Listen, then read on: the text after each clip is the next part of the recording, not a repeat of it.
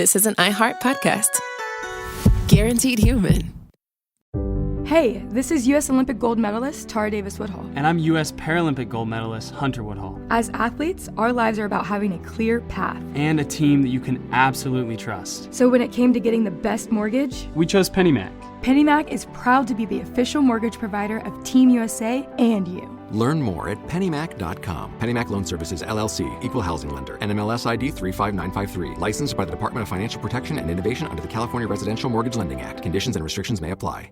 You're a pro at running your life, at committing to your workout, at showing up every day. At Bombas, we're pros too. Pros at making socks. Our sport assortment has specialized socks for whatever sport you're committed to. Running, hiking, golf, Pilates, and so much more. Made with sweat-wicking yarns, blister-fighting details, and targeted arch support. Bombas Sport is pro-level socks from the pros of socks. For another pro, you. Go to bombas.com/audio and use code audio for 20% off your first purchase. That's bombas.com and use code audio.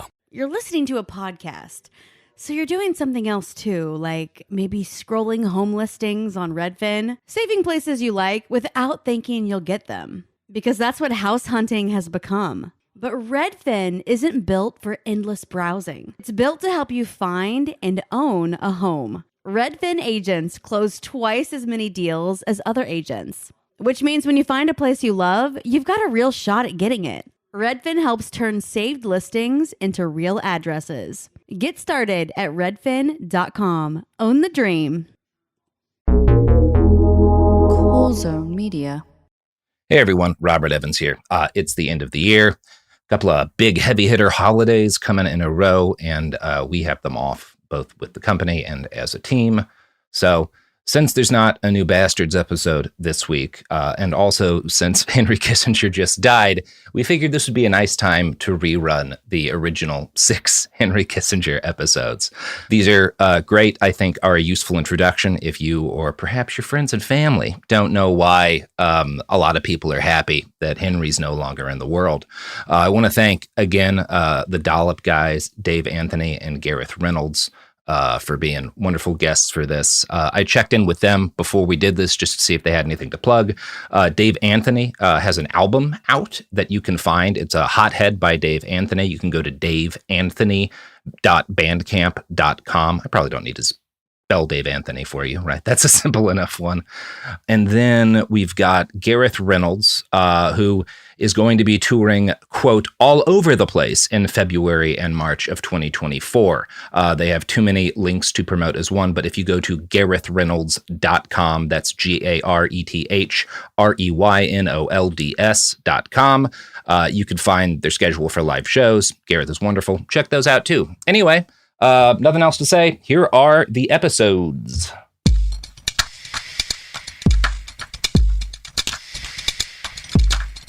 Oh, Sophie, this plate of Behind the Bastards is so heavy as we walk through this hallway. Oh my gosh, is that David Anthony and Gareth Reynolds with a heavy plate of the Dollop? Oh no, I'm losing control. Oh God, you guys are slipping too. Ah! How was that? That was so bad. That was so bad. I couldn't disagree more. That was the most organic, just real thing I think I've ever heard. Natural. Like it was, yeah. Like you're really. The only good thing at I'm this. noticing is you didn't have plates, so I'm wondering how. I was wondering as I started it, are they going to join in, or am I going to just have to commit fully to this? And now that's something where if it's me, I just let you go and then let you hang in silence for a long time. I was a dog in a yard that wanted to leave it, but was like, I'll get it. I'm not supposed to leave. So I was on the other end. I wanted to join.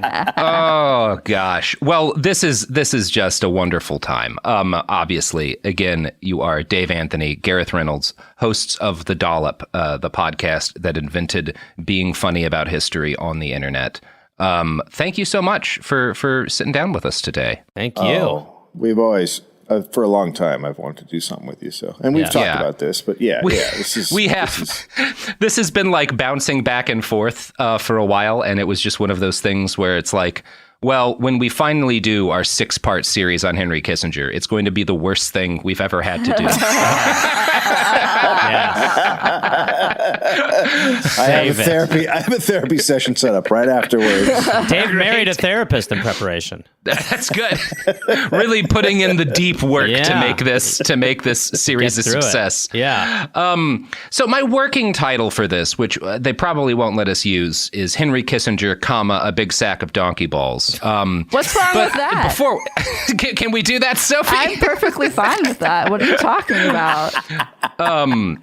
What do you guys know? Like, I kind of think maybe it's a good idea to start with like, what's your Cliff's Notes? We'll have you do it, Dave, because you're the one who reads things normally. I I think that's what's the your right Cliff's order, Notes by the of Kissinger? Yeah. Kissinger, the thing that, obviously stands out is Vietnam and Cambodia. And, that's just reprehensible beyond all words. But he's really been a part of just so many horrific foreign policy decisions and he's always getting in there. He's always a part of the business, or at least was. I don't know if he is now, but for a long time, he was always a guy who would come in and go, why don't you do the worst thing?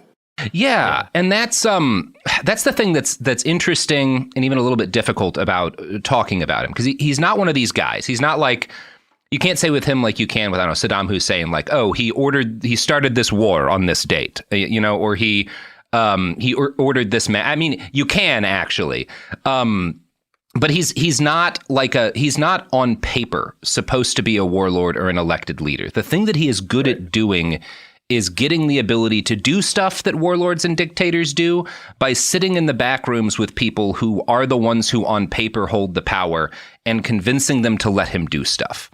And he's the best at that there's ever been. We've had a couple figures on our podcast who I would relate to, like, and I would say maybe Kissinger is like the war crimes Forrest Gump, where it's like, just kind of, you're like, oh yeah, he was there. He invented shit happens. I didn't know he invented that phrase. Yeah, that's incredibly. That's honestly a better title than the one I came up with. That is the perfect title. It is. I mean, and obviously Forrest Gump is blameless and Kissinger is not, but it does get at the fact that he's just there. He's just in every fucking photo of like guys doing a war crime. Like it is baffling the number of things he's connected to. I should probably just stop selling it. But I do kind of want to talk about the fact that he is this kind of backroom figure in a lot of the worst things that happened in the 20th century, because we're going to spend episode 1. By the time this episode's over, he's not, in the White House. He's not running shit. This is an episode where we talk about like his early life and his ideological roots, because that's what underpins all of the things that he does. He's not a guy. People talk about like what Kissinger believes, and Kissinger himself has written a bunch of books about what he believes.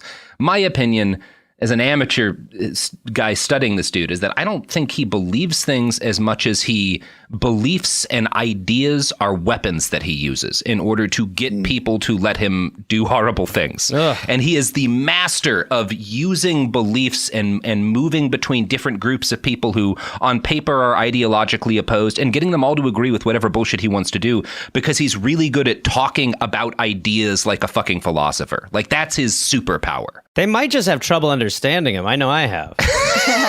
Sure, whatever. What did we agree to? Oh, God. I was going to ask, Gareth, before we get started here, is your German accent locked and loaded? I mean, listen, as to the disgust of the German people, it is. Mm-hmm. That's fine. That's fine. I think we can all agree after the 20th century, the Germans lost the right to be angry when people make fun of their accent. It's like Texans. Everyone can do a Texan. Yeah, that's how I feel. Sure. I don't think I can. I can make any accent sound kind of English and sort of Spanish at the same time. And yet can't do English. It's really just sort of this amazing ability to... See, whenever I do a non-American accent, it drifts Russian at some point, like 100% of the time. Great. Yeah. Oh my God. Well, this is your time. Now you can shine with what's going on. I know. I'm ready to just yuck it up over. Speaking of which, there's a number of roots of what's happening between Ukraine and Russia right now that you can tie back to Henry Kissinger. Jesus, of course there is. I mean, that's a little bit less the area that he fucked around in, but he did some fucking around there. Like, one of the things, we are spending 6 episodes talking about Henry Kissinger, and we're leaving some shit out.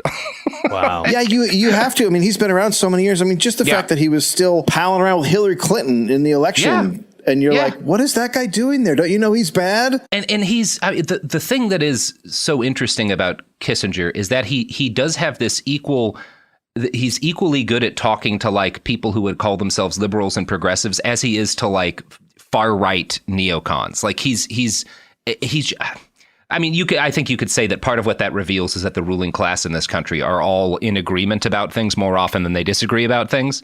But part of it is just that like he is so charming. We will be talking a bit about Kissinger as a sex symbol, which is a thing that happens, and I am so sorry that we have to discuss it. No, I was hoping that you would say this because I've wanted to fuck him for so long. Like that's one of the main things. He's hot. I call him Henry Fuckinger. I've always wanted to. Kiss is not enough for me. That's just a taste of what I'm after. Oh boy, we'll A/B test the Forrest Gump and the Fuckinger title. We'll just see what plays best in Poughkeepsie. So. Heinz Alfred Kissinger was born on May 27th, 1923, in the city of Fürth, Germany. The Kissingers were a Jewish family, and so given that this is Germany in the early 20s, you can tell we're not off to a great start already, right? This is not going to be a story that begins in a particularly pleasant place. Sure. He was born in a very chaotic world. The great year was like 5 years past when he comes onto the planet.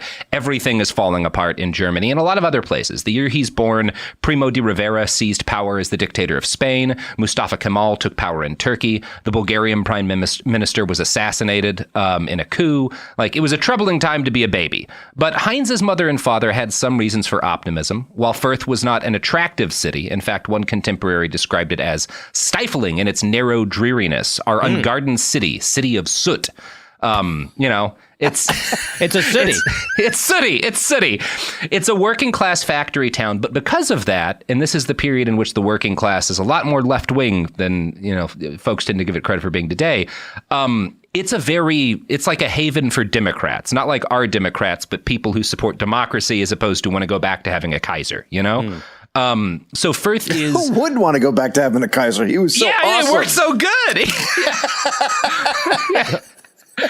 Yeah, I want to have a king who gets us into World War I and like whacks off about his mom's hands. That sounds great again. Well, now that I know what we're talking about, let's dance. I'm in. I want a Kaiser. So Fürth is... In some ways, you could see its reputation in Germany as being kind of like Portland today. It's a very left-wing town. It's seen as a haven for socialists. But it's also kind of like Selma, Alabama during the Civil Rights era, because Fürth has a very large Jewish population. And the period in like the late 1800s is when a lot of there's essentially apartheid against Jewish people in Germany for a long time. So Fürth is the city that has Germany's first Jewish lawyer, and it has a bunch of their other first Jewish, exes, person who does this job, because it's this very progressive city with a very integrated Jewish community. So it's this mix of the Nazis aren't going to like this town, right? Like Portland. Yeah, like Portland. Yeah, it's got some similarities between a couple of things. So Heinz's parents, Paula and Louis, had grown up in Imperial Germany, where Jews were restricted from holding certain jobs, going to certain schools, living in certain homes. And this had ended by the time the Kaiser had. So Louis Kissinger, Henry's dad, came of age in a period in which a Jewish boy could actually build a professional life for the first time in mainstream German society. He was a member of the first and almost the last generation that this would be true of. Why? What happens?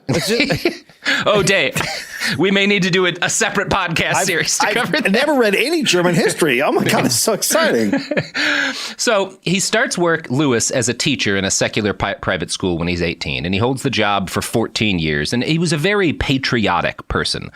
He's also he is an Orthodox Jew, so he's very religious, but he considers himself a German first and foremost. And his family is very patriotic. His brother fights in World War I, so does his wife's dad. 2 of his cousins die fighting for the Kaiser. And when the war ends in German defeat, there's all these rumors spread throughout the far right that the nation's been stabbed in the back by an alliance of Jewish boogeymen. Lewis kind of, he sees this as happening, but he doesn't think that it's ever going to take hold. Henry would later recall that his father would regularly say, "We live in an age of tolerance." Mm-hmm. So his dad is not right. Yeah. I'm sorry. Are you talking about America in 2022, or are you talking about Germany? Yeah, we are talking about this on the day that Texas just announced a fun new law. Yeah. This is like, Henry's wrong about a lot of stuff. His father is also wrong, but for a much sadder reason. Sounds like there was a psychic gene in the family. I see us being tolerant for a generation. Germany will be a watchword for tolerance. We will be a bastion for all types. Oh, poor buddy. So he's it's interesting because the Zionist movement is rising in this time, and Kissinger's family rejects this wholeheartedly because they're so German, right? They don't want to ever leave. So obviously the Nazi Party rises consistently through Henry's childhood. Firth was initially safe from this. Just a few months after Heinz is born in September of 23, the Nazis and other far-right organizations hold a German Day in Nuremberg. Several caravans of them pass through Firth, sort of like Nazis do today in a lot of places. And, they were looking for a fight when they drove through. They went through Firth because it's the town where you can get a fight. And they got one. This is right after Henry is born, a mob of brown shirts are assaulted by 100-strong crowd screaming, "Kill them and down with Hitler," which is pretty rad. Let's end the story there. I love it. It's a great ending. And that's the tale of Henry Kissinger. A kid who was a baby when some dudes did some rad stuff. All right. So Firth was integrated enough that Heinz initially attended a public school with Christian classmates, which was not common for Jewish kids in this time. Yeah, he's going to school with other kids who are not Jewish. Eventually, his dad puts him in a private school, but that's also an integrated private school. So while his education is secular, his family's very strict Orthodox. He attended Hebrew school, which he hated. I found a quote from another Jewish guy who grew up in Firth at the same time that gives an idea as to why Henry was not a big fan of his early religious education. Quote, "Religion was a study, and not a pleasant one, a lesson taught soullessly by a soulless old man. Even today I see his evil, conceited old face in my dreams. He thrashed formulas into us, antiquated Hebrew prayers that we translated mechanically, without any actual knowledge of the language. What he taught was paltry, dead, mummified." And that, I think, is broadly in line with how Henry feels, because he doesn't grow up very religious. So Henry is a little kid, he does a lot of religion stuff. But as he grows older, he rejects his father's passion for faith and his dad's interests in classical music and theater. Instead, Henry Kissinger falls in love with soccer. He is a huge soccer head. What the fuck is happening? I know, right? Oh, wow. Firth has a locally renowned team. They're one of the best teams in Germany. And so their kids' teams, which are feeders into this whatever team, are very competitive too. Henry starts playing in a youth league when he's 6 years old. And he later recalled, quote, "I wasn't really very good, though I took the game seriously." But now what about soccer? We should talk about that. Oh, sorry, never mind. So his real prowess early on was in strategy, as this quote from Niall Ferguson's Kissinger, it's a book named Kissinger, like the guy, makes clear. Though no great athlete, Heinz Kissinger was already a shrewd tactician, devising for his team a system that, as it turns out, is the way the Italians play soccer. The system was to drive the other team nuts by not letting them score, by keeping so many people back as defenders. It's very hard to score when 10 players are lined up in front of the goal. So immediately, Henry Kissinger as a kid is like, you know what will help us win and also make this game no fun at all? Yeah, we need to poison their water. Henry, what are you talking about? We must firebomb the homes. We know what to do. Set dynamite under their keeper. I know we are 6, but we will park the bus. There will be no joy in soccer. Remove the keeper's hands. He is as a 6-year-old doing the soccer equivalent of carpet bombing. So he gets so into soccer that he starts to neglect his studies, and his father actually bans him from playing for a while. The older he gets, Henry has more and more conflicts with his dad, a thing that no one else has ever experienced. And yeah, he would regularly, after fighting with his father, bicycle over to the home of a friend who later recalled, he liked being with us. It seems to me he had a problem with his father. If I'm not mistaken, he was afraid of him because he was a very pedantic man. His father was always checking Heinz's homework and kept a close watch on him. Heinz told me more than once that he couldn't discuss anything with his father, especially not girls. So his dad's not like hitting him or anything. He's just like really, really annoying to Henry. And just like pay attention to your studies beyond anything else. Like, I think I like this girl. Like, well, she's not going to the same school. Focus, Henry, focus. Well, and he's clearly a dick who's like, you can't be a professional soccer player at 8. You have to go to school. Like, he's clearly an asshole. Dad. Right. Yeah. Yeah, I mean, he's definitely the villain of the story. Yeah, no doubt. So Henry is magnetic to women girls at this point, from a very young age. What in the fuck is happening? I know, it's really weird. It's weird. And this is, the quotes about, girls really liking him at this age come from his father. But like, this also happens when he's in his 40s and the Secretary of State. What? So I'm going to say his father's probably telling the truth. I mean, at no point have I seen any version of Henry Kissinger where you're like, man, I mean, it is weird. That got memory hold because there were New York Times stories about how much women like Henry Kissinger. Because he looks like a lump of clay you could mold into anything, potentially. He never looked good. No. But it's weird. I mean, he's the guy, we'll talk about some of the things he said about sexuality later. I know you're all getting real excited for that episode. Yeah. That's going to be worse than Cambodia. At one point, one of his friends was actually ordered not to hang out with him because he had, quote, earned a reputation as a skirt chaser. And this is like when he's 9. Wow. That's early. Little Henry cum rocket Kissinger. First time I sex was 9. So, at this point, he's rebelling against the family religion. He's hanging out with girls. He's playing a hell of a lot of soccer, which seems like a decent childhood. But obviously, the Nazis. So in the mid-20s, the German nation goes on strike against some shit France was doing, Versailles stuff. We don't need to get into it. Inflation goes crazy, right? This is the wheelbarrows full of cash time. This hurts the Kissinger family badly because if you're a private laborer, if you're working for a private company, you can generally strike and organize to get your salary adjusted to deal with inflation somewhat. It's still bad, but it's less bad. Right. If you're a public servant, you don't get shit. Your salary stays the same while inflation jumps up. So this is really a disaster for the Kissinger family. And of course, economic trouble coincides with a constant acceleration of far-right violence. Later, as an adult, Kissinger would note without emotion that he was somewhat regularly chased through the streets and beaten up by Nazi thugs as a child. That's tough. Yeah, that's tough. No punchlines. No punchlines, but there is something weird about that because he's talked about this a few times, but every time he talks about this, it is so that he can emphatically state that this part of his life had no impact on him. It's really weird. It's very strange. The literal impact of fists had no impact upon him. Yeah. And in 1958, he declared, quote, "My life in Firth seems to have passed without leaving any deeper impressions." Well, you don't get to say that, by the way. Yeah, that's not how I feel trauma like you works. don't. I feel like you don't. I feel like I said that to a shrink once about my parents' divorce and then wept. Yeah, right. It didn't do anything. I didn't do anything. I mean, what's this? What's this fluid coming out of me? And it's in 1974, when discussing the times he was beaten in the streets by Nazis, he insisted to a reporter, quote, "That part of my childhood was not a key to anything. I was not consciously unhappy.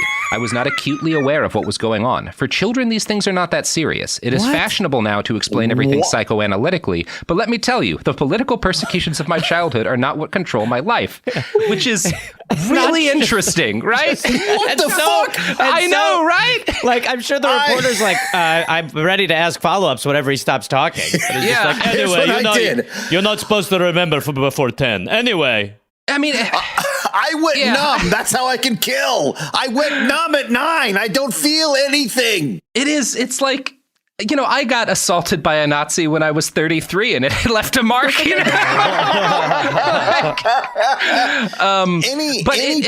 Just growing up in that environment without being assaulted is going to leave psychological damage. Yeah. If your parents had kept you completely safe from street violence, it couldn't not. Yeah. And it's like, Henry, this is the only time I'm going to speak sympathetically to you, but it's fine if being beaten by Nazis as a child left a mark on you. It's the only time you want to Matt Damon him with your Robin Williams arm. Yeah, like, it's okay, man. It's okay, bud. It happened. It's interesting. The ways he explains why this didn't leave any mark on him are very interesting. And I want to quote from Henry Kissinger in 2004 now. I experienced the impact of Nazism, and it was very unpleasant, but it did not interfere in my friendship with Jewish people of my age, so that I did not find it traumatic. I have resisted the psychiatric explanations, which argue that I developed a passion for order over justice, and that I translated it into profound interpretations of the international system. I wasn't concerned with the international system. I was concerned with the standing of the football team of the town in which I lived. Mm-hmm. Which, like, you can't do both. You can't pay attention to soccer. Like, and obviously, no one thinks, Henry, that as an 8-year-old you were like, well, this is going to impact the way that I believe state power should be used when I'm Secretary of State in several decades. When I'm an advisor to Nixon. Just like if you have a car accident as a kid, you're not thinking, well, this is going to make me unable to let other people touch me when I'm 33. Right. You know? Like, I'll hate freeway merging. like obviously, man. And I don't know, like there's a degree to which in terms of this is the period in which you can be sympathetic to him. I do think there's probably something to be said that if you have this childhood, maybe you don't want to give the Nazis anything, even like this left an impact on me, right? Because like, fuck them. I don't want to say that it had an influence on me, which I get. No, having grown up in a traumatic, sort of childhood, you can shut it down and tell yourself that you're fine. Like the way he survived it was to shut his emotions down a little bit and tell himself that he was fine when it actually it is by far probably the most traumatic thing that ever, and created a fucking monster because he didn't get any psychological help. I'm a monster naturally. It is not nature versus nurture. I would have killed just as many people if it weren't for the Nazis. I would have been a despicable piece of shit either way. Don't judge my family. So, as the 20s roll to an end, the political situation in the Weimar Republic gets correspondingly more dire. In 1925, during a Nazi rally in Fürth, Hitler himself had called it the Citadel of the Jews. The local response at that point, in 25, is overwhelmingly negative. And in 1927, only 200 people in Fürth were members of the Nazi Party. Hitler visited the city again in 1928 to little effect. The party just got 6.6% of the vote in local elections that year. But the Great Depression at the end of the 20s, rescues the Nazis' flagging poll numbers. As Fürth's economy collapses, people grow more willing to listen to the fascists. In the 1930 elections, Nazis surged from 2.6% of the vote nationwide to 18.3%. In Fürth, they won 23.6% of the vote, which is 4 times better than they'd done 2 years earlier, and very frightening for a lot of relevant reasons to today. Nazi electoral successes continue to pace the next year, and by 1933, more than 22,000 Fürthers were Nazi voters. I want to quote from Niall Ferguson's book again. On April 9th, 1932, 15 SA men were set upon by Iron Front members as they left the pro-Nazi Yellow Lion pub. 2 months later, Nazi supporter Fritz Reingruber was beaten up for being a swastikist. The same fate befell another Nazi caught selling the NSDAP newspaper, the Völkische Beobachter. The police watched helplessly on the evening of July 30th as a mob threw potatoes and stones at a Nazi motorcade going from the Fürth airport to the Nuremberg Stadium. The car carrying Hitler himself was among the vehicles. But just a year after Hitler's car gets pelted, after the Nazis begin to consolidate power, when Hitler's the chancellor, the mood is very different. On March 3rd, there's another torchlit parade by the Nazis through Fürth, and on the evening of March 9th, a crowd of between 10 and 12,000 people gathers outside one of the bars there to watch the raising of the red Nazi flag. It gets bad pretty fast. Can I just flag the person who brought the potatoes to the rock throwing event? I feel like he turned first. Yeah. Oh, we're doing rocks. I missed. That was a drawing of a rock. Those look like potatoes, Al. Good Lord. You know what? I'm going to say it right now. If that guy had brought rocks, he might have killed Hitler. We could have avoided talk it. about That's the butterfly the guy. effect That's right the there. guy. Yeah. For want of a rock, World War II happened. Oh, did you guys see my potato hit that car? It really smushed it. It looked mashed. I do love the idea that he also boiled it before. Yeah. Well, I don't want to look weird. So Louis Kissinger lost his job teaching once the Nazis came to power.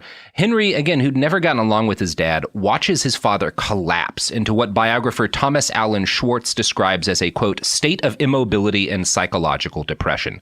Louis withdrew into his study, according to Henry's brother Walter, while the world outside veered closer to nightmare. In his book, Henry Kissinger and American Power, Schwartz writes, Kissinger and his brothers saw the progressive segregation, isolation, and humiliation the Jews of Firth experienced. Even their attempt to watch soccer games came with the risk of their being beaten by young Nazi thugs. The world of Heinz's childhood rapidly collapsed, and his parents and the older generation of Firth's Jews could not protect their young from the hatred around them. After the passage of the Nuremberg Laws in 1935, Kissinger's mother began to look for a way to leave Germany. A cousin in the United States was willing to provide the financial support that would allow the Kissingers to immigrate. In August of 1938, after a last visit with Paula's elderly parents in Ludershausen, where Heinz saw his father cry for the first time, the family headed to New York. Only 3 months later, during Kristallnacht, the synagogue in Firth, like hundreds of others throughout Germany, burned to the ground in a night of orchestrated violence. 3 months. Yeah, I mean, that is crazy. When Henry leaves Firth, there are 2,000 Jews in the Jewish community. At the end of World War II, there are 40. Oh, my God. Yeah. And 3 months is so, I mean, that is... Barely. I mean, barely. Really. That's like... Yeah. Ugh. They stay as late as they possibly can. Right, yeah. Much. At least 13 members of Kissinger's family would perish in the Holocaust. Obviously, it being what it is, I don't know that you can... It's easy. It's not super easy to get exact numbers, but like his family is as devastated as you would expect of a German Jewish family. And he does acknowledge for the first time he admits that like some part of this had an influence on him. It was moving away from Germany and like going across the world to the United States. Mm-hmm. And he says, and this is, I think, him being somewhat honest, that the deepest impact of all this was, quote, all the things that had seemed secure and stable collapsed, and many of the people that once that one had considered the steady examples suddenly were thrown into enormous turmoil themselves and into fantastic insecurities. People will say, we'll talk about this later. He's very much an order-obsessed guy. And like, okay, yeah, I get it. Like, I get where that came from, you know? Right. Yeah, I mean, that's very common for that happened in, Chile and other places where it all falls apart into authoritarianism. There's a lot of people who are like, I just want it to be the same. Yeah. Well, and you hear that all the time here too. I mean, not like that. Obviously, it was far more dire, but there are a lot of people I know who keep saying that shit here, who keep being like, I just want it to go back to normal. And you're just like, that ship has fucking sailed. That is not, Yeah, it never does. It never can. But we all do it. Like even the kind of like obsession with 90s nostalgia is evidence of that. And not because the 90s were like a perfect time, but because like, you weren't aware of how fucked, like Henry, like your dad hadn't collapsed into like an unable to handle himself. You're just like, Limp Bizkit's too aggressive. And now you're like, oh my God, we don't have money. Yeah. You went from, oh my gosh, the O.J. Simpson trial, what a mess, to, well, now a plague has killed 1 million people. Yeah, right. Oh my God. Is there a better? Give me that time capsule. It's so funny, the parallels, because I literally am writing a Dollop right now, and the guy turns into an authoritarian, and his dad shut himself in his house and isolated. It's so weird how these things. I mean, have parallels. Just to continue off of that, Dave, Hitler's dad dies when he's a little kid, plunges the family finances and situation into insecurity and chaos. When something that seemed stable from your early childhood collapses, perhaps it has an influence. Oh my God. Yes, maybe. Despite what Kissinger said. Despite what Kissinger said. But you know what Henry Kissinger loves? The products and services that support this podcast. God, Robert, no. Well, look, Henry is one of the few VIPs on island where you can hunt children. anytime he wants, he gets a free 3-bedroom apartment on the child hunting island, Sophie, that owns. Yeah, because for some fucking reason, he is still alive. Yes. Well, let's be honest here. This is essentially his eulogy, because when we finish this podcast and it's published, Kissinger should die. It's possible I'm planning a dark occult ritual using my own blood and a candle I bought in Mexico to deal I'm not going to say I'm not doing it. You know, it's a voodoo doll podcast. Anyway, here's some ads.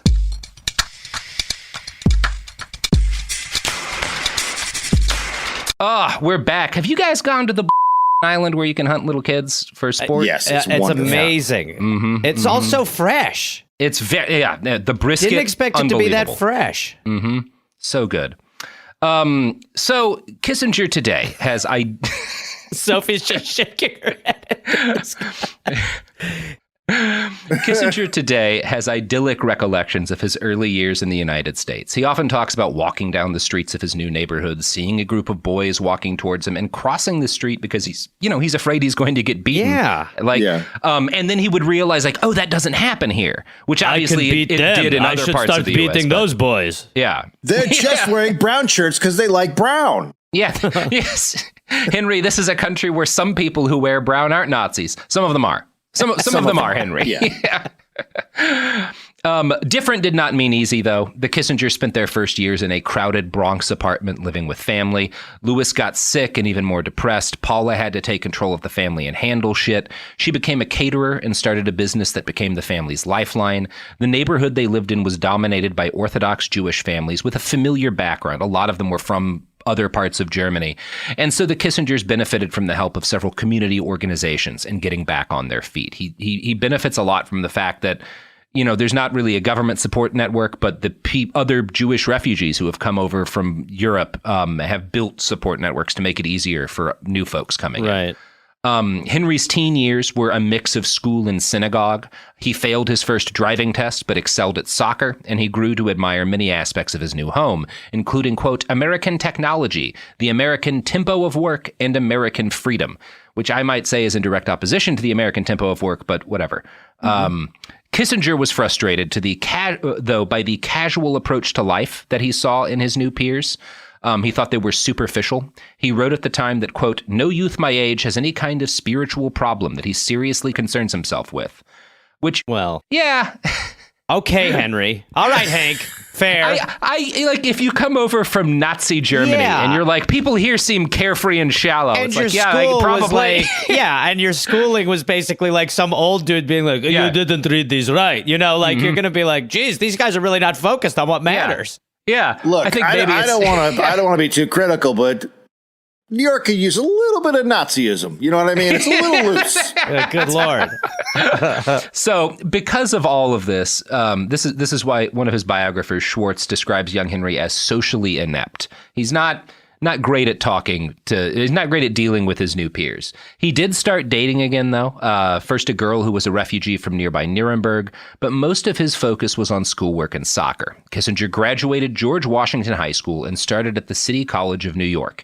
He took classes at night so he could work during the day at a brush cleaning factory some of his cousins owned. These brushes are filthy, boys. Keep going. They're still dirty as shit. It's the most amazing, old-timey job ever. It's just basically all I can picture is just the jobs are either pressing sheets or washing brushes. These brushes are not going to clean themselves, gentlemen. How many times do I have to tell you? Well, and the corollary is some mom being like, Billy, you didn't take your sister's brushes to the cleaning shop. What is she going to do now? It's very funny. Everything old-timey is funny. People are going to think this in the future about, I don't know, having water. So at this point, Henry's ambition in life was to get, quote, a nice job, likely in accounting. One biographer noted, quote, nothing that happened to Kissinger during those years encouraged him to read more widely. His historical interests were as underdeveloped when he was 20 as when he arrived in New York as a boy of 15, which is the first normal thing about him that yeah, dude, he's whatever. He's a kid. Yeah. We're about to get in the Studio 54 years, I feel like. Yes. Right. So World War II happens, starts, for the United States at least. It started elsewhere a bit earlier. Right, But for the U.S., all right, we'll do it. Yeah. When Henry is 21. He did not initially feel called to volunteer for service, but when he got his draft notice in 1943, he complied and joined the roughly 16 million Americans who became soldiers during this period. And if it weren't for this, Henry Kissinger probably never would have been a figure of historical importance. Again, he just kind of wanted to be an accountant. But being drafted successfully disrupted his plans for a quiet, boring life and thrust him into the world. That says it all. Yeah. It's not just maybe don't draft this guy, right? Maybe Or don't draft him. Just right now, you could be like, you don't. I did not actually see your Venmo this year, so it's hard for me to process. Yeah, there's a future where he just has really strong opinions on W-2s. Yeah, exactly. Yeah, you missed put that yourself one. as 1099, but I feel like it was actually more like W-4. Mm-hmm. Yeah. Or he does like a Bernie Madoff thing, but either way, it's a much better future than the one we got. Yeah. We'll take the Madoff ending for him for sure. Yeah, it's fine. So we have letters that Henry sent to his brother Walter during training. He purported to like the, quote, middle Americans he met there, but warned his sibling, don't become too friendly with the scum you invariably meet there. Well, hello. So he did pick up a little something from the Nazis. It turns out. He's a little bit, right? Yeah. He also advised against having sex with the, quote, filthy syphilis-infected camp followers, which is too specific to have been random. I think Henry Kissinger had a bad experience with a camp follower. I mean, the idea that look, everyone at camp has syphilis. It's all about canoeing and having your nose fall off. Every girl I fucked had syphilis. I fucked one girl, got syphilis. Every one of them has it. That's why I am patient zero of the syphilis epidemic. That's right. Yes, that's why you're surrounded by counselors. So the Army administered a series of tests which Kissinger excelled at, and he earned entrance into a special training program that sent particularly bright soldiers to college. He received his American citizenship in 1943 while he was at Lafayette College in Pennsylvania. The program lasted just 6 months, and Henry finished 12 engineering classes. During his off hours, he would hitchhike home and see his girlfriend. He was a brilliant student, recognized by his roommates as the, quote, brainiest of a very intelligent class.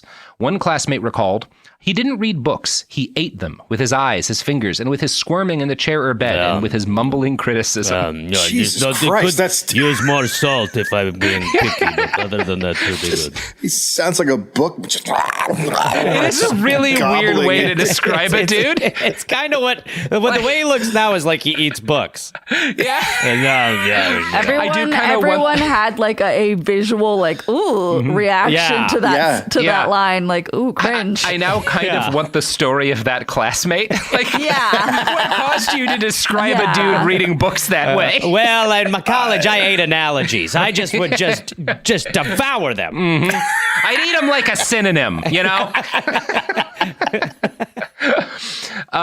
His professors would use Henry to explain complicated concepts to the other soldiers, and for a brief period of time, he had status and respect, which he'd begun to crave as a young man. His time in this program was cut short because, you know, D-Day, we decide America's like, we're going to do a Normandy landing. And the Army's like, well, we probably don't need smart people for that. So let's pull these kids out of the class and train them how to get shot by MG-42s. Hey, guys, we actually want to talk to you over here about something totally different. If you guys, no, not you, Chad. You stay right there, Chad. Talk about these other guys. Thank you. Good luck. So Henry and his classmates get sent back to basic training where the drill sergeants, according to Henry, took glee in tormenting the college kids, which I don't know, probably true. While he was preparing to go overseas. And this is what my grandpa was doing in World War II, and I hope he bullied Henry Kissinger. I hope my grandpa got a chance to give Henry Kissinger some shit. Fingers crossed, he did. right? He did. Thank you. He did. He did. Absolutely. So while he was preparing to go overseas, his biographer Schwartz writes, even in the misery of Camp Claiborne, however, Kissinger stood out, selected by his commanders to provide soldiers with a weekly briefing on war news. Although he did the job well, Kissinger was more impressed with another older German refugee in an American uniform, Fritz Kramer, who came to Camp Claiborne in May 1944 to speak about the meaning of war. After Kramer's impassioned talk, Kissinger wrote him a note. Dear Private Kramer, I heard you like speak me? yesterday. Check yes. Oh, sorry. Basically, yeah. Okay, yeah, he literally, it's like, I liked what you had to say. Can I help you somehow? Oh, wow. That's literally what the note is, Gareth. Check your notebooks. Yeah. Kramer responded almost immediately to the simple fan letter, returning a few days later to seek Kissinger out for conversation and dinner, insisting they speak in German, not English. The Lutheran Kramer later said that he was taken with this, quote, little Jewish refugee he had met who, he believed, as yet knows nothing, but already he understands everything. Wow. That's interesting way to describe him. I mean, it sounds like a guy who eats books. Yeah. And this guy, Kramer is a Prussian, which I don't know the degree to which that means anything to a lot of people. The Prussians, so there was most of the resistance to the Nazis was from the left. Once the Nazis got into power, the resistance to the Nazis that meant anything was Prussian, not because they were good dudes, but because they were way too conservative for Hitler. They were like, well, we want to fight on take over all of Europe, but like with a Kaiser who has royal blood, not this like gross little corporal and stuff. Oh, and it's complicated because like a lot of those Prussians got murdered by the Nazis. And as a general rule, your sympathy is with the people who get murdered by the Nazis. But it's also like, yeah, you got murdered by the Nazis for the wrong reasons. Right. They were like, we have one small note, but everything else is working great for us. They were the guys who were like, Hitler's bad because he's not going to win the war against Russia. Right. Wow. Okay. Yeah. So this guy, Fritz Kramer, would be, in Henry's words, quote, the greatest single influence on my formative years. Since Fritz was a Prussian conservative, so for an idea of how fucking German Fritz Kramer is, he wears a monocle to make his weak eye work harder, to make his weak eye work better. Like, my God. Oh, hello. my Lord. I am the craziest asshole ever.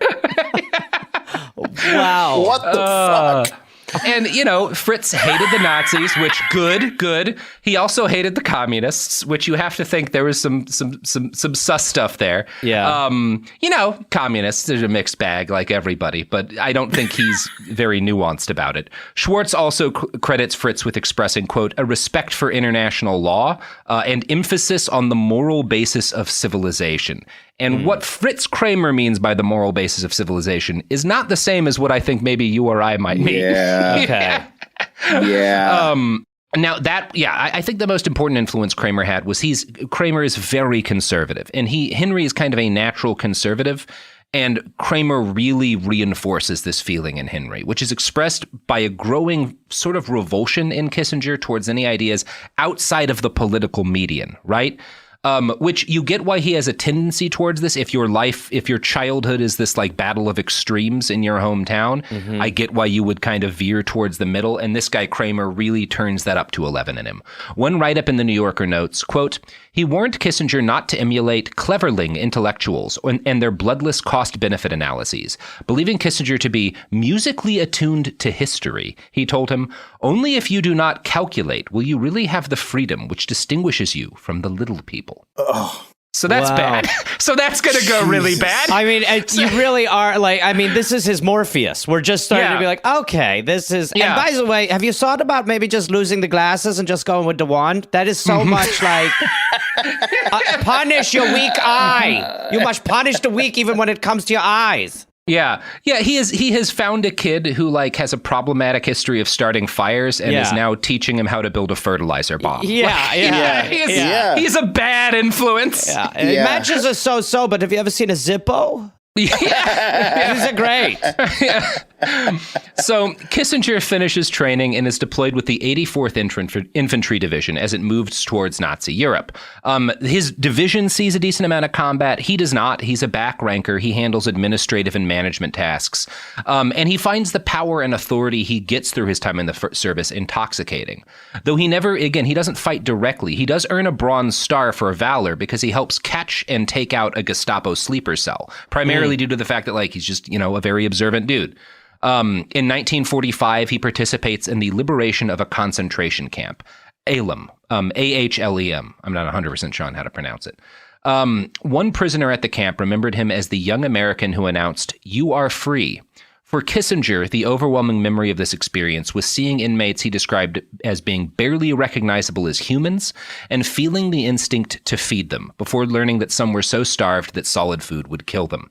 Shortly thereafter, one thing you got to say, he does not he's not a sheltered upbringing. And you would be like, oh, maybe that could be the influence that made him be like, oh, you can, there's good, you can provide the people who are tortured and starved some, help. You could take away from this, like, my God, war is evil and we should do everything we can to prevent it, as opposed to, baby! Yeah. Well, let's see how it plays out, Dave. Settle down. Maybe this is the 6-part Behind the Bastards episode about a cool dude who does nice things. Yeah. I just brought you guys here to talk about a chill guy. So shortly after liberating this concentration camp, Kissinger writes an essay on his experience where he asks, quote, "Who was lucky, the man who draws circles in the sand and mumbles, 'I am free,' or the bones that are interred in the hillside?" He concludes from the experience that this is humanity in the 20th century. So, an understandably bleak take from liberating a concentration camp. Yeah. That's fair. You know what is a bad time to move to an ad plug? I didn't think you were going to be brave enough to do this, but fair enough. Oh, boy. Wow. Yeah. You know what makes me hungry? Ooh, probably shouldn't go too far down that road. Let the ads do the talking. Let the ads do the talking. The ads are going to come and win the same way the Soviet Union did. There it by is. Throwing wave after wave of men into Nazi trenches. Anyway. Yeah, I think we lost it. We had it for a minute. We had it for a second there. I took it too far. I took it there. Here we go.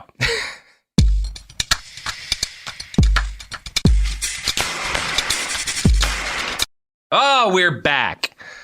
So when the war ends, World War II, that is, Sergeant Henry Kissinger finds himself as, quote, the absolute ruler of a small village named Binsheim. He enjoys this experience. He really starts to like having power. Yeah, one thing that we're getting here is that he adores having power over people. Yeah, he really likes it. In his letters, he celebrates repeatedly to his family that he has, quote, absolute authority to arrest people. Jesus, and I'm a baby Kaiser. This is problematic because of what he does later. I will say, if you are a Jewish kid who has to flee Germany and then you come back and get made like the military head of a town that's full of former Nazis, I get reveling in it a little bit, Yeah. Well, for me, I'm having beheading Tuesdays, if that's me. Yeah. So again, he's not, because of what he does later, this is unsettling, but it's understandable in the moment. Yeah. He appropriates a luxury home and a fancy car, both of which had to have belonged to some Nazi, which is sure. It's what you do, right? Yeah, fine. He gets a butler. He brags back to his family that he's got Nazi butler. A fucking Nazi butler. I Absolutely, that's had my what you butler arrested for not giving me butter. Yeah, that is obvious. Now, that said, he's also, to his credit, really aware of not wanting the Germans in town to identify this guy who is absolute ruler as being Jewish. I think because he doesn't want it to make things problems for Jewish people who stay behind in Germany. He makes other soldiers refer to him as Mr. Henry rather than by his last name. Right. He's conscious. He doesn't want them to think, quote, that the Jews were coming back to take revenge. And he had a reputation in general as being more objective as a ruler in this kind of period than most Jewish veterans in similar positions. In general, Henry counseled accommodation and rapprochement, with one exception: communists. As the Civil War. Of course. Right. You fucking asshole. I know, right? We had this understandable period and then I don't want to upset the Nazis, but these commies. Yeah. Oh my God. Yeah, and that's literally what happens. So the Cold War, early stages in 1946, but already in that period, Kissinger advocates strict surveillance of German civilians for left-wing sympathies. Oh my God! I know. Yeah, the fucking Nazis just did a thing. It's the conservatives. The left is due. The left is due. He doesn't want them. He also wants to ban communists from teaching at the local schools, which again is like, what the fuck? How is he went straight Nazi all of a sudden now. Yeah, he's definitely, well, let's say fascist. Let's say fascist. Yeah, okay. Yeah, fascist. Now he's a fascist. Yeah, he does a bit. Oh, Mr. Henry. He starts dating a Gentile German girl during this period. Because again, he's not very religious. His letters home to his parents, though, because they don't like this at all. They're like, you're losing your faith. And Henry gets very combative with them. He sees them as irrational, writing, quote, "To me, there is not only right or wrong, but many shades in between. The real tragedies in life are not choices between right and wrong. Real difficulties bear difficulties of the soul, provoking agonies, which you in your world of black and white can't begin to comprehend." How's the dog? How's the dog? Love you, Mom. Love you, Mom. Also, how's Scruffs? Is Scruffs good? Is his tail better? And his parents have the reaction we all did, where they're like, "Hey, how are you? Bud. It seems like the war may have." Why are you making us call you Mr. May Henry? have had an effect on you, right? Like, I've said this ever since you met the monocle guy, but you're really intense. Yeah. maybe all of the things you've seen have had an impact on you. And Henry maybe responds to this by getting enraged and saying, "Not everybody came out of this war as a psychoneurotic." Oh, that shows him. That'll teach him that. That's that's fine. That's fine. Yeah, that's exactly that's the exact right reaction of a non-psychoneurotic. When you're screaming, "I'm not a psychoneurotic" in letters, you're a psychoneurotic. I got syphilis from girl in camp.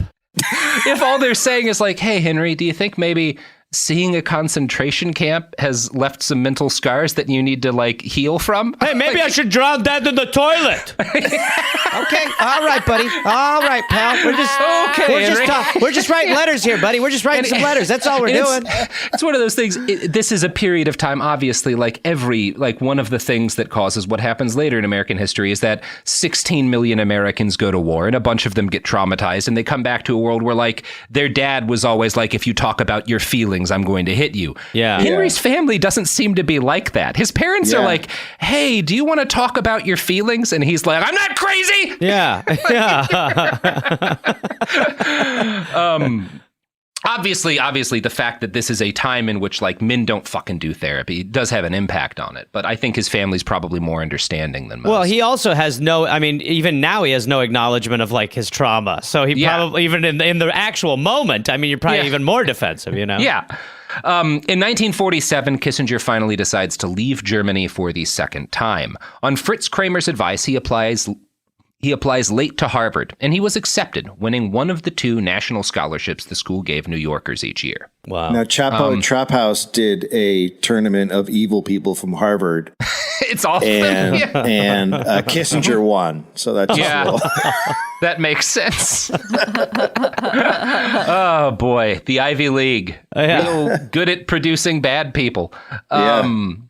Maybe we should look into that one. So one of his classmates recalls, and he does, like, it's Henry Kissinger. He's very good at school. One of his classmates recalls that he, quote, worked harder and studied more than anybody else on campus. He ate school. He ate school.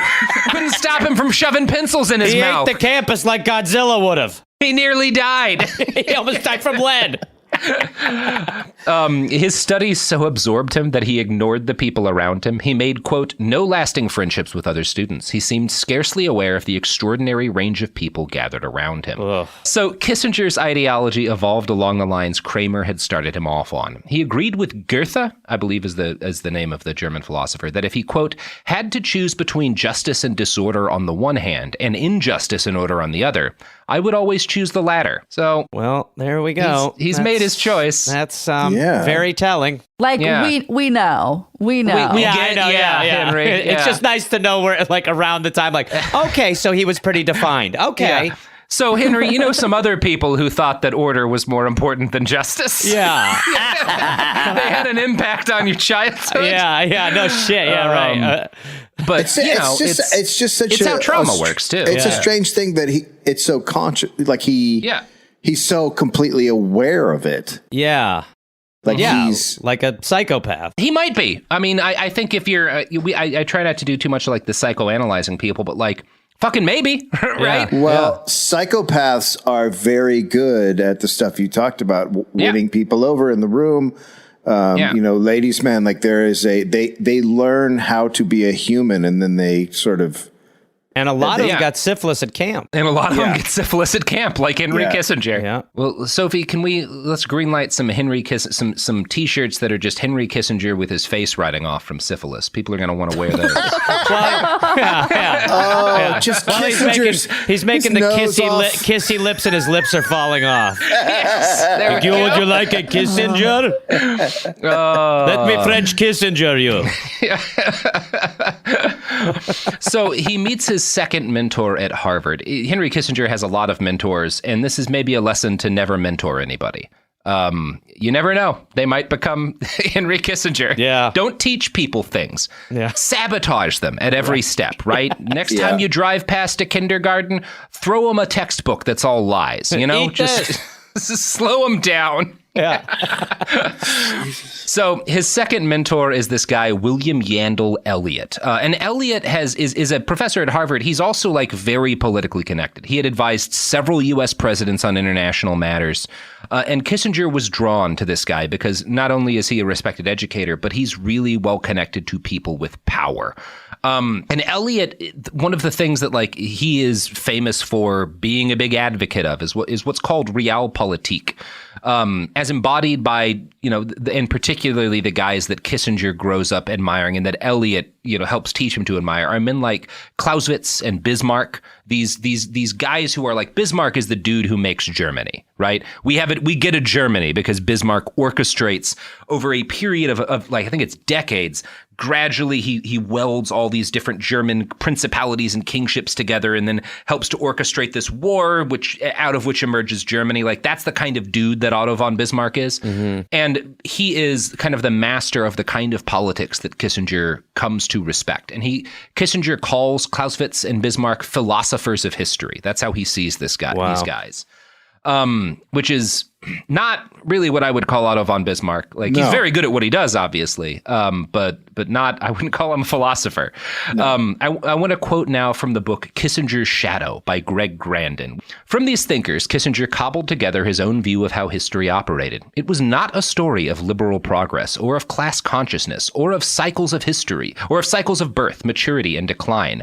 Rather, it was a series of meaningless incidents, fleetingly given shape by the application of human will. As a young infantryman, Kissinger had learned that victors ransacked history for analogies to gild their triumphs, while the vanquished sought out historical causes of their misfortune. So, yeah.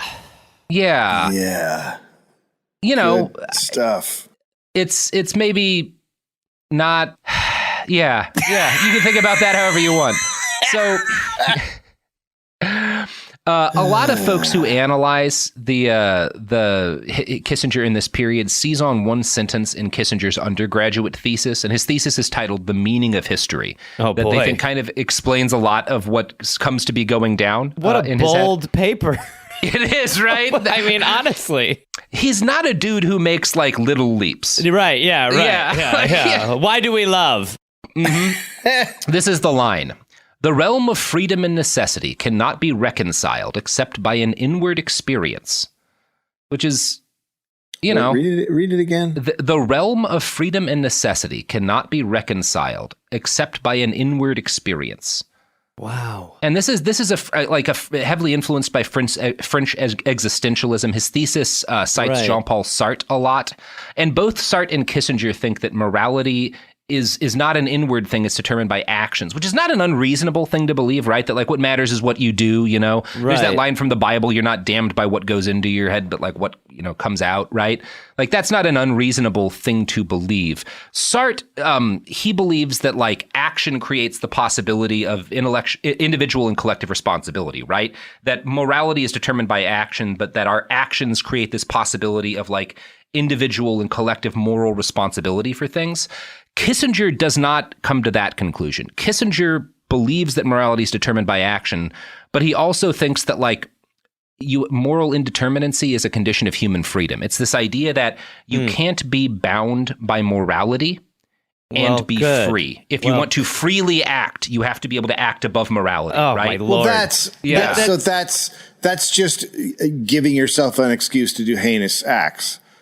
That's I mean, a lot of his intellectual development is him, and also a lot of this is obviously all of this. One of the things that you have to account for is all of this analysis of like his development intellectually comes after he does all the horrible things. Like Sure. And including from him and from like the people who are sources who are saying this is what he was like as a kid. There is that degree of biasing, right? Like that this is after he is the person that he is. Because if he had gone on to like just be a professor, nobody would have given a shit about what Henry Kissinger was. If the accountant said that, we'd be like, look, just what do I owe? Yeah. Tell me what the IRS gets, man. Yeah. I don't need another lecture on this. And Kissinger's the fact that he becomes so kind of moral relativism is the word I've used. I don't even know if that's right, but like this idea that like freedom and morality are kind of like inherently opposed. This upsets a lot of people around him, including people who are like his big supporters, including that Professor Elliot guy. At his retirement party, Elliot's retirement party, Henry Kissinger and a number of students gather to like bid him farewell. And journalist David Halberstam wrote that Elliot had positive things to say about almost all of his students who had gathered there. But when he reached Kissinger, he said this.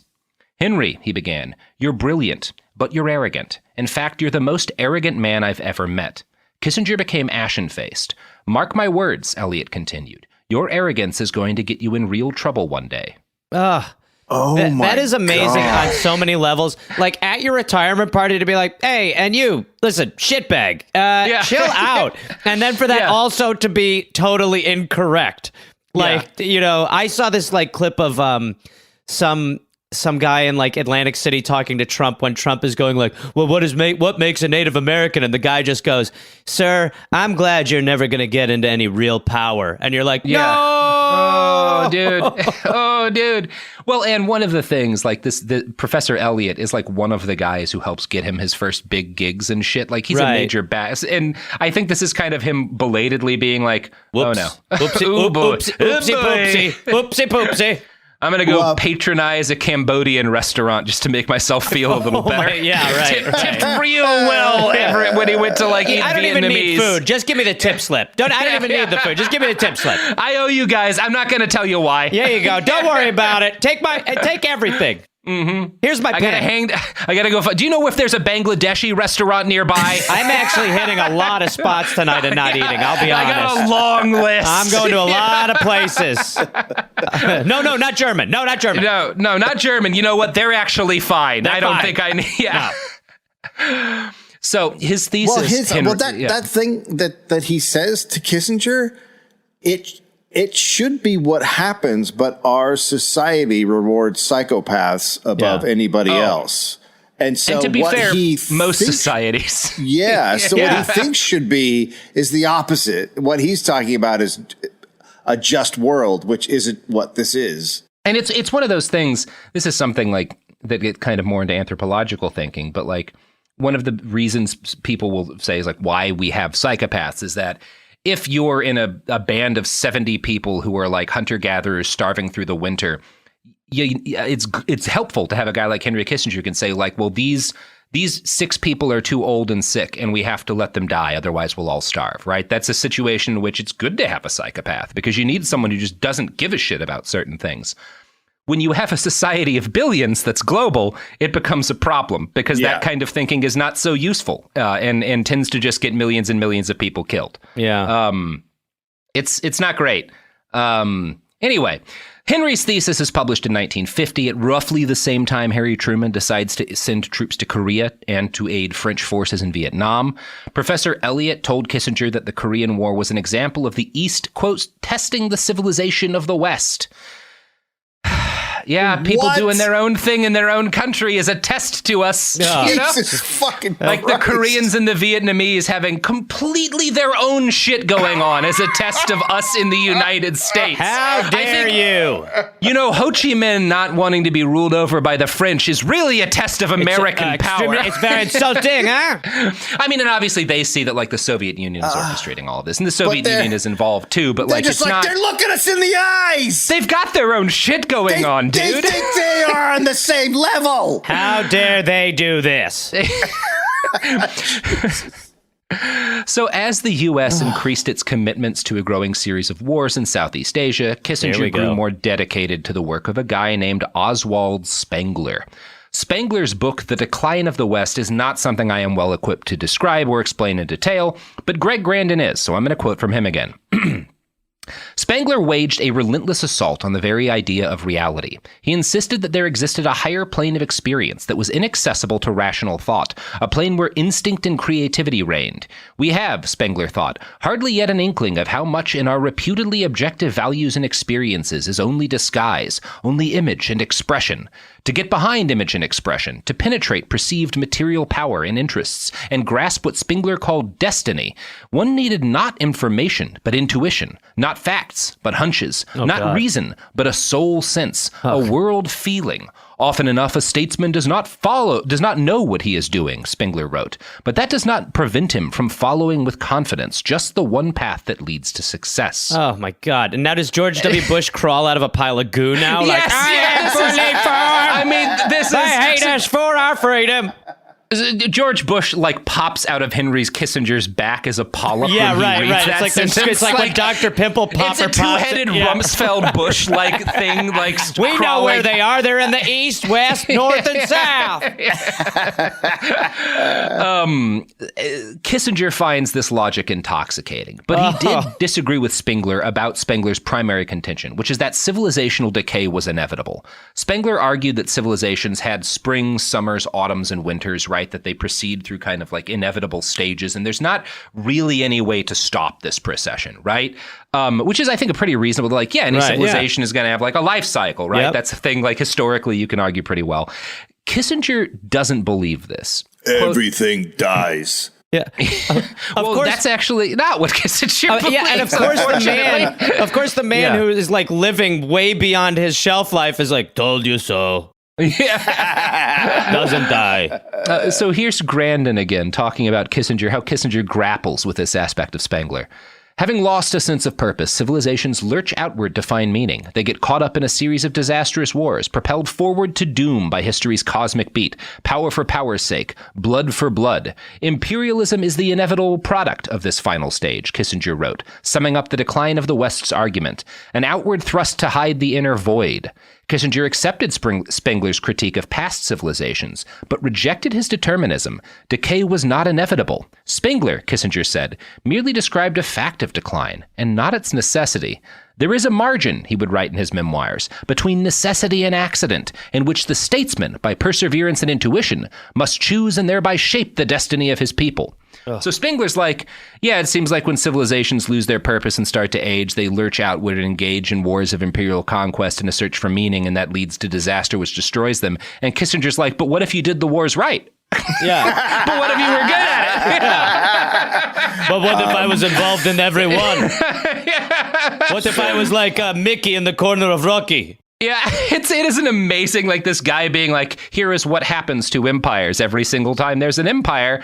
This is a thing you can go through history and see constantly occurs through thousands of years. And Kissinger's no, I can do it right. But to be no, you're pretty close. You're pretty close. Bye. Yeah. So I'm just thinking kill more. I heard what you said, ups and downs, but I think you wipe everybody out, Have you tried drinking their blood? It is the same logic I have seen every time I've seen more than one person get stuck in the mud.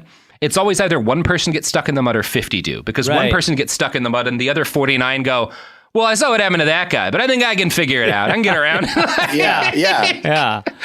It's almost like when you enter Congress. I've got a plan. I've got a plan. Oh, I get money? Oh, never mind. I don't have a plan. I've been about to lose my plan. Yeah. Well, I have a plan, but it's a different one, and you are not going to like it. It's a lot more about a pool. Yeah. In 1951, Henry got a gig working as a consultant with the Army on psychological warfare while he finished his graduate studies. Kissinger's doctoral thesis on the Congress of Vienna did not seem overly relevant to politics, but its first sentence had discussed nuclear weapons and proposed to readers that the efforts the British and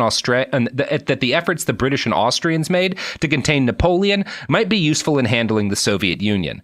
I might argue, did Napoleon have a way to end all life on Earth if things went badly? with containment? Yeah, his hand. Was that a factor in Napoleon? Wasn't that? Damn it. So a sword. Kissinger believes, he sees that containment is a failure, which it is, because people do not like being colonies. And if the opposition to being a colony is communism, they'll be like, well, let's try communism. Being a colony seems to suck. So Kissinger sees that containment is a failure, but he also believes not that like, well, why don't we just like let people do things and like just take care of our own shit? He's like, no, because containment's a failure, war with the Soviet Union is inevitable. Now, in Kissinger's view, this has nothing to do with the actions of the United States, but is instead, quote, because of the existence of the United States as a symbol of capitalist democracy. It is literally the early extent of like, well, they hate us for our freedoms. Right? Yeah, right. Yeah, like that's where he's starting down. And obviously, a lot of people are saying shit like this, right? This is not a Kissinger invention. You know, you've got the John Birch Society, all sorts of shit going on in this period. I don't want to give him too much credit there. It's clear by this point that Henry was going to get into politics, although law enforcement was a possibility too, because when he moved on, he starts being a professor at Harvard, right? Like after he graduates and stuff, he starts like helping out as stuff and teaching some classes. And at one point, the school hosts an international seminar. And when he hears that like a bunch of foreign academics are coming to Harvard, he calls the FBI and volunteers to spy on people for them. That's amazing. I mean, honestly, it is so amazing with his background to be like, to have that attitude. It just is. Yeah. It really is. It's hard. It's hard to get there. Mm-hmm. You got to give him credit. The man covers some ground. The man is a Batman villain. Yeah, he really is. So. Yeah, his love of politics and his first attempt to build influence at Harvard is by starting a journal named Confluence. Now, this is ostensibly a journal that exists to create what he calls an international forum for discussion, right? I just want to get good people talking from all around the world, you know, let the ideas fly. It's like a TED Talk kind of pitch. Sure. But he's really vague about, he doesn't really seem to care about what particular discussions he encourages. And his critics would later claim that this journal was, quote, a fake, primarily an enterprise designed to make Kissinger known to powerful people, right? Yeah. Like he's just letting powerful people write articles because then he gets them and he gets their phone number, right? He gets their mailing address. He's networking. Yeah, he's networking. Confluence leads to Henry's first mention in the pages of the New York Times.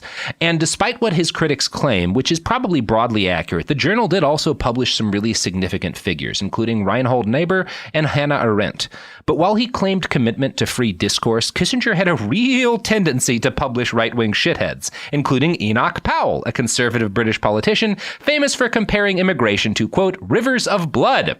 Well, so that's fair. I mean, I've always agreed with that. I mean, that is just so but you like blood rivers. I love a blood river. Oh, my God. That to me is the laziest of rivers. Mm-hmm. Yeah, because you float real good on all that salt. Yeah, it's molasses. But that's freedom. I mean, if you can say immigrants are like a river of blood, that's the freedom he's talking about. That's the freedom. You want to know what other kind of freedoms he's interested in publishing? Oh, God. I'm going to quote from Niall Ferguson from the book Kissinger here. An article by Ernst von Salomon, a right-wing German writer who had been convicted for his role in the assassination of Walter Rathenau, a German foreign minister in the Weimar Republic. The article provoked an angry letter from Shepard Stone of the Ford Foundation, who had provided money for both the international seminar and the journal. So first note, he publishes a guy who's basically pretty close to a Nazi, a far-right German terrorist in the Weimar years. And it's so upsetting that a representative of the Ford Foundation complains. Oh, my Lord. I mean, if you can upset the Ford Foundation, you're crossing that line. If the Ford Foundation is like, your connection to a Nazi worries me. Hey, and that's coming from us, who are really cool with that. You know who we are, right? We're like super into that. Look, I have the protocols of the Elders of Zion tattooed on my chest. Yeah. But like I'm also Ford Foundation employees. I'm going to throw a flag on the play. I'm still flagging the play. And our new car's coming out, the Ford swastika. Oh, man. So Quote, Stone was appalled that Kissinger would publish an article by a criminal and a Nazi sympathizer like Solomon. Kissinger told Stone he disliked Solomon and opposed what he stood for, considering him a damned soul driven by the Furies. Demonstrating a remarkable self-confidence for a graduate student, Kissinger defended himself for publishing the article. I may err occasionally on the side of too great tolerance, partly because I believe our readers sufficiently mature to make their own judgments. Kissinger argued that what Solomon represented was a symptom of certain tendencies of our age, but that by appearing in a liberal journal like Confluence, Solomon was the one who was compromised. Kissinger was not simply defending free speech. He had solicited the article from Solomon, telling the German about, quote, having long admired your writings, even if I could not share your point of view. What? So... It gets better and more relevant to today because when there's an outcry against this, Kissinger writes a letter to his friend Kramer and says, I have now joined you as the cardinal villain in liberal demonology. Oh my God. This is I know, he's just doing it now. He's just doing it now. He's got the monocle now, too. It's like hearing Glenn Greenwald talk to Joe Rogan. Yes, it's like, what the how? How is this still happening? How are you the pioneer of this, Henry Kissinger? How are you the pioneer of this? By the way, his amazing. Explanation, if you're me just listening to it, like, okay. Not sure what he's saying, but all right, okay. Yeah. So we got to hear from this Nazi who shot a dude. All right, well. Because it'll anger the libs? As long as you said it's cool. And next month we have Ed Gein is doing a little number. Ed Gein's going to walk us through lamp workings. So, and then we're having the Zodiac Killer on to teach us about proper parking techniques. Pentagramming and coding. He'd actually be pretty good at that. Yeah. So once he had finished his dissertation and graduated, Henry found himself in need of like a steady gig. He's doing like, he wasn't a professor at that point. But he was like doing like graduate students, helping to teach whatever. I didn't do a college, but you know how grad students teach shit and stuff. Sure, but he wants like a full-on gig. He's trying to get an actual full-time job as an assistant professor, but he's not able to because most people don't like Henry Kissinger. I wonder any reason why that you can... A lot of people at Harvard are not loving it. Not a huge fan not of loving the Nazi publishing Jew from Germany. Yeah, they consider him slightly problematic. I wonder what it is. He drifts for a bit. He's unable to find work. And he's still doing some stuff at Harvard, but he's he's kind of adrift in his career until in 1954 he runs into a friend, Arthur Schlesinger Jr. at Harvard. Schlesinger had a letter in his possession from a former Secretary of the Air Force defending the Eisenhower administration's standard of threatening massive retaliation to the Soviets. Now, the gist of this idea that the Eisenhower administration really kicked off was that if we promise the Soviets that if there's ever a confrontation, we will immediately send out a world-ending hail of nukes, right? Mm-hmm. Then those lines won't get crossed, right? We won't have any kind of fight at all. If that, if everyone knows those are the stakes, then nothing will happen, right? That's the idea. Kissinger disagrees with this take, right? Which is reasonable to disagree with, right? Yeah. There's a lot of problems with we will end the world if there's any kind of issue. I'm worried where he's going to take it. Yeah, he's going to make it worse. He's going to make it worse. You know what, guys? He sure does. That's exactly what he does, Gareth. Because Kissinger's, we'll talk about what he does in a bit, but he writes a letter kind of writing out some critiques to this, and he has his friend Nelson Rockefeller send it to Eisenhower. He's friends with Nelson Rockefeller, by the way. Of course. Everyone is in this period. All the cool people. When the president rejects Kissinger's analysis at the advice of John Foster Dulles, Rockefeller resigns, and he resigns from his job with the administration, which temporarily closes a door to Henry. But the letter that Kissinger had received was well enough, popular enough among other thinkers in Washington that it earns him a job offer, heading a study group at the Council on Foreign Relations, studying nuclear weapons and foreign policy. But of course, Henry's problem with massive retaliation wasn't that using nuclear weapons was unconscionable. It was that the world-ending nature of the threats the Eisenhower administration was making meant they would never nuke anybody. And Kissinger thought this was a terrible idea. He thought that nuclear weapons should be used tactically to secure battlefield victories against the communists. What's happening? He thinks it's bad to have nukes and not use them. That's his angle. What in the fuck? It's good. Yeah, it's wild that in this argument between if there's a fight, we'll kill everybody, or what if we just try using nukes a little bit, the kill everybody guys have the more reasonable take. I mean, it really, you're close together. Yeah, right. Yeah, we can do it much faster. It's incredible. And also, but like, again, he's the people he's arguing with is the Eisenhower administration. Nelson Rockefeller is not a right winger who's like, this guy's got some shit going on, you know, we should listen to him. And like, he's a lot of people who are not like, you know, hard right dudes are like, yeah, maybe it makes sense. We got to be using these like tactical nuclear weapons. We should at least consider the possibility. You know, he makes a good point. He uses smart words and he quotes from smart people when he talks about nuking folks. You sure got a lot of words. So that is part 1 of our epic series. Henry Kissinger. Jesus Christ, dude. Maybe become an accountant. What a guy. What a guy. In part 2, we'll talk about how he gets into power. So that's got to be a hoot for everybody. Mm-hmm. But I feel like before we do that, do you guys like do like a giant influential popular podcast that maybe this podcast is heavily influenced by? Is that something you guys do? Are you talking about Rogan? Yes, you are both Joe Rogan, right? Yeah. The Dollop, yes. The Dollop podcast. It is your podcast. We believe in using the nukes. Yes, that was your 6-part series, The Dollops. Why we need to nuke people. Yeah, go for it, Eisenhower. Check out The Dollop if you have not already. Just a fucking very, very funny podcast. You guys want to plug anything else before we roll out into part 2? I mean, my ears a couple times during this, but no. Well, you can go to dolloppodcast.com. We're on tour all over the place in Australia and domestically soon. That will be very exciting. I am excited for touring to exist again. Thing in our lives. Yeah. Fingers crossed. Mm-hmm. So, until part 2, go home and read some Oswald Spengler and then disagree with it in a way that makes you much, much worse. Yep. Yes. Yeah. Put the monocle in the bad eye. Yeah. All right. This is Bethany Frankel from Just Be with Bethany Frankel. Most dog food is marketing, not nutrition. That is why Biggie and Smalls eat just food for dogs, real 100% human-grade food with ingredients I actually recognize. And yes, I do see the difference. Better digestion, healthier skin, more energy, dogs that feel better, my babies. If you've been on the fence about switching, stop overthinking it. What's more important than your furry babies and their health? Go to justfoodfordogs.com right now and get 50% off your first box. No code needed. Just try it. Life gets messy. Spills, stains, pet accidents, and kid chaos.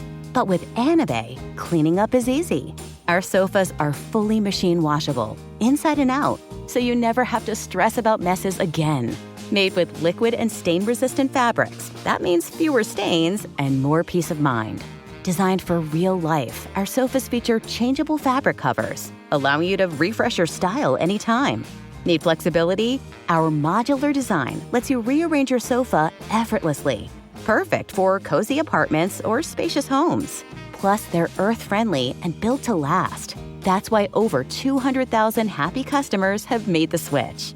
Upgrade your space today. Sofas start at just $699. Visit washablesofas.com now and bring home a sofa made for life.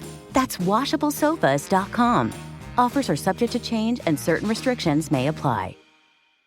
The new Chicken Bacon Ranch Street Chalupa is at Taco Bell. You can't get just one. Okay, so that's not like some marketing hyperbole. You literally can't get just one. They come in twos. So like, if you want just one, you're going to need to find a friend who loves slow-roasted chicken, bacon, and avocado ranch sauce. Or a friend of a friend, or have an awkward conversation with a complete stranger to see if they're obsessed with chicken, bacon, and avocado ranch. Or you could just like eat them both because you're obsessed with slow-roasted chicken, bacon.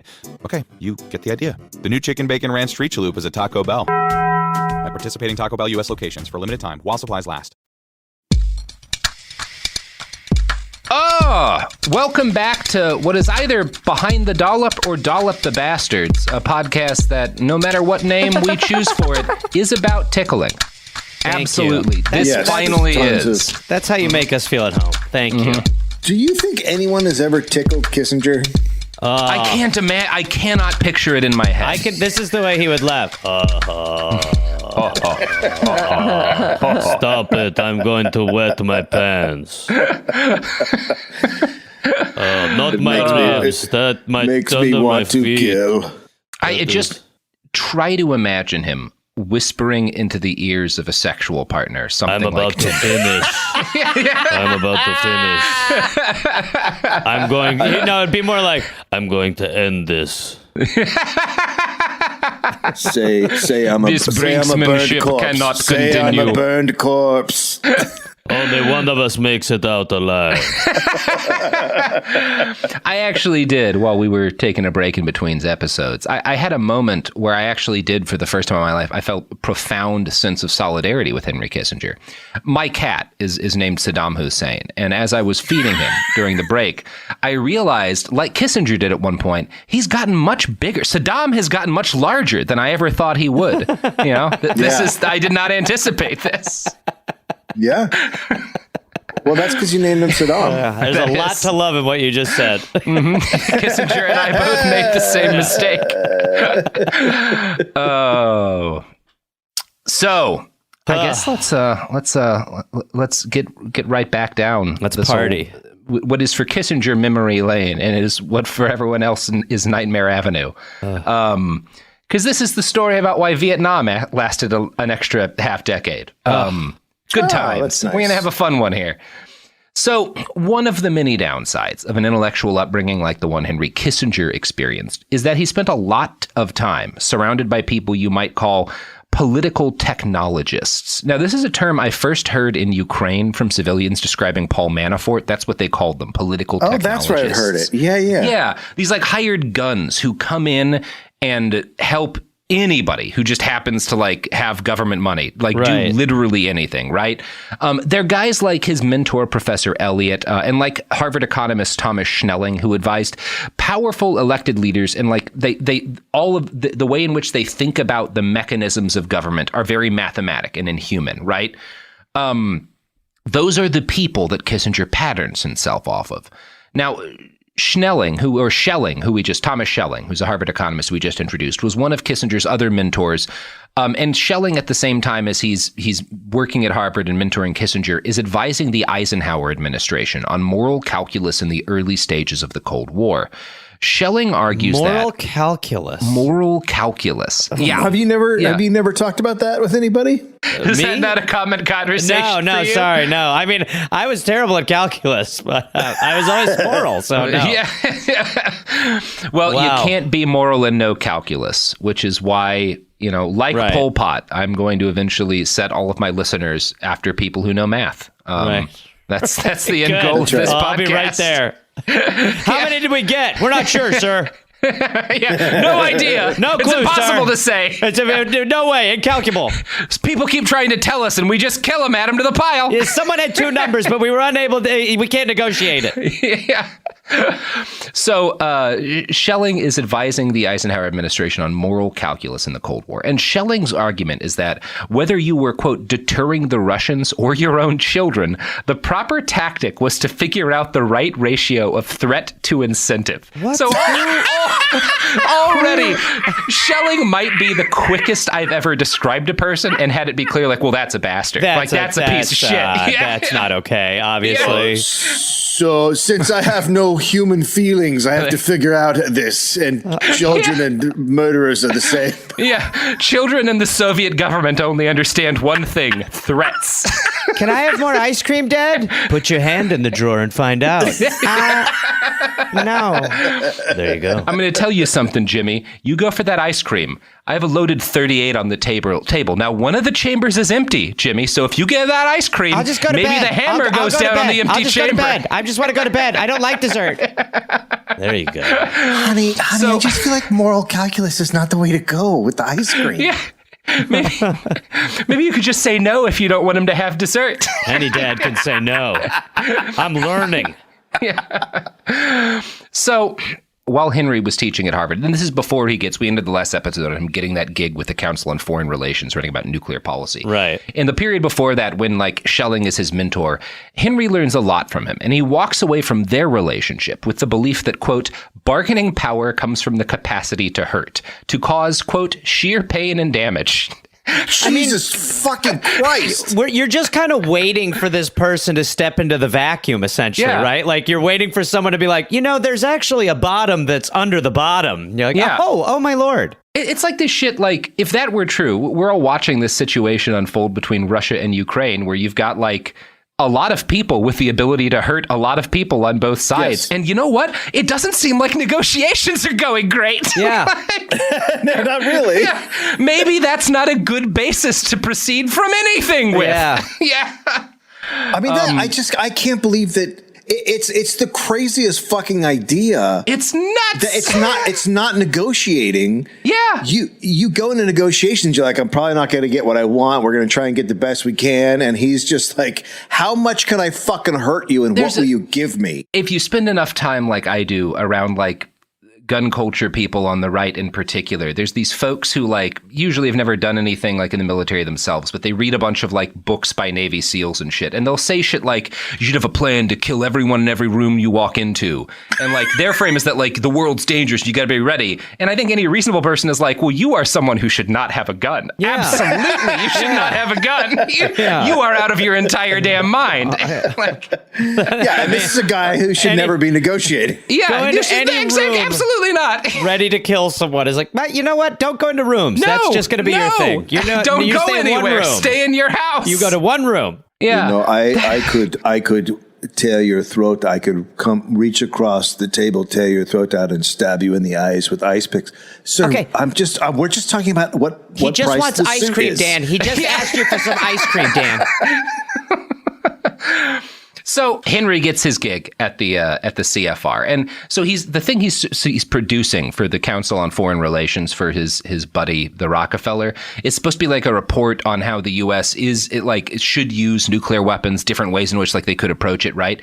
And while he's writing this report, because it's with this think tank, it's a very, very long process getting this out. He also starts working privately on a book of his own titled "Nuclear Weapons and Foreign Policy."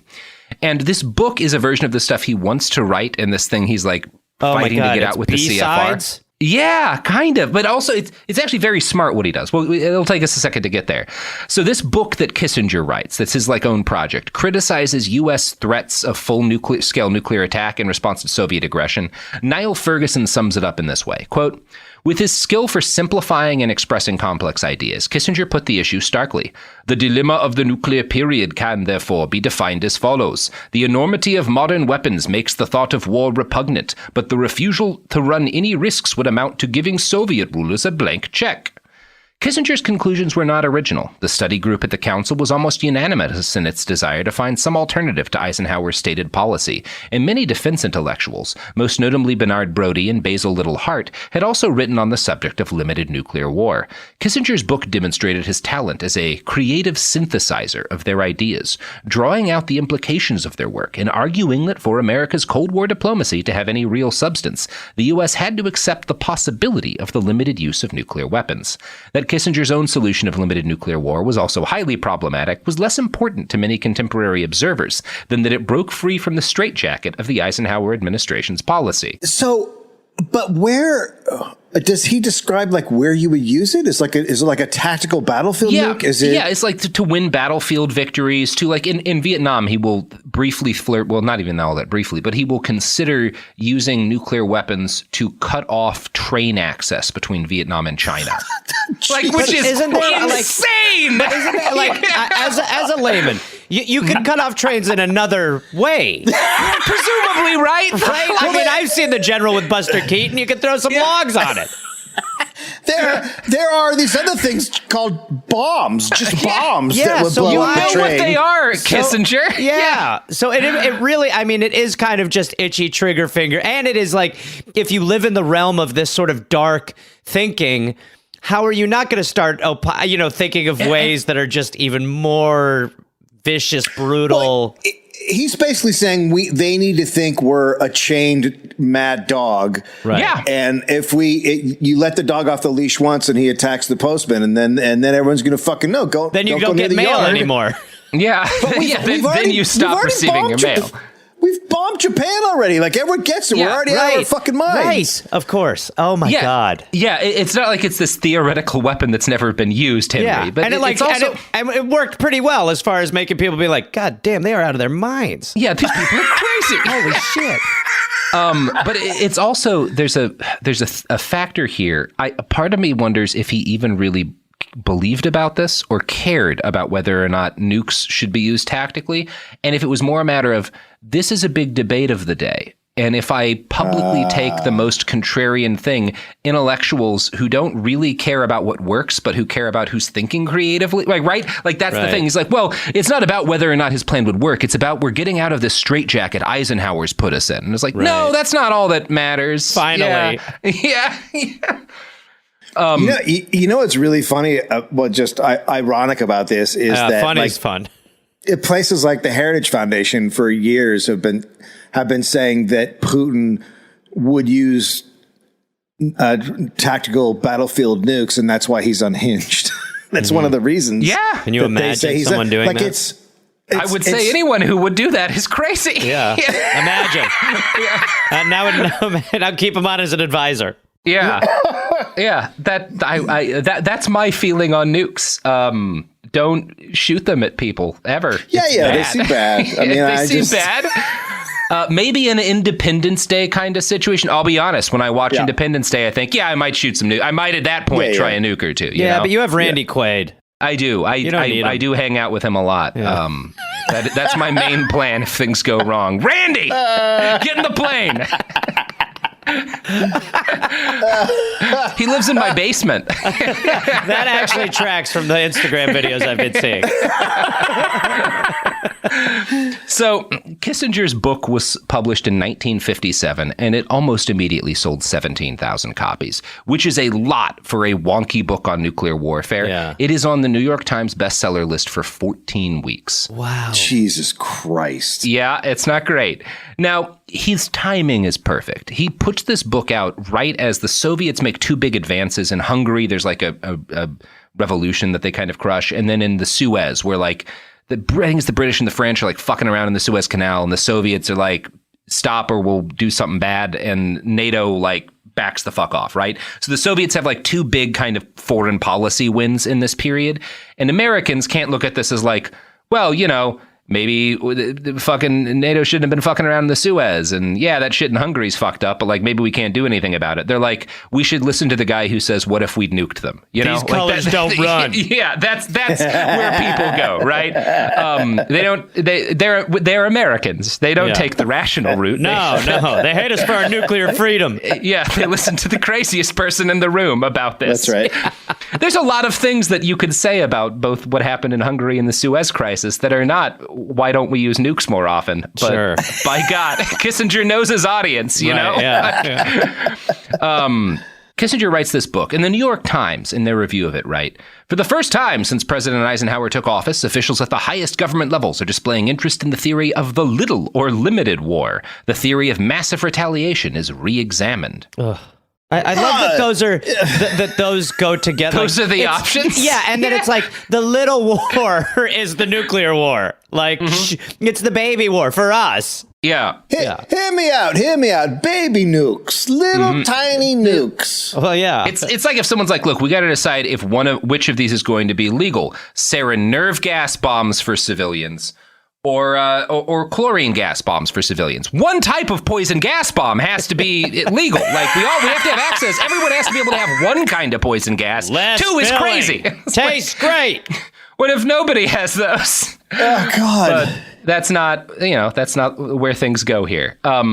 So President Eisenhower is given a summary of Kissinger's book because he's the president. They don't read books. Yeah, it's the Cliff Notes. He gets a Cliff Notes, and he recommends it to his Secretary of State, John Foster Dulles, who we have talked about quite a lot on the God. show. It was just, I mean, who like if he's the rational mind, if Dulles is being like, this dude seems a little out of his mind. That's a big problem. That's not great. Because John Foster Dulles, fucking lunatic. Yeah. Complete lunatic. Yeah. So the vice president at this point is a little dude you might have heard of called Richard Milhous Nixon.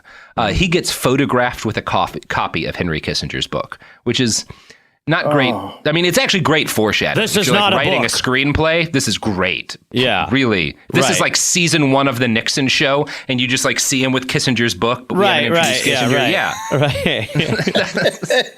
Good television, you know? Yeah. So the book is successful enough that it provokes Rockefeller, who'd gotten him the job at the CFR, to rush out the report that Nixon had been, or that Kissinger had been making. And Jesus Christ. Yeah, the report from the CFR concludes the willingness to engage in nuclear war when necessary is part of the price of our freedom. Wow. I mean, the price of our freedom is pretty goddamn pricey, isn't it? That seems it ain't expensive. Yeah. And, man. How can we live if we're not dead? Yeah, how can we live without nuclear fallout? It's And it's amazing that if it was part of his plan or not, like you said, the timing is just pretty remarkable to release this book, and then it actually shifts the way that they view this. To be like, it's actually, he's got a really good point in his best-selling book about how nukes are cool. How nukes are sweet. I am excited for Ben Shapiro's book on the same subject to lead to the annihilation of all life on Earth. Can't wait. I'm going to live underground soon. Yeah, that's a good idea. So this report is a weirdly popular. Like, again, this is a report from the center, or from the CFR, from the Council on Foreign Relations, which is like you don't expect that to go viral, right? You know, like have you read this pamphlet? Have you read this lengthy report study by the CFR? Yeah. I mean, America never lets you down when you're like, oh, that won't happen. No, that's what happens. That won't go. Yeah, big. right. It does. Yeah, so Rockefeller actually goes on the Today Show to talk about this report the CFR wrote with Kissinger. Fuck? I know, it's amazing. What an amazing macaroni casserole. So next... So he gives people on the Today Show an address where they can write for a copy of this report. No. They get 45,000 requests the first day and 200,000 requests the next. God. Hell's post office is overwhelmed. Yeah. The U.S. media call this report, quote, the answer to Sputnik, which is like, hey, the Russians sent an unarmed ball into space to further exploration. This book about how everyone should be nuking everyone is the answer to that. We're thinking that this report on nuclear weapons will actually show the Russians how to not go to space. Yeah, that space exploration. If you get rid of Russia, they can't go to space. Do you understand? Yeah, and it's worth noting because I think like in our popular history, the answer to Sputnik is the Apollo missions, and it's framed as like this beautiful, which did eventually happen. But no, the first answer to Sputnik was a report about how we should be nuking each other more often. Yep, that's they put a ball in the orbit, so we should blow up St. Petersburg. We should be ready to drop 13 nuclear warheads on Berlin at a second's notice. That will show them. Jesus, what so the this fuck? makes Henry Kissinger famous. He is all over the place now. How? This is how he becomes famous. Like some guys watch the Today Show and he buys the book so he can tell everybody at the Elks Club that we need to use nukes. This is what's happening? Give this accountant a soccer ball. Look, some people get famous because their dad is one of O.J. Simpson's lawyers. Some people get famous because they write a book about how nuclear warfare is not that bad. It's just fame. It's a crapshoot. Absolutely. Fuck. Imagine being an anti-nuke person at this point. You're just like, wait, what is going on? No, have you read the report? It's so good. We're going to show them they should not be going to space. Yeah. Next time they put a satellite up, we're going to kill everyone in Paraguay. What we need to do is irradiate a country. So on July 14th, 1958, Mike Wallace gives Henry Kissinger his first big break into the public sphere. So, man, what in the fucking Christ is happening? It really is just fucking disgusting because I go through this all the time on our show where I'm like, it is the same shit. But again, it's just media using its platform irresponsibly to normalize things that are fucking batshit. Yeah, it's great. Like 60 Minutes having a fucking whole segment on of the Havana fucking sound. Yeah. Like, this is real. It's not real. Come on, Dave. You know that's real. I suffered from that for 2 years. Those crickets. Oh man, I will say, like, the stupidest joke that I laugh at every time is, yeah, I got Havana syndrome. Having another beer. Never doesn't get a chuckle out of me. But we've had 60 Minutes come on. 60 Minutes did the satanic scare shit with, they were big. A lot Procter of and satanic Gamble, stuff. and like they just run with ideas that are crazy. Yeah. Because for people who are at the level Mike Wallace is, the definition of journalist is not afflict the comfortable and comfort the afflicted. It's be a giant shithead. Yeah, right. be a huge shithead. Man. Oh, man. So Mike Wallace introduces Henry Kissinger, the guy whose one achievement is a book about how nukes are cool, by saying this. In the field of foreign policy and military affairs, Dr. Kissinger, you're acknowledged to be one of the most penetrating minds in the country. Oh, he's penetrating. He is. Penetrating like an Atlas missile penetrates the cloud cover above a city full of women and children. Yeah. Wow. Now, during the interview, Kissinger expressed that, quote, a capitalist society, or what is more interesting to me, a free society, is a more revolutionary phenomenon than 19th century socialism. I think we should go on the spiritual offensive. Yeah. So the spiritual capitalist? With a nuclear extension. With nukes, yes. So he's connecting... He's connecting. You know the two options: 19th and, century socialism or capitalism, or current day capitalism, and nukes. Those are the options. Yep. And Mike Wallace just empty-headedly sits there, and goes like, "I really love your property." Yeah, just smiles, and behind his eyes is a dial tone. Yeah, right. Oh my God! So this earns him finally the job at Harvard that he'd coveted. This is why they give him shut the fuck up. It like just whenever is so simple. I cannot get over how fucking evil Harvard is. It's so good. It is monstrous from its beginning. Best. It is a horrific. Some of us went there, asshole. Anti-Harvard action. So he gets his Harvard job, and he keeps writing. In 1961, Thank God. What's he doing at Harvard? He's like teaching some shit, Kissinger stuff type classes. Yeah, talking about Spengler a lot. Yeah, nukes are awesome too. Nukes are awesome. Freedom requires an absence of morality. Teaching kids good stuff, teaching kids good things. Right. So in 1961, he publishes a book titled "The Necessity of Choice," which is his manifesto on how the United States should approach foreign policy in the 1960s. It is not an optimistic piece of writing. Quote, the United States cannot afford another decline like the one which has characterized the past decade and a half. 15 years of more of a deterioration of our position in the world, such as we have experienced since World War II, would find us reduced to Fortress America in a world in which we had become largely irrelevant. Our margin of survival has narrowed dangerously. What in the fuck is he talking about? I mean, America is not losing influence. No, this is like the height of American power, obviously, to anyone who's not. But Kissinger he knows this is bullshit. He is part of a group of people who are pushing. Have you guys heard the term missile gap? No. In the early stages of the Kennedy administration, there is suddenly this huge, and this is both like in conversations that people are having in DC and in like the media, there's this constant talk of a missile gap, this idea that the Soviets have outpaced us in missile development and in the number of missiles they have. And there's talk about like there's bomber gaps, there's tank gaps, there's talk about like these gaps between, it's this idea that is totally bullshit. Not that the Soviets have not made a lot of weapons. Soviet Union makes plenty of weapons, but there is no point in the Cold War in which the United States is like out fucking gunned to any degree that like anyone reasonable could call like a missile gap. It just does not happen. It feels like we're still responding to that today to be like, first by a long shot. Yeah. And it's not, I would say unhinged, but it's very reasonable because the argument comes primarily out of the Defense Department and the growing defense industry, who it's great for them if everyone thinks there's a missile gap. Like, of course. Yeah, you got to build a lot more weapons. We'll sell them to you. I thought it was the place you could get khakis on your rockets, but... Yeah, the missile gap. Thank you. You're welcome.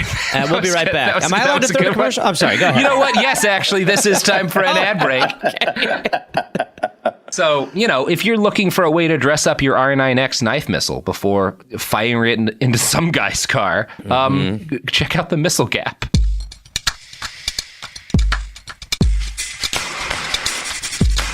We are back.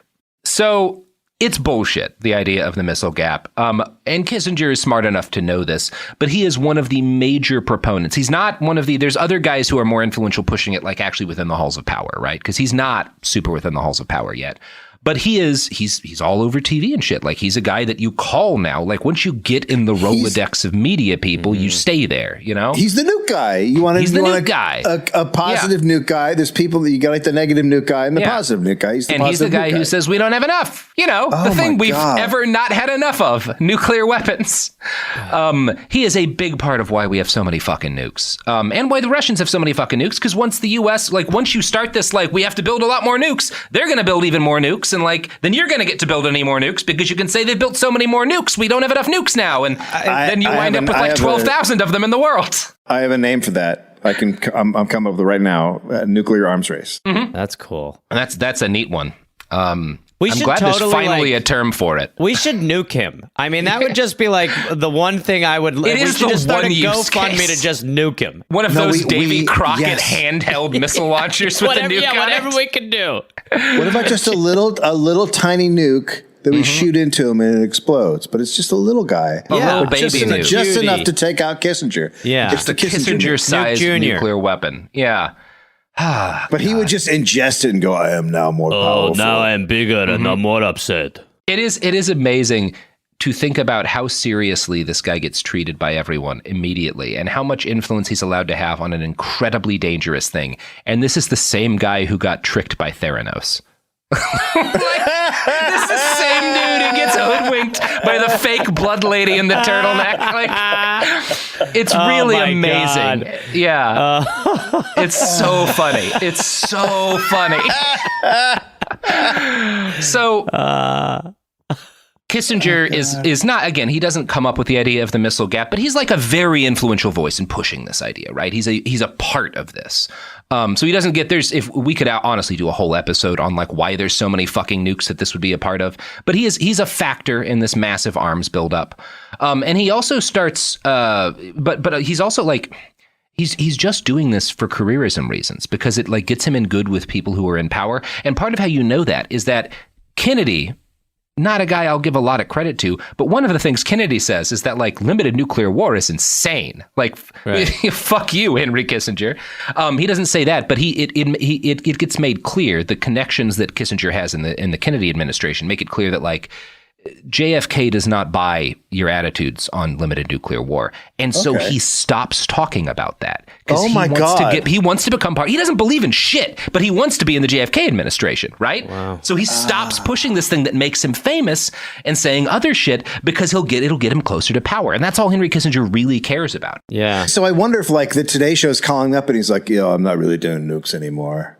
No, he just comes on. Well, actually, the quote. I'm going to quote actually from Niall Ferguson here. He explains what he starts doing on the Today Show. Yeah. Kissinger now advocated a conventional arms buildup since the dividing line between conventional and nuclear weapons is more familiar and therefore easier to maintain. He continued to insist that the United States develop smaller nuclear weapons, but he moved his own position to where he thought Kennedy's was. In effect, the necessity of choice was something of a job application, and Kissinger hoped Kennedy would make an offer. So, doesn't believe shit. It really is, it's just Marjorie Taylor Greene. It is the same shit, essentially. And it's the sensationalism that gets you the headlines. And then once you're and it's really any form of our pop culture entertainment now. Just get your name in the fucking headlines and then define who you are. And then you can figure out what you actually think and actually believe or how you're going to ride that to power. But just make a bang. It is like the political equivalent of a comedian saying a racial slur and then listening to the audience to determine whether or not they're joking. Yeah, right. Yeah, that's what he's doing. Show up to a club, take your dick out, and then write your hour. Yeah, it's called it's Louis C.K. backwards. it's the KC. I'm not going to figure out what the backwards. No, you're close. It's Casey Sewell. It's Casey Sewell. Yeah. So he does not get exactly what he wants, but he gets part of what he wants. His buddy Nelson Rockefeller is able to give him a part-time consulting gig for the National Security Advisor. So it's not everything he wants, but he is now. He's cracked his way in, you know, like you start your way in and it's, unless you really fuck up, and by fuck up, I mean, don't get a lot of people killed, you'll just get closer and closer to power because that's how our system works. So, you know, Kissinger is obviously very conservative. Rockefeller is not. Again, he's part of the Kennedy administration. This is what I don't understand. Yeah, well, we'll talk. We're going to talk a shitload about that over the next couple of episodes because this is like a consistent weird thing about him. But like one of the things Kissinger does is he oils Rockefeller with effusive claims that Kennedy's inaugural speech, which Rockefeller had helped with, was so good he, quote, might become a registered Democrat. Right. Like that's the kind of shit he says, that like I'm almost a Democrat now because of how good JFK's speech was. That was so good. It was like, again, he doesn't believe in shit. Like he does. I can't overemphasize that. Other than that, Henry Kissinger should be very close to power. He believes strongly in that. Yeah. And he believes in that biased as much as anyone's ever believed in the Bible. Right. But, he does not believe in ideas I'd outside like to of sing that so happy much. birthday to the president if at all possible. I saw what Maryland did, and let me tell you. It was sort of testament to lover Kennedy next birthday sometimes for they me call to me... say. Happy birthday, Mr. President. Would you like to see why they call me Kissinger? Oh, no, I'm standing over this vent and look at what they're doing to my sport coat.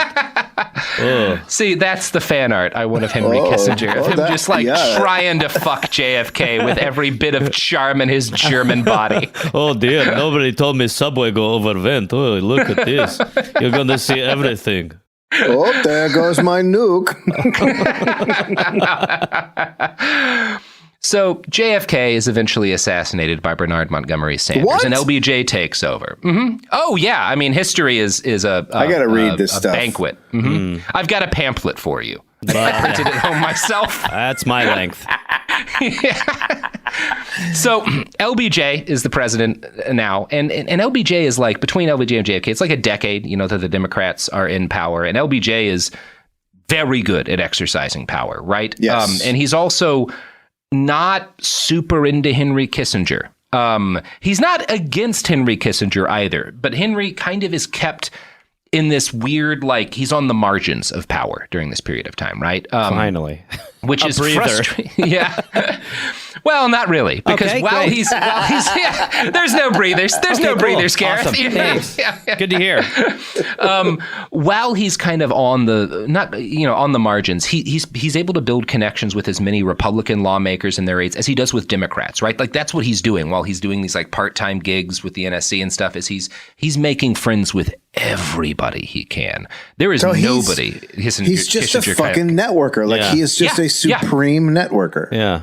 Right. There is so much. When I was a kid in speech and debate, one of the other kids in the debate team with me was obsessed with Kissinger, like read his books and stuff, thought he would. Christ. And this was this thing that I heard too from like family members and stuff, that like, well, he wasn't always right, but he was doing the hardest job anyone's ever had. And he was just this really genius man. And you can't really argue with him if you read about what he was saying. And it's like, no, he didn't believe in shit. He was a genius at making people like him. And that allowed him to do a lot of horrible things. Yeah. Which I guess like anyone who's really dangerous in politics is as a version of that guy, right? Yes. Like, yes, 100%. Yeah. Like that's all of them. But he's an interesting kind of that guy. And as a result, probably the most toxic kind of that guy we've ever had in the United States. Wow. Which is saying something. I mean, really, a lot of really bad Quite people in charge here. Yeah. Quite an honor. But yeah. So yeah, he makes all these connections. He cultivates them, and he keeps his name in the news, right? That's a big part of why he's able to do what he does later. Is he keeps going on TV, he keeps being on the radio, he keeps being quoted and like cited and interviewed by journalists for articles. Henry makes it known that like, if you're a journalist, I'm easy to reach. I will always give you a quote. You can always reach Henry Kissinger for like a line or two on this thing, you know? Right. which is very smart of him. Yeah. It's very dumb and shameful and horrible for the journalists who fuck him. But like, it's great for Henry. Yeah, Thank God that they've learned. Thank God that doesn't happen anymore. Yep. Now I turned to the New York Times story published today that described Nazis assaulting a book club as men with a swastika flag. Oh, Jesus. I mean, Christ. Someone pointed out, well, the article calls them Nazis. It's just all of the social media they describe them that way. And I was like, oh, I'm sorry. I can't explain to you why I feel worse about that, but I do. Yeah, it was not just a dumb error. It was calculated. Yeah. Moral calculus. It's moral calculus, right? Good shit. So the professor cultivates connections. Yeah, he gets good. And he goes to Vietnam at one point, and he makes connections with a bunch of people in Vietnam who are able to talk to not just the South, but the North Vietnamese government. Like, that's the thing he consciously does, is like, I want to be able to take the temperature of like guys, which is not like, I would say actually like the most reasonable thing he does if you think you're going to be in power. Like, yeah, it's good. You probably want to be able to talk to those guys, even though we're fighting with them. That's not an unreasonable thing. He will use it badly. Right. Who's he doing that on the part of? Just himself? Yeah. What? Well, he is working. He has a gig with the guy. He's like an advisor to the National Security Council. And he's a known academic. You know, he's probably being like, you know, I'm an academic. I'm trying to understand the dimensions of this. And like, I want to talk to everybody. I'm a very fair-minded man. I don't let ideology get in the way, yada, yada, yada. Like, one of the things about Henry Kissinger too, like, he's as good. He fucking is buddies with Mao. Like, he's great at talking with people who are communists and stuff. Right. As long as you like Henry Kissinger and what he's selling, he'll sell it to anybody. You know, it's so crazy. It's wild that like he must have eyes that just start spinning and you just have to get close to notice that he's got hypnotic eyes. You're like, he isn't so bad now that I'm talking to him. You know, let's think about Vietnam for a second, right? If you're going to war in Vietnam, Gareth, right? If you decide, Gareth Reynolds, I'm going to go to war in Vietnam, how long do you think it would take you to realize that was a bad idea? It would be, Gareth Reynolds, it would be instantaneous. Pretty quickly. Very quickly. I mean, the second that David, we start... Yeah. Can I ask a question? Which side am I fighting on? The not Vietnamese side. Okay, then really quick. Yeah, really quick. I feel like you could take Vietnam, David. Dave could handle it way better than I could. They're not going to see it coming. I would certainly be the guy who they'd be like, we broke him. We broke him before we even shouted at him. I'd be like, I'm sorry, I didn't mean to show up with pants that were already pissed in. I know one thing about me, and that's that if things got really, really chaotic and bad, that I kind of thrive in that environment. Yeah, Dave, you'd be like, Dave, we don't have time to eat their brains. He'd be like, shut up, I'm figuring out what they know. It's like Dr. Manhattan ending the Vietnam War.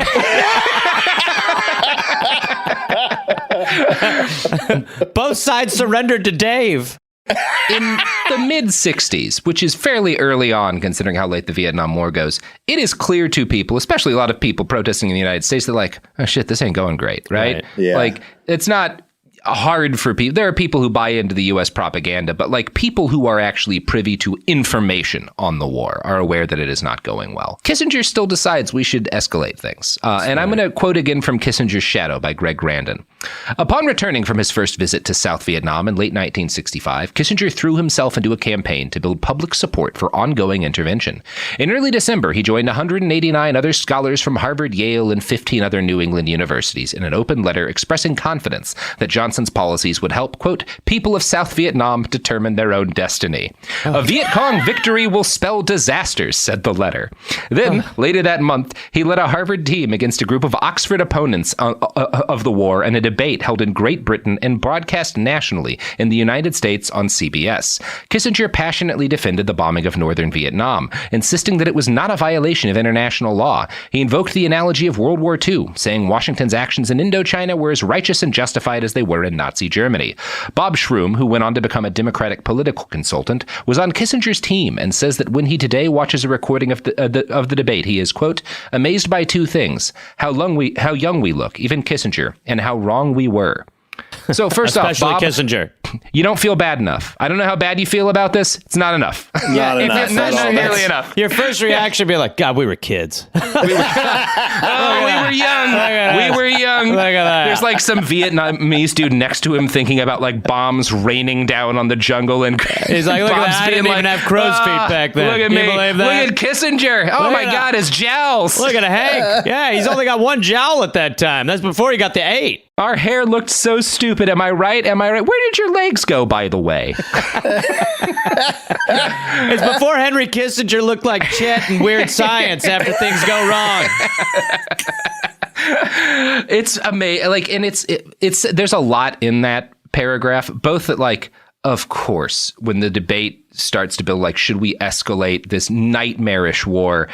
One of the first things that happens is that a bunch of fucking New England universities decide to have a debate about it. Because, like, that's the right. Yeah. Like, let's let everyone hear. Let's have the best arguments of both sides about whether or not we should bomb these people. Minds. Yeah. Like, first off, fuck everyone involved in this, even the people arguing against the war a little bit. Like, just don't do that's bad. The premise. Yeah, the premise alone, is bad. Yeah.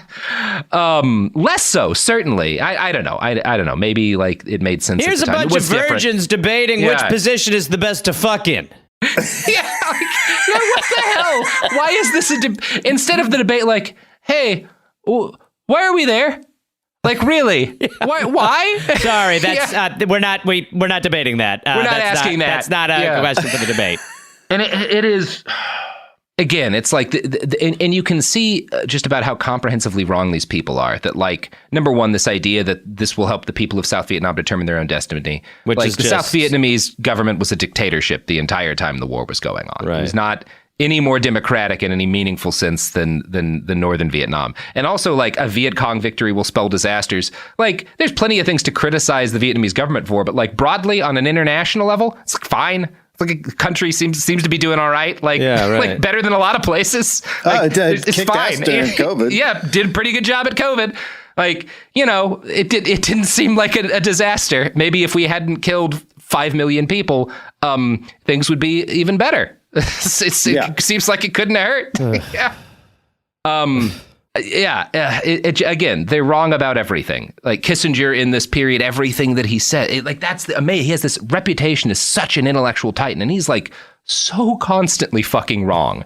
But people will bring up, there's always like, it's the same as today. All of these people that are constantly fucking wrong, just keep on getting positions of power and being in media, and they're always fucking wrong. And there's this shit, like, people will bring up, like, well, but there's this nuclear arms treaty he helped make, and there's this, like, peace deal he negotiated in the Middle East, and, like, all of these things. Like, yeah, but that was, like, 2% of the shit that he did, and it was largely because other people that he wanted to stay in good with were pushing for that kind of shit, too. Like, Henry Kissinger, whenever he has expressed an idea that is his legitimate idea, is, like, really, really disastrously wrong. Yeah. Amazing. Yeah, fuck him. Nobody cares. Nobody cares. He's got to get to invest in Theranos still, as opposed to being the one victory. The one victory we get. One victory. That's why we should pardon her. Yeah, right. Yes. That really is right. Yeah. Look, you stole a lot of money, but you made Henry Kissinger look kind of stupid. We're going to release you to come up with another scheme to take more money from this bag of shit. But you don't get to make a company anymore, but we're going to have cameras follow you. Think of yourself as a prank show. Yeah. Have you seen Punk'd? Okay. We're talking about Theranos Punk, but it's just every week for Henry Kissinger. Yeah. You're going to put on mustaches and, like, fake wigs, and you're just going to try to fuck with them. You're telling me this is a way for me to get a longer spine? I mean, I'd love to give you a little money. This popcorn has 0 calories. I can't believe what I'm hearing. But you know what's awesome about that story is that she's a younger female Kissinger. Yeah. 100%. She's like blood Kissinger. Everyone was super into her, and she was just saying whatever people wanted to hear, and like, right. It's amazing because there's the good grifters and the evil ones. We just finished our 4-parter on the Tsar and talked about the fact that, like, before Rasputin, there was another spiritualist grifter who pretended to talk to, like, ghosts and stuff, named Philippe, who, like, got a bunch of money for them, tricked the Tsarina into thinking she was pregnant, and then bounced with a bunch of their money. And the last thing he did before he left was like, I'm going to come back in another form as another spiritual healer. Oh my and you should God. trust whatever I said. Very funny. took all the money and ran. And when he died, it was found out that he had been paying for the mortgages and rentals of like 52 impoverished families. Oh my God. Perfect guy, like the opposite of Kissinger. Yeah. Just taking money from the czar to help poor people out. What a dude. Be great if he showed up again. Hey, it's me. Let's put that guy in front of Kissinger. See what he can do. So in private, Kissinger admitted already, while he is doing all this, while he's a part of this big debate, while he's taking the side that we should escalate, in private, in his conversations, he admits to his friends that Vietnam is an unwinnable disaster of a war. Man. Oh my fucking God. Yeah. He defended it in public, though, because there was at least a 50% chance the Democrats were going to stay in power after the next election. That is unreal. And he didn't want to give up on a chance of having a job. I think in a lot of times you do. I guess he's a little different because he's such a shapeshifter. Yeah. But, I think, and it's just the way we are. You are like, they can't just be that base evil. Yeah. He sure can. But he is. Yeah. Mm-hmm. Yeah. It's something I always think about with climate change is that people can't wrap their heads around the fact that there might be a significant portion of rich people in control who actually want everybody to die. Yeah. Yeah, or at least don't care because what really matters is like maintaining their level of relative power to everyone else. They and the deaths know, of and it's billions just are like, but what are they going to do? Yeah. Call themselves out? Yeah. It's cool. So it is cool. Obviously, and it's one of those things. I don't actually know that he really believed that Vietnam was a disaster because he may have been lying to his friends when he said that because he wants to keep a bridge to the other side open. It's impossible to say because he's fucking Henry Kissinger. Is it possible there's two Kissingers? Yes. Okay. What if there's 6? Oh, that'd be amazing. And if they ever touch, Cambodia will be. Oh, yep. You know what? Okay. Right. Yeah. So the fact that Kissinger in private would be like, yeah, Vietnam, what a fuck up, and in public would be like, let me Ben Shapiro about Vietnam Let's to you. win this. That really pissed off a lot of his friends, including the political scientist Hans Morgenthau. Kissinger had admitted to Morgenthau that the war was unwinnable, even while he continued to go on in the media and advocate expanded saturation bombing. Morgenthau found this deeply disappointing, but Henry was increasingly tailoring his public statements to the ear of a man who was already a fan of his work. Richard Milhous Nixon. Can we get some sound effects? A lightning whips across the screen and a wolf howls. Yeah. In comes the pterodactyl. Which we'll do a whole Nixon episode one of these days. A lot of our Kissinger series will also be about Nixon because you can't unwrap the two men, You can't. So there are two Kissingers. Yeah, one of them is Richard Nixon. Yeah. So by the end of 1968, as the presidential race between Vice President Hubert Humphrey and former Vice President Richard Nixon heats up, Kissinger's profile had raised enough that he was seen as the frontrunner for a serious foreign policy job in either potential administration. As time went on, yeah. He's got a gig no matter what, baby. It's just unbelievable. He's the Raytheon of people. Can't lose. So as time goes on, though, he increasingly leans towards Nixon, which surprises his friends, whom he had told, quote, Richard Nixon is the most dangerous of all the men running to have as president. But I want him to give me a gig, I can't wait to work with him. I need job. Satan looked like you good. So he was heartbroken when his friend Rockefeller lost to Nixon, and he commented, now the Republican Party is a disaster, and Nixon is not fit to be president. Oh, my God. It's the same fucking shit over and over. And, this is what they said about Reagan. This is what they said about Bush. This is what they said about Trump. Okay. Yeah, it's always the same calculus. This is true, but Kissinger didn't let his complete contempt for Nixon stop him from trying to get a job with the man. To explain why, here's the New Yorker. It took Kissinger's close contemporary, the political theorist Sheldon Wolin, another son of Jewish immigrants who fought in the war and studied at Harvard with William Yandell Elliott, to fully dissect Kissinger's careerist instincts. On the surface, Wolin observed, Kissinger would have appeared a mismatch for the anti-elitist Nixon, but the pairing was perfect. Nixon needed someone who could elevate his opportunism to a higher plane of purpose and make him feel like a great figure in the drama of history. As Wolin wrote, what could have been more comforting to that barren and inarticulate soul than to hear the authoritative voice of Dr. Kissinger, who spoke so often and knowingly about the meaning of history? I mean, so it's just an empty sack and an evil sack, and the evil sack's like, I can fill you. Yeah, well, I need to be filled. Evil, as long as someone can fill me. Somebody's got to fill me up. Somebody's got to load me with something. Oh, that feels nice. Agnew's not gonna do it. Put all that black bile down inside of me. Thank you, Hank. Oh boy, Gareth, he doesn't call him Hank, but we'll get to that later. Okay. Come on, Spanky. It's a lot worse than that, Gareth. All right. So, in 1968, the Johnson administration was carrying out an extensive series of negotiations between South and North Vietnam in an attempt to secure an end to the war. LBJ wants credit for his legacy, right? I'm not going to give LBJ credit for caring about human death and suffering, because he's also a monster. Right, No, not trying to make him seem good by comparison. But he sees ending the war both as a way to I want to go out on a good note, and also this is going to, if he could even secure a significant ceasefire, that would help Humphrey get reelected, right? Because nobody in the U.S. is very pro the Vietnam War. Within the majority of most voters are very anti it. So that's kind of the play that LBJ is making. He wants to end the war in order to help Humphrey win.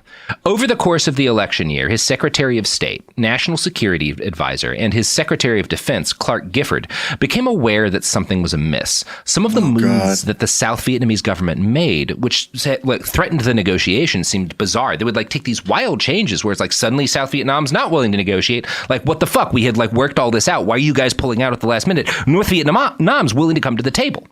In the trial of Henry Kissinger, Christopher Hitchens writes, quote, "From his seat in the Pentagon, Clifford, who's again the Secretary of Defense, had actually been able to read the intelligence transcripts that picked up and recorded what he terms a secret personal channel between President Thieu in Saigon and the Nixon campaign. The chief interlocutor at the American end was John Mitchell, then Nixon's campaign manager and subsequently Attorney General. He was actively assisted by Madame Anna Chenal, known to all as the Dragon Lady, a fierce veteran of the Taiwan lobby and all-purpose right-wing intriguer. She was a social and political force in the Washington of her day." So, LBJ's administration, this is suspicious as fuck. Let's bug the Nixon campaign, right? Which is not illegal, obviously. It is an act of fucking treason to try and extend a war by sabotaging negotiations. This is one of the very few cases where, you should wiretap those people. Yeah, you should tap the fuck out of those phones. But it's also, they don't want this to get, LBJ doesn't want this shit to get out at all. This would be, number one, a hanging crime. You get executed for doing this kind of shit, on paper, at least, right?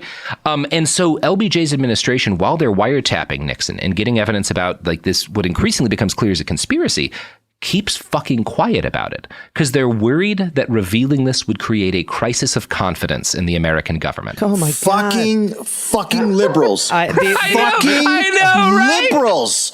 This is how LBJ. Many you are times? How many fucking times? Bush stole 2 elections. This is what they did. This is what they fucking did. It's really, awesome. it really is. I mean, that is so fucking crazy to put the clubhouse. Yeah. Above everything. It is the one time where if a president had his political opponents hanged, it would be that's what you should have done. And imagine that one session of hangings really would have gone a long way with this country. We would be in so much a better position if they'd hung Nixon and several other people we're about to talk about. It would also give Nixon good posture finally. Yeah, finally. I knew about that Nixon had done. I did not know that they knew. I didn't know they knew at the time. That's David. Fucking insane. The liberal mind. I always think about this story about when the junta took over in Chile before Pinochet got into power, and they asked they said, we want to have interviews with people. And the liberals so believed in government that they went and lined up for the secret police interviews. Because they're well, this is what we do. And they're no, they're taking your names down to possibly kill you. But they lined up because they're well, we don't want to mess up the system. We're supposed to go get interviewed by the government. Yeah. And you're it's a junta. It just, the mindset of this is how our Constitution works and this is what we're supposed to do. And you're no, it's literally not working. The thing isn't working. This is one of the best examples ever of that.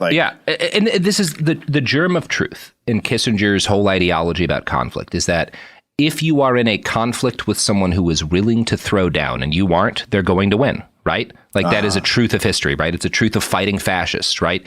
It's not enough to say like punching them isn't the entirety of it, but if you're not willing to throw down, they will win, right? Right.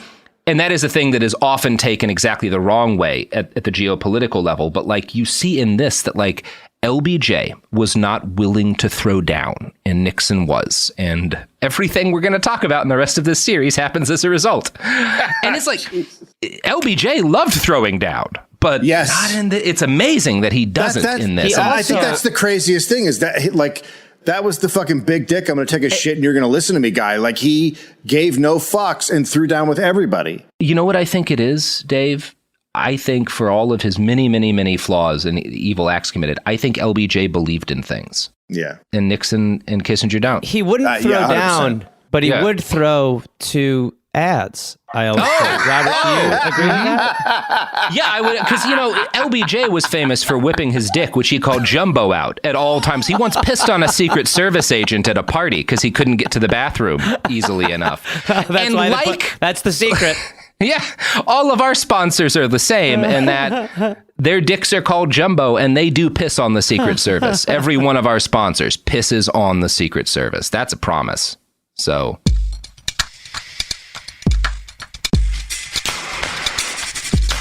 we're back! Oh, boy. Good times. So, South Vietnam pulls out of the negotiations, right? I think they're happening in Paris. And I haven't really gone into detail about what happened up to this point because those details are very obscure to the American people. What is publicly known is that North Vietnam and South Vietnam are supposed to come to the table, have this big negotiation to try to come to like some way in which the war can come to an end. And South Vietnam, after a bunch of throwing a bunch of wrenches in the process, finally just backs out entirely, right? And so the negotiations don't happen and the war continues. That's what everybody sees. You know, if you're just like a dude paying attention on the news, that's what you're aware of happening here. LBJ's administration knows something sketchy is going on between Nixon and the South Vietnamese government, but even for them, they don't know precisely what happened. Here's what happened. As part of the negotiations, LBJ offered the North Vietnamese a bombing halt. Now, you can see why this is very enticing for Hanoi, right? Because being bombed is not pleasant, and the U.S. was doing a lot of it. So this is like what LBJ is like, hey, I will fucking stop bombing Vietnam if you guys will come to the table and talk about stuff. And the North Vietnamese government, not being made entirely of soulless cockroaches, is like, well, okay, like that's a pretty good offer, actually. Yeah. We were bombing so hard, we actually dropped John McCain. Yeah, we did drop John McCain. You guys might have caught him. You can keep him for a while. He'll come back into the picture. It'll be a big problem. He'll also, weirdly enough, be the least objectionable Republican elected leader for a long time. So it's a mess. Just so you guys know, that's our future hero. Yeah, he and Jesse the Body Ventura will be the only conservative voices against torture. So heads up. It is amazing watching that old clip of Jesse Ventura on The View being the most reasonable American in fucking early 2000s. Yeah. Yes. Next to Gilbert Gottfried, at least. Yeah. It's actually not Gilbert Gottfried, it's me in an alternative universe. So, yeah, this is a very enticing offer for Hanoi, the bombing cessation. And it's good enough if you won't bomb us anymore, maybe we can concede on some stuff if you're not murdering people en masse. Of course we'll negotiate with you. Sounds pretty good. Yeah. Nixon cannot let this happen. This would be a disaster. Vietnam not getting bombed, he sees as the worst case scenario, even though he is campaigning on ending the war, by the way. Right. That's Nixon's big promise. I'm going to get us out of the... But on my watch. Right. That happens before. What am I campaigning on? Yeah. So Nixon uses his back channel to the South Vietnamese government to get them to torpedo their end of the negotiations because the government of South Vietnam is frightened, obviously, that the U.S. is going to stop bombing North Vietnam. So if you're following along, something should be obvious at this point. Since the Johnson administration was negotiating secretly with North Vietnam, there should have been no way for the government in Saigon to know that LBJ had proposed a bombing halt.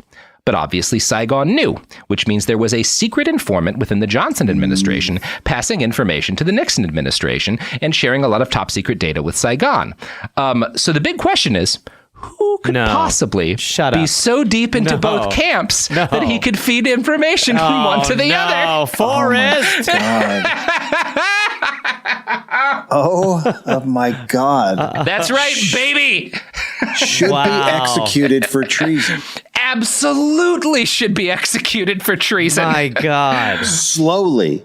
Yeah. Slowly executed. Yeah. It should be that incompetent dude who hung the Nazis at Nuremberg and kept fucking up and making it worse. Bring that dude back. Sorry, can I just let me try one more time before you guys get mad. We should have frozen that motherfucker in carbonite to break out when the nation needed him. Yeah.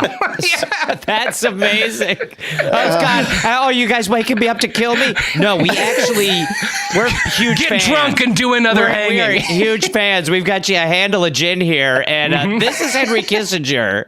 Oh, he's great. Why would you like Kissinger? He's Shut awesome. up. Just do whatever just kill him as fast as you can. That's the only note. But I took a lot of notes from him back in the day. He's great. He's great. Just kill him. Okay. I don't think he could die, though. I will say, I don't think that guy could read.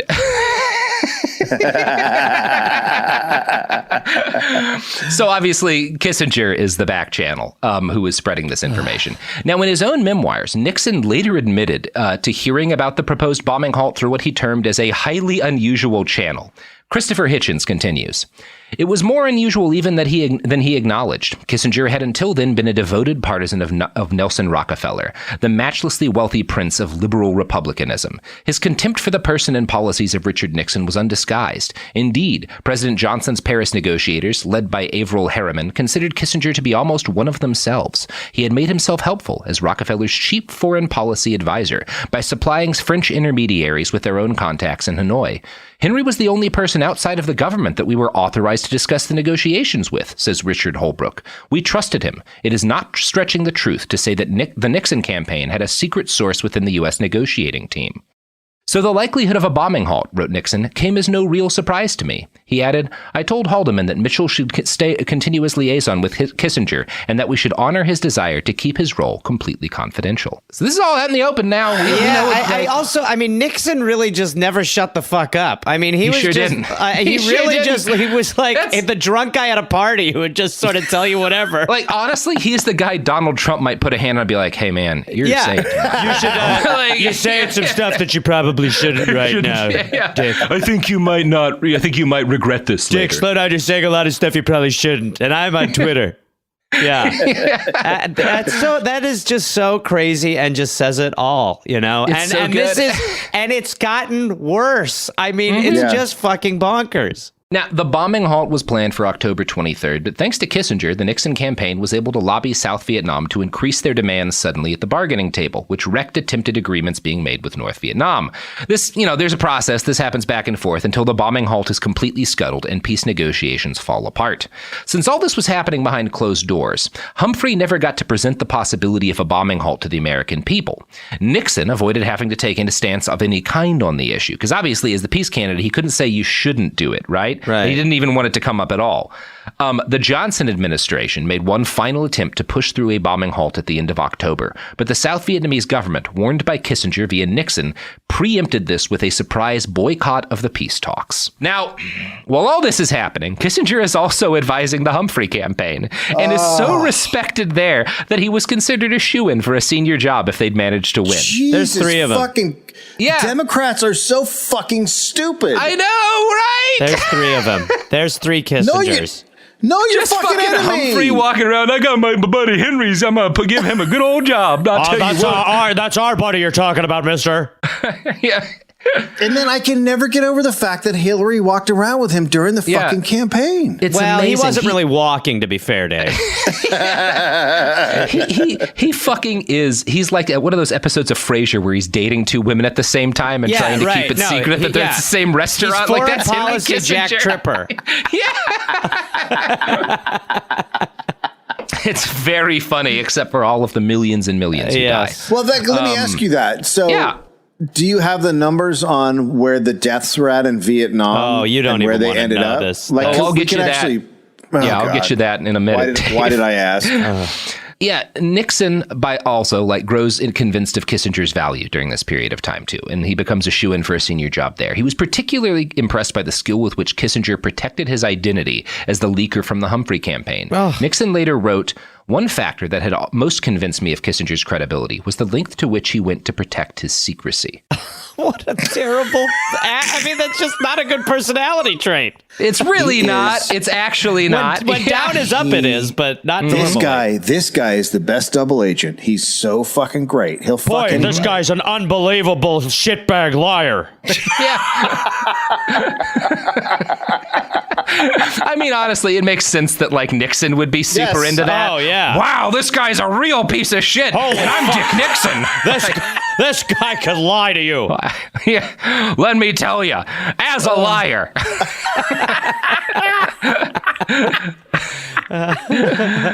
Oh fuck! It's fucking amazing. It's bad. Yeah. Clark Clifford, who was again the Secretary of Defense at the time, would later blame the fact that the war did not end in 1968 and the loss of the Humphrey campaign in that election on the skullduggery of the Nixon campaign, which was orchestrated in part by Henry Kissinger. Quote, the activities of the Nixon team went far beyond the bounds of justifiable political combat. It constituted direct interference in the activities of the executive branch and the responsibilities of the chief executive, the only people with authority to negotiate on behalf of the nation. The activities of the Nixon campaign constituted a gross, even potentially illegal interference in the security affairs of the nation by private individuals.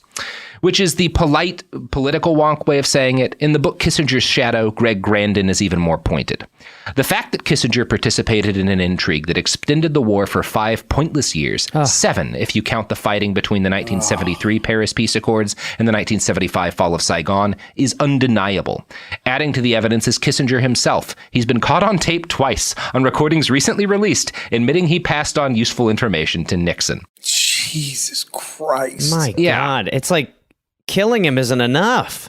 No, he should be gibbeted. I said so. Yeah. We need to bring back gibbeting and just hang that motherfucker somewhere in a nice cage box. Like, leave him out there. Leave him out there. Let people pelt him with stuff. Yeah, fuck Let's kill him by throwing potatoes at him. You got to make sure they're soft, right? Because he's not that strong anymore, and you want it to last a while. Boiled potatoes, yeah.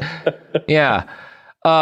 So we'll talk a bit later about how he got caught on tape and why we know about all of this, because that's a fun story, guys. It involves a different series of crimes. But Grandin makes another point that's worth acknowledging here. While Kissinger definitely had inside information from the Johnson campaign, which he passed on, he also didn't have as much information as he pretended to know when he talked to the Nixon campaign. Oh, Jesus Quote, even with access to Johnson's negotiating instructions, he couldn't have had exact information about the decisions being made at the White House. He had to have been winging it, at least to some degree, guessing at what others knew, imagining what others would do with that guess, playing the angle, sussing out the chance, all while giving the appearance of composure and certainty. He was right-winging it. I mean, just That's amazing. What an absolute fucking psychopath. Honestly. That's the kind of shit, like he said, if you're dating two women, you're trying to figure it out and get through some sticky situation, but he's doing this with fucking Vietnam and 2 presidential campaigns. The craziness, the absolute lack of a soul is astounding. He is pure blackness inside. Mm-hmm. Yeah. Dave, let me push back for a second. No.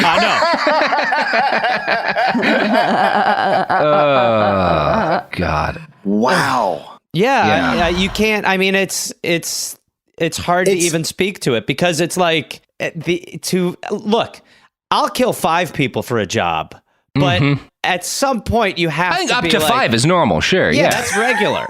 Yeah. But to just. I don't know. He killed. I mean, how many Vietnamese died after that? Like so many.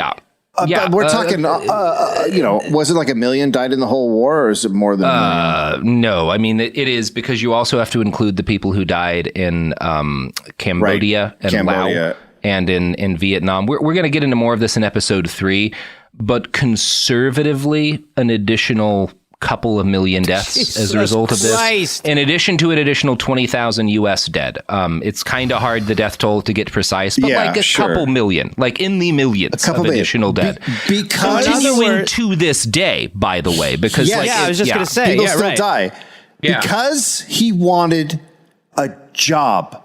Yeah, because he wanted a gig. He's essentially lying in a job interview like you would if you had no fast food experience and were Del Taco, except millions of people are dying. Yeah, it's awesome. Holy, the crazy He's thing, such a bad person. the crazy the thing you've done here is you've humanized the situation for me. Yeah, because. Like, I can understand that there's evil people out there and they do stuff like they want to bomb Cambodia, they want to do this other stuff. But when you take it to a level where it's a guy winging it in a meeting, it takes on a whole different flavor of evil that is something, because now that's something we can all understand. We've all been in a situation where we're like, this guy did a thing and then I did and you're just trying to get through a situation. Yeah. We've all experienced that. None of us have experienced giving the green light to, dropping bombs and killing people. But that I get. And I feel in my bones of like, well, holy shit, but you're doing that with millions of people's lives on the line. It is this thing where the idea I had always had before I really got into him was that like, well, he was involved in all of these horrible things that I knew he was involved in. But like, I assumed it was from a wonky perspective of like he believed strongly in the need to fight these wars and that anything was justified. And so he did these horrible things because he believed we were in this like civilizational struggle and certain things were necessary in that. And like he had all of these different kind of very complex moral beliefs that he wrote dozens of books about explaining why he did the things. At the end of the day, no, motherfucker wanted a gig. Yeah. Like, and by the way, it's not like he would have been out of politics. Even in his downtime, he was like, he was gigging. Like, it's just like he would have been patiently waiting for another administration, or he would have been working in LB, whatever. Or like, he didn't want to work at Uncle Chuckle Fox. Yeah. He didn't want to work at Uncle Chuckle Fox. He wanted the gig at Charlie Goodnight's. Like, I want to work in the Premier Club. It's unreal. Yeah, like he literally like did that's the thing. He didn't just do this for a job. He did this for like one of the two jobs and the one he kind of didn't want as much. Yeah. The guy, fucking conscionable. Yeah, it's really hard to like, it is hard in like, I think it's easier to understand now what he did. It's hard to like judge him adequately in moral terms that are even like comprehensible because it's so much out there. Yeah, it's hard to process. It really is one of those like, say what you will about the tenets of nihilism, dude, at least it's an ethos moments where it's like, I'm thinking about like people like fucking Saddam or whatever, where it's like, yeah, that was a piece of shit. There were definitely some things he believed though. Like there's pieces of shit out like fucking out there who like there are things they believe and Kissinger just believes he should be close to power. Kissinger his political doctrine was Kissinger. He's like, I'm really smart, I should be in the top game and I just want to be there. It's awesome. I like how he thinks his childhood didn't fuck with him.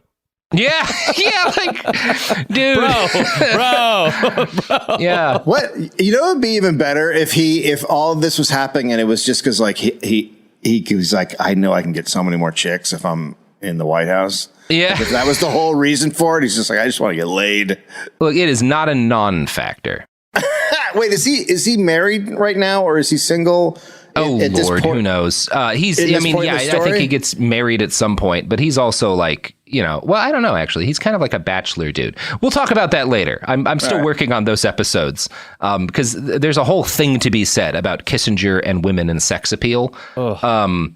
He was married twice. Yeah, he definitely was married at points, but he's also like kind of a playboy. Oh God, we'll go back in time a little bit and talk about some of that later. He was married. His first marriage was 1949 to 1964. So I don't think he's not remarried again until 74. Yeah, so I that don't sounds think right. he's married in this little hub. Yeah, I wonder why she left him. Yeah, I wonder any ideas?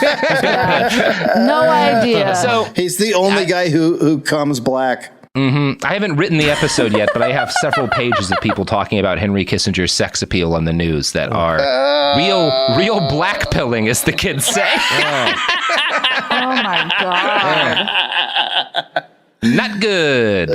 So Nixon wins the 68 election. Obviously, he gets inaugurated in 1969. The Vietnam War continues on for half a decade-ish. This was an almost incalculable humanitarian tragedy, as well as disastrous for the future stability and cohesion of the United States. But it was dope as hell for Henry Kissinger, who was swiftly appointed Nixon. Yeah. Like to put out there that my uncle went to Vietnam and it totally, he had to kill a lot of people and it totally fucking ruined his life, and he watched friends die and stuff. So thank you, Richard Nixon. Thank you, Richard Nixon. Everybody who went to Vietnam after 68, say a thank you to Richard for Nixon and Kissinger for, all of the trauma and the trauma that in some cases, some of you passed on to your family members. And the trauma that has been passed on societally based on our attitudes towards war because of how Vietnam went and the ways in which some people were always looking for a rematch, and it got us into other, Thank you. Thank you. Thank you. Yeah. Thank you. Really good stuff. Good stuff.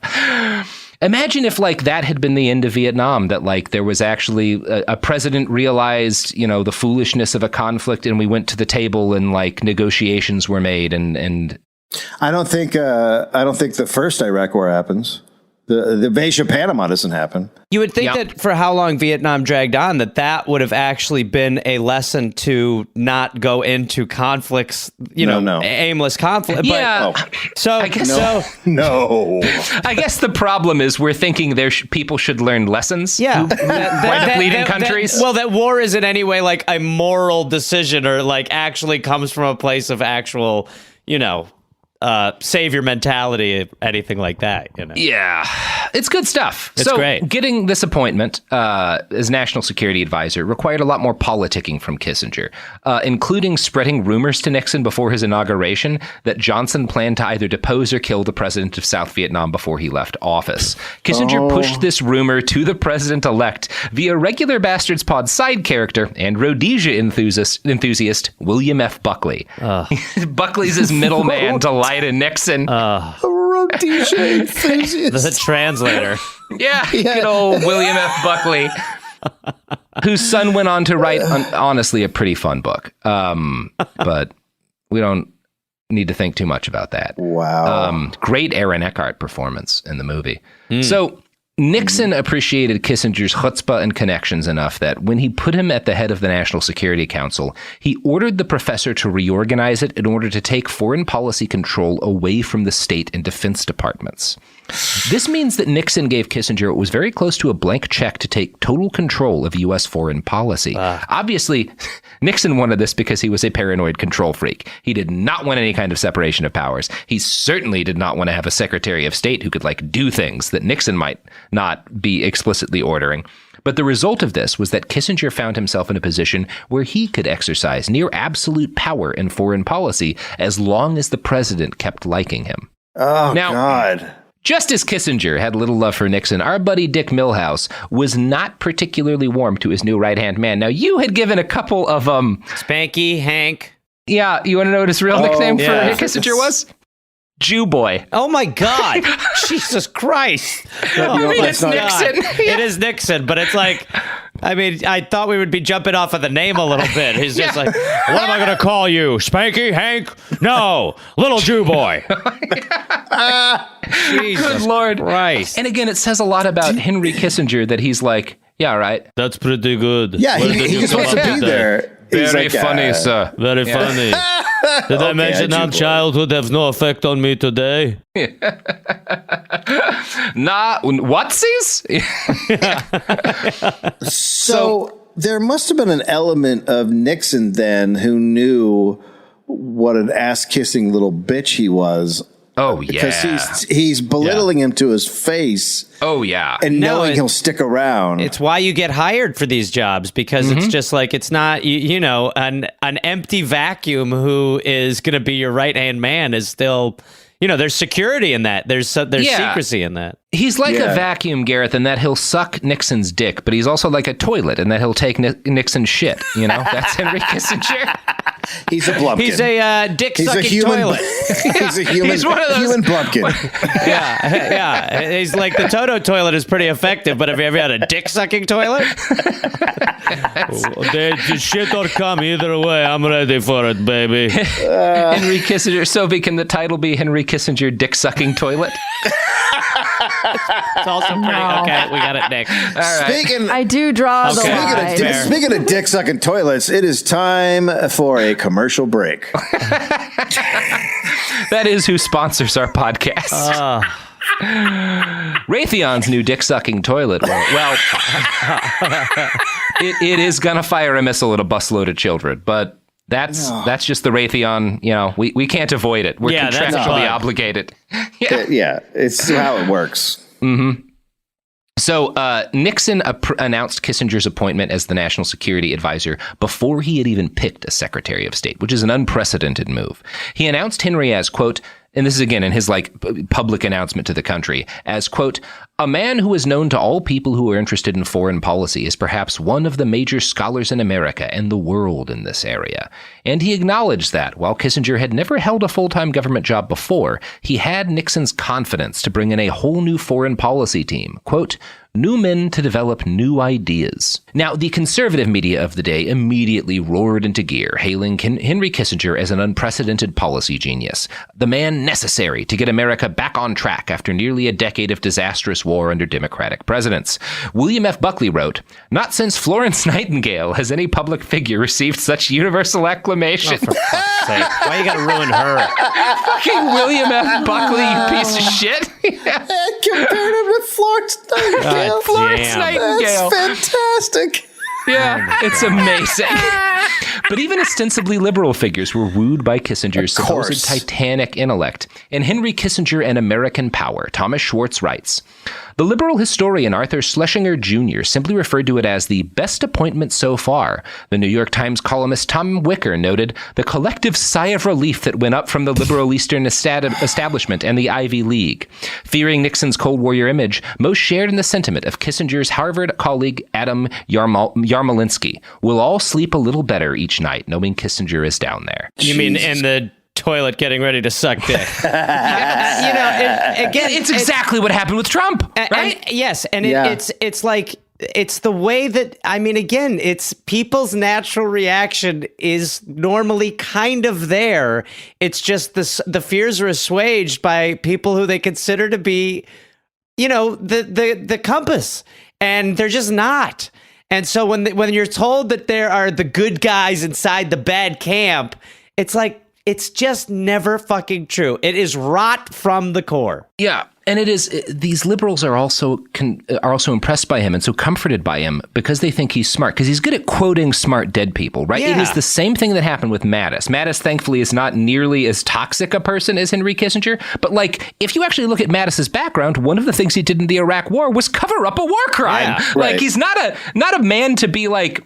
I mean, and he was very popular among people who served under him, which is part of why there was this kind of collective relief. But it's this idea that he's like the warrior monk, right? Yeah. They love the idea that this guy who's president is a maniac, but this dude reads books that he hired, so it'll be okay. Well, and it's it's never okay. As you continue to lower the bar more and more, you're obvious. The people that you're bringing back are part of a lowered bar, but because the bar is even lower, it seems and feels a little higher, but it is all just.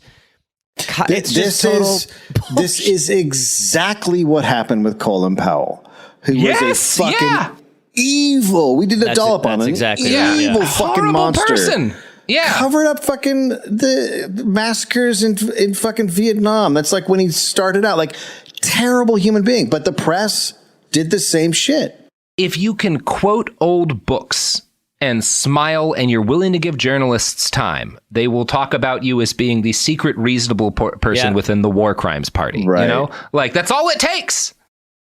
Yeah. It's great. It's just really the same cool. thing as if you're a Nazi who reads books, you can get a New York Times profile. Yes, or dress nicely. Yeah. Yeah, or you'll get on 60 Minutes or whatever, It's don't trust people who want you to think they're smart. Yep. That's never a good sign. It's the same thing with like people who want you to believe they're dangerous. If they want you to believe something specific about them, they're lying about it. That's how people work. And how about if a doctor wants to get on the news to talk about COVID and be famous on the news, that's actually not a doctor you should listen to. Not a great guy. No. But also, I mean, it's from the same publications and the same networks. The idea that you continue to listen to these sources about what is right and what is wrong just because they have fancy terms like senior policy advice. It's like, it's all fucking, it's days of our lives. They're actors. These are teleprompters.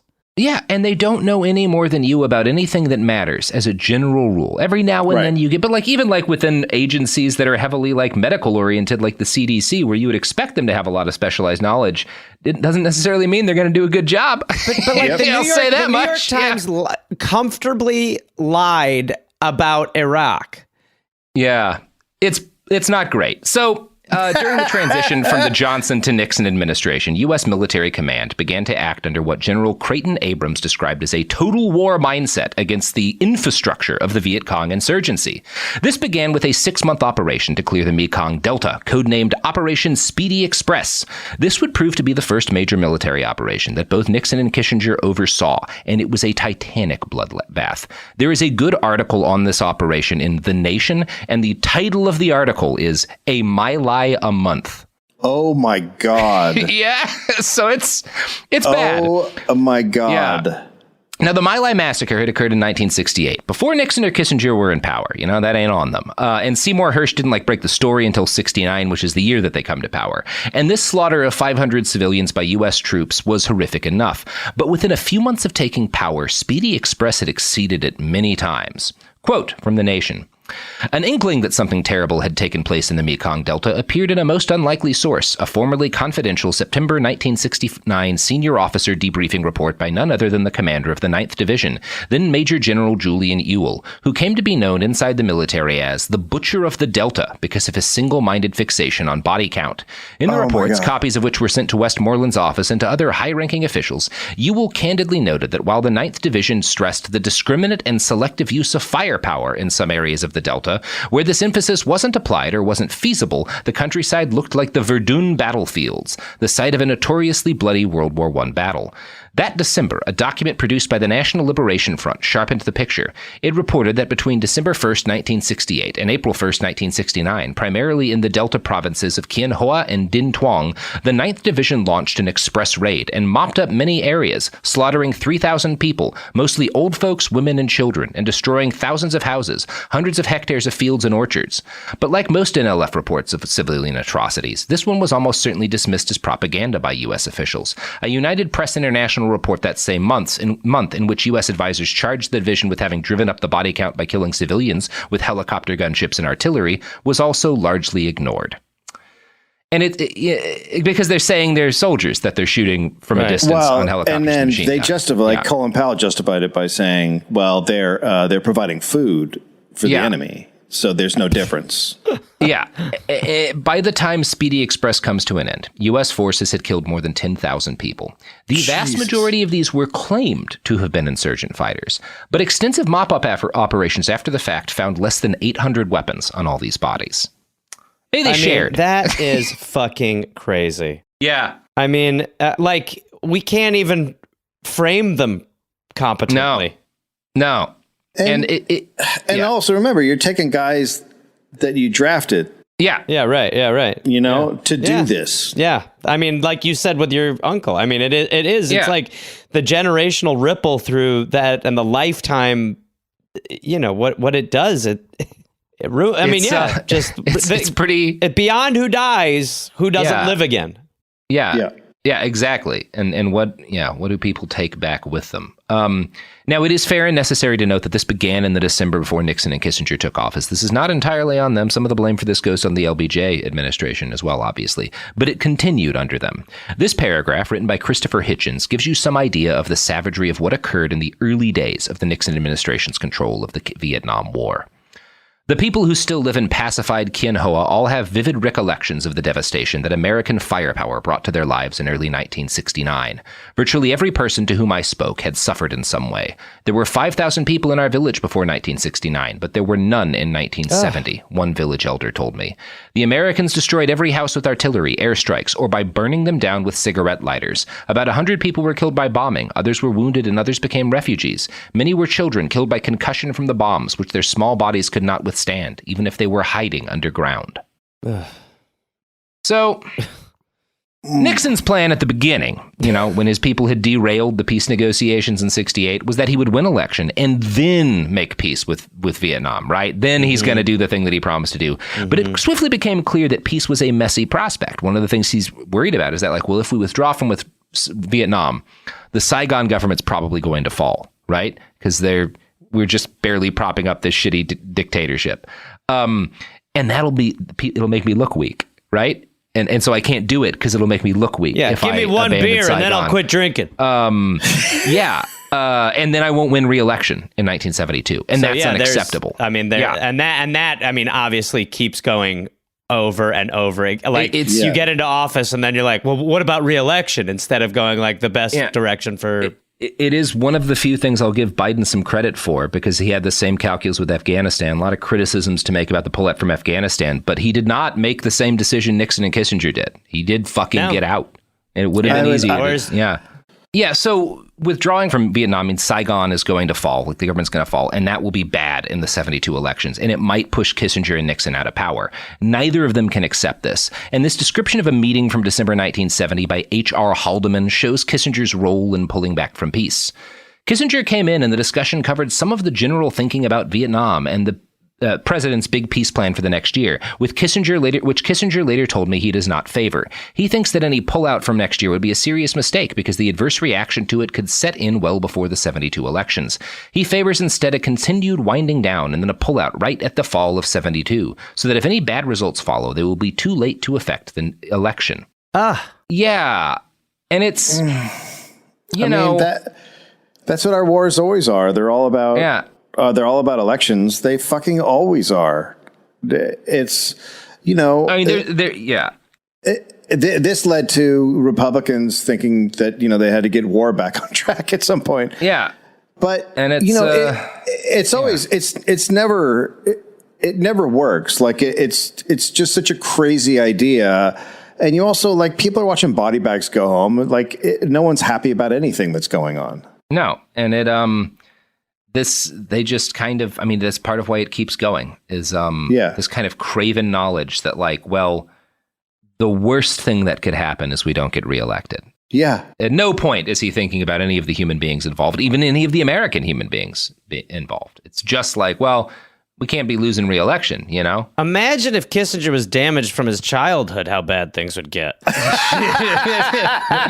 It could be really bad. And it's actually, when we talk about the story of American presidents making craven political decisions, one of the reasons FDR did not approve more effort being taken to evacuate Jewish refugees from Germany is he did not want to be seen as pro-Jew. Oh, Jesus Christ. The socialist policies and stuff that were going through, he knew that could hurt him. There were a number of other reasons, but they did not. That is, there were things that were done that led to the U.S. government saving fewer Jewish people from the Holocaust that were done for craven political reasons by the FDR administration. Let me hear this Kaiser pitch again. It actually, big hat. I love the hat. Biggest hat you've ever seen. Very spiky. Now, loves his mom's hands, but. Oh, God. So the fun thing about this episode is that everything we're going to talk about in part 3 is even worse because in part 3, we're going to talk about fucking Cambodia. So, woo! Yay! Well, you guys want to plug anything after my ears? 3 hours? Yeah. I'm going to be in a toilet trying to get clean after this episode. You can go to dolloppodcast.com for tour information. And my website's GarethReynolds.com. I'm on tour, but not like tours of duty, just like stand-up and podcast tours with the aim of bringing joy to people. Though? I don't want to talk like that anymore, Dave.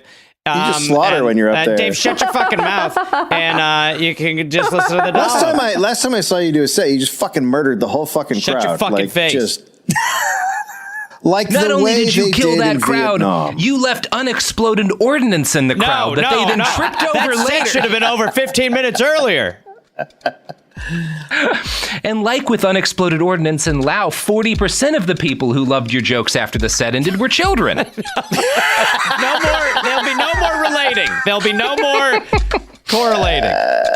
Yeah. Anyway, that's part 2. You got 2 more weeks of Henry Kissinger ahead of you, folks. So strap in. Gets a lot uglier. But also, we'll be talking about his sex life. So, a lot uglier. I was gonna say something to look forward to, but like not really. Yeah. Oh. Yeah. Come back next week for more of the dick-sucking toilet, Henry Kissinger. That's a pretty good title.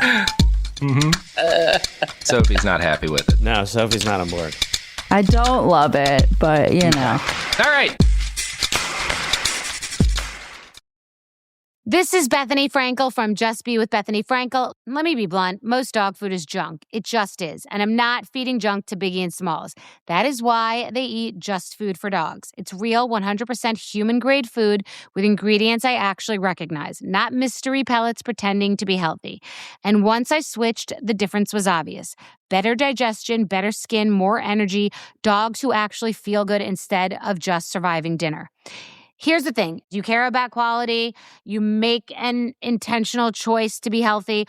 So why are you gambling with your dog's health? So let's think about our furry babies. Go to justfoodfordogs.com right now and get 50% off your first box. No code, just try it. Because once you see the difference, you're not going back. Time for a sofa upgrade? Introducing Anabay sofas, where designer style meets budget-friendly prices. Anabay brings you the ultimate in furniture innovation with a modular design that allows you to rearrange your space effortlessly. Perfect for both small and large spaces, Anabay is the only machine-washable sofa inside and out. Say goodbye to stains and messes with liquid and stain-resistant fabrics that make cleaning easy. Liquid simply slide right off. Designed for custom comfort, our high-resilience foam lets you choose between a sink-in feel or a supportive memory foam blend. Plus, our pet-friendly, stain-resistant fabrics ensure your sofa stays beautiful for years. Don't compromise quality for price. Visit washablesofas.com to upgrade your living space today. Sofas start at just $699 with no risk returns and a 30-day money-back guarantee. Get up to 60% off, plus free shipping and free returns. Shop now at washablesofas.com.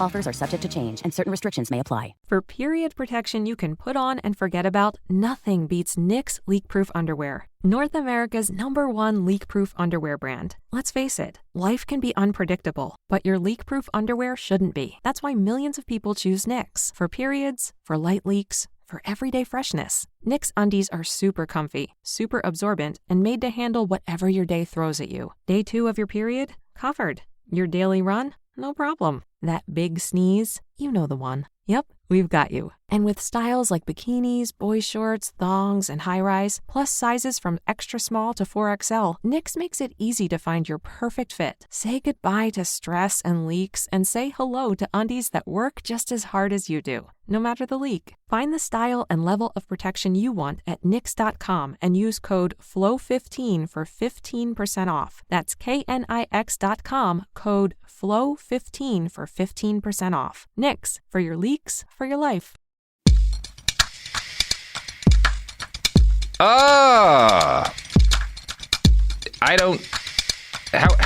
Sophie, how do I introduce part 3 of the Kissinger series? You just did it. Gareth and Dave are right here. They're waiting for something good, and I'm fucking it up, Sophie. I mean, Oof.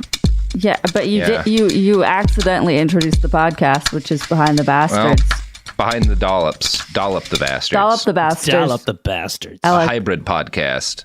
And like all hybrids, it is incapable of procreating. That's right. But better at getting up steep mountain passes. It's getting a little goaty now. We can multiply by cell division, but not not through sexual avenues. Yeah. We've tried. Yeah, we're in that process. Boy, howdy have we tried. So since we last recorded a podcast, war has broken out in I was just thinking Eastern Europe. Oh, God, 3 days. Yeah. We like ended it, and then it was like, oh, wow, it's happening. And then now it feels like it's been 2 months since then. Had a brief conversation. What do you think's going to happen? And then immediately checked our phones to be like, oh, okay, so there's shelling all over the place. Oh, Great. okay. Oh, so... Y'all, are we ready to learn about Henry Kissinger and a little country you might have heard of called Cambodia? Oh, God. And also a separate country you might have heard of called Laos, and also Vietnam still. So that energy. I am. Let's go. Let's do it. Yeah. So on February 14th, Valentine's Day, 1965, President Lyndon B. Johnson approved Operation Rolling Thunder.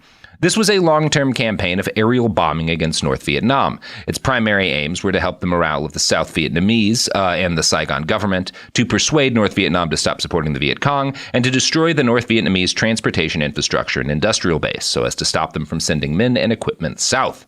It did not succeed. As a spoiler, none of this works. Like, it's just amazing that, like, you have all this firepower, you have all these planes. And really, you're talking about destroying like railroads and shipping stuff. And like underground tunnels too. This is the Ho Chi Minh Trail, you know? Yeah. I mean, is that what we're talking about, the Ho Chi Minh Trail? Yes. Okay. And then they were never going to do that. No. And this is like a lesson that no one ever learns in warfare, because you can also point to like the saturation bombing of Germany, which had a minimal effect on German industrial production. You could talk about like what's happening right now in Ukraine, which has not succeeded in its strategic aims. You could talk about a number of wars the U.S. has been involved in. You could talk about like World War I, where the British would drop 1 million shells in a couple of hours on a chunk of trench line and then all get killed by machine gun fire because the shells didn't do enough. Like, military leaders always have this idea that we can just bomb our problems away, and it just never really works. Yeah, no, it doesn't. You know what it does? It terrifies the civilian population. It sure does. Yes. And it helps the Pentagon a lot, I think. It does help the Pentagon. It makes money for people. So I guess to that extent, it succeeds in its goal. And Operation Rolling Thunder did make some people a lot of money. It continued for 3 straight years until November of 1968. During this period, Air Force, Navy, and Marine Corps planes threw more than 300,000 attack sorties, which dropped more than 864,000 tons of bombs. Oh, God. For reference, the United States dropped 500,000 tons of bombs in the Pacific Theater during all of World War II. Jesus Christ. Yeah, it is hard to exaggerate the extent to which we bombed the shit out of North Vietnam to no notable effect. According to our trustworthy friends at the CIA, the raids did $500 million in damage, killed 21,000 people, and injured more than 30,000 more. The CIA says that 75% of all casualties were people involved in military operations. U.S. government estimates, not by the CIA, however, estimate at least 30,000 civilian fatalities. Other estimates place the civilian death toll much higher, at close to 200,000 civilians. Probably fair to say north of 100,000, you know? Yeah. A lot of folks. By the time Kissinger and Nixon took office, it was clear that Rolling Thunder had failed miserably. This was due in part to the existence of the Ho Chi Minh Trail. In 1959, this is before U.S. soldiers had officially entered the country, the trail had been created under order by the Lao Dong, which is the Communist Party of Vietnam, to aid them in what was at that point a building conflict with South Vietnam. At the start, it led across just the demilitarized zone into Khe Sanh and South Vietnam. Porters would carry boxes of ammunition and rifles on their body, which they would then hand to insurgents in the South. Over time, the trail was expanded to a vast underground transit network, more than 12,000 miles in size, capable of moving more than 10,000 troops and thousands of trucks per year. As the fighting escalated, the trail veered into Laos, where the government was engaged fighting its own insurgency and unable to stop the transit of weapons. The Ho Chi Minh Trail allowed North Vietnam to smuggle equipment south and to evade the U.S. naval blockade that sought to choke it out. Today, even Defense Department sources recognize it as one of the greatest logistical successes of 20th century warfare. It works pretty good, this trail. It's amazing to think of the number of bombs you're talking about, and then they made a tunnel. Mm-hmm. Yeah, turns out they dug a hole. Yeah, like a really good hole, but it's like El Chapo. It's not just a tunnel. It's in a jungle. Like, we're talking about a very difficult sort of environment to make a tunnel. It's not that, like, it's incredible what they did. Yeah. So LBJ's administration sent planes into Laos to bomb the trail and to escort Laotian planes while they bombed the trail. When U.S. airmen were killed or captured over Laos, their families were told they'd gone down in Southeast Asia to allow LBJ to claim he'd abided by his 1964 election promise to avoid a wider war. Cambodia was bombed as well, but during LBJ's administration, Laos was considered a more important target. They thought more stuff was getting into Vietnam through Laos. This changed in 1968, when the Tet Offensive made it clear that North Vietnam had gotten very good at running troops in and out of Cambodia. Johnson hadn't been willing to escalate the bombing campaign against a neutral country, though, especially since, again, there was this big election going on and he was kind of having his vice president run on the promise that, like, we're really going to end this thing. So, LBJ, when he's trying to tease North Vietnam with a bombing halt, isn't going to just start laying into Cambodia. Right. In the spring of 1969, after, Kissinger and Nixon took office, they approved the expanded use of U.S. Special Forces in Laos, along with a campaign of sustained airstrikes. This was called Operation Steel Tiger. All of these so dumb. The stupidest names. They're always so dumb. Yeah. The marketing that we have gone for in this country for so long has been so absurd. Steel Tiger. Well, I mean, they're just taking Y&T album names at this point. Yeah. If only they'd gone with like Prince, Operation Purple Rain, but it's like a defoliant that gives everyone cancer.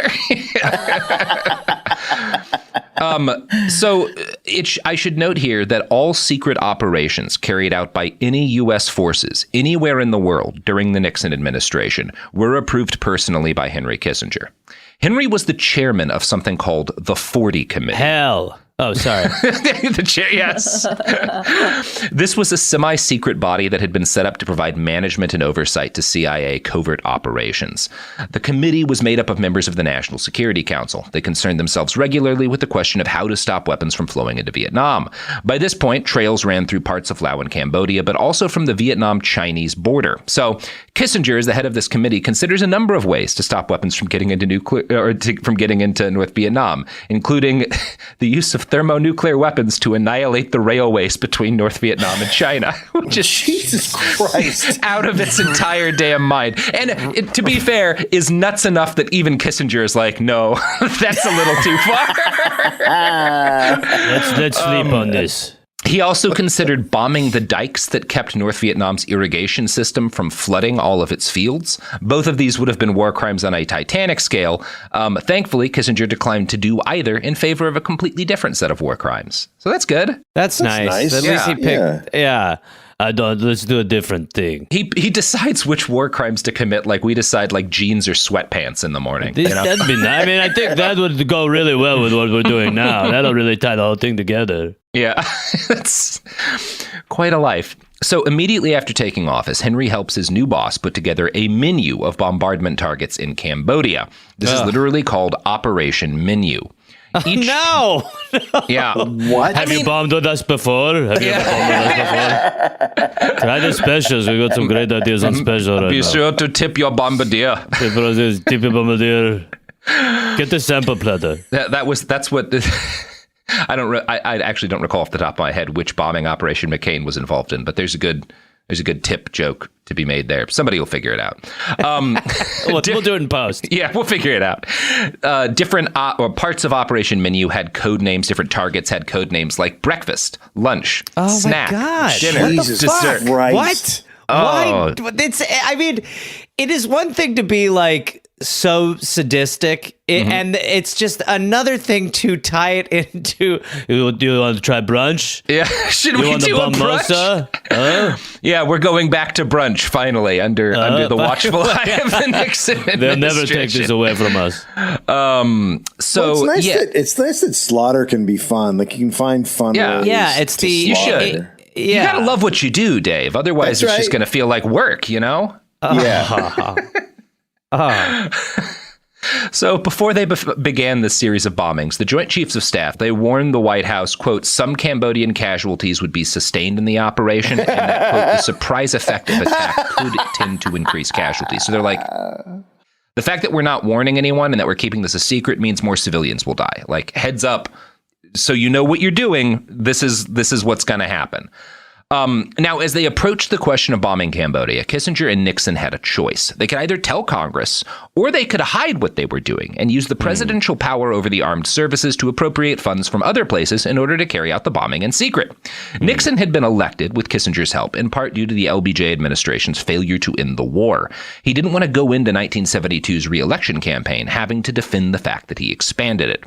Henry Kissinger worked with Colonels Alexander Haig and Ray Sitton to figure out a way for the president to direct bombing operations in a private manner. And I'm going to quote from Kissinger's Shadow by Greg Grandin. Sitton, based on recommendations he received from General Creighton Abrams, the commander of military operations in Vietnam, would work up a number of targets in Cambodia to be struck. Then he would bring them to Kissinger and Haig in the White House for approval. Kissinger was very hands-on, revising some of Sitton's work. I don't know what he was using as his reason for varying them, Sitton later recalled. Strike here in this area, Kissinger would tell him, or strike there in that area. Once Kissinger was satisfied with the proposed target, Sitton would back-channel the coordinates to Saigon, and from there a courier would pass them on to the appropriate radar stations, where an officer would make a last-minute switch. The B-52 would be diverted from its cover target in South Vietnam into Cambodia, where it would drop its bomb load on the real target. When the run was complete, the officer in charge of the deception would burn whatever documents, maps, computer printouts, radar reports, messages, and so on, that might reveal the actual flight. Then he would write up false post-strike paperwork indicating that the South Vietnam sortie was flown as planned. It's so much work. Yeah. It reminds me of when I used to skip school, that like the lengths I would go to get away with cutting class. And like the point would be made always to me, like, if you put this focus towards studying, you'd spend less time and it would be more effective. But instead you just waste so much. Instead of just stopping, you do all this gymnastics just to continue the thing that is the problem, that makes the problem compound. Yeah, they really are going through a lot of work to illegally bomb a neutral country. To look like they're not bombing. Yeah, to look like they're not. It's gaslighting, you know. That's what this is, Kissinger. Yeah. You know, we're finally going to get him canceled. This is going to be what does it. It would be, imagine, uncancelable. We're going to do to Kissinger what Hannibal Buress did to Cosby. Oh man! Oh come on! So. You know, obviously, this is very illegal. There's a lot of parts of it that are illegal. For example, the military has a chain of command, and Sitton was bypassing his bosses in the Department of Defense because he's just a colonel, right? Like, colonels don't get to. That's not their. Right. Like, you're not at that level, right? So he is bypassing the normal chain of command in order to directly orchestrate an illegal bombing campaign with the White House and kind of cutting out a chunk of the Pentagon. Sitton knew at the time that it was weird to cut his commanding officers out and report directly to Henry Kissinger. He later recalled, I kind of felt I was way out on a limb and skating on some pretty thin ice with all my trips to the West basement of the White House. Yeah. Where he's meeting with, I mean, like... Yeah, I'm going to a secret basement. Yeah. To talk about bombing. Like, maybe this isn't how it's supposed to be done. It feels this naughty. Doesn't seem like a democracy. It feels bad. I feel like we shouldn't be doing things like this in a basement. You come to secret democracy basement. Yeah. The people voted for this basement. Do the fun knock, so I know it's you. I noted here that they kind of cut out a large chunk of like the military command apparatus to do this, which doesn't mean that those guys were against what they were doing. And in fact, all of Sitton's superiors knew what he was doing. They just didn't want to be involved because, again, it was a crime, you know? They're down with the cutout because they're just like, yeah, you do it. Yeah, I don't want my name on this shit. That's fucking crazy, but go with it for sure. I love it. I love it. Yeah, we love it. Keep me out of the loop, but I love it. They didn't know about the bombing of Cambodia the same way I have never known a pot dealer. Right. So Sitton would regularly, like, I don't know, I'm not going to say this is to his credit, but he was like, this is weird. And he did on a couple of occasions go to his superiors and was like, are you okay with this? And his exact phrasing of what they responded was, just do just what you're doing. When you get a call to go to the White House, go, because you don't really have a choice, which is great. Oh my God. It's like, so good. It's straight out of the show Snowfall. Like, it's just like, this shit just happens all the time. Yeah, this is what happened with Iran-Contra. It was the same fucking shit that, you know. Yeah. It's all crimes. And it's worth noting that, like, The United States is going to war with a neutral country in secret under the personal direction of a guy who several months ago had been a Harvard professor. Like, Kissinger is not even a year distant from being a fucking teacher. And now he is orchestrating a secret war in Cambodia. I mean, I love the beginning thing where you said there's like a guy whose job it is to pick targets, and he's picking targets, and Kissinger's just taking the maps and going, no, I like this bomb here. Like, just totally random. He doesn't have any fucking idea what he's doing. He's just like, that hill looks like it should go away. He has not even begun to micromanage this war crime, Dave. So the purpose of this illegal bombing campaign was not just to stop the movement of Vietnamese troops and materiel. It also played a role in advancing what Nixon called his madman theory. Now, the president had shared this with close confidants prior to the 1968 election. He told his future chief of staff that, in order to negotiate an end to the war with favorable terms, he felt he had to make the North Vietnamese, quote, believe I've reached a point where I might do anything to stop the war. We'll just slip the word to them that, for God's sake, you know Nixon is obsessed about communists. We can't restrain him when he's angry, and he has his hand on the nuclear button. And Ho Chi Minh himself will be in Paris in 2 days begging for peace. Which is like the idea someone's like, so you want us to try to convey that you're crazy? Okay, that seems... I think it's coming across, sir. Honestly, I think that's already that's baked into this whole thing a little bit. It's also very funny that, like, they are trying to scare Ho Chi Minh, who at this point is fighting his second winning war against a major world power with, like, a very, very small number of people. You know, North Vietnam, not a big country compared to, say, the French imperial forces or the United States.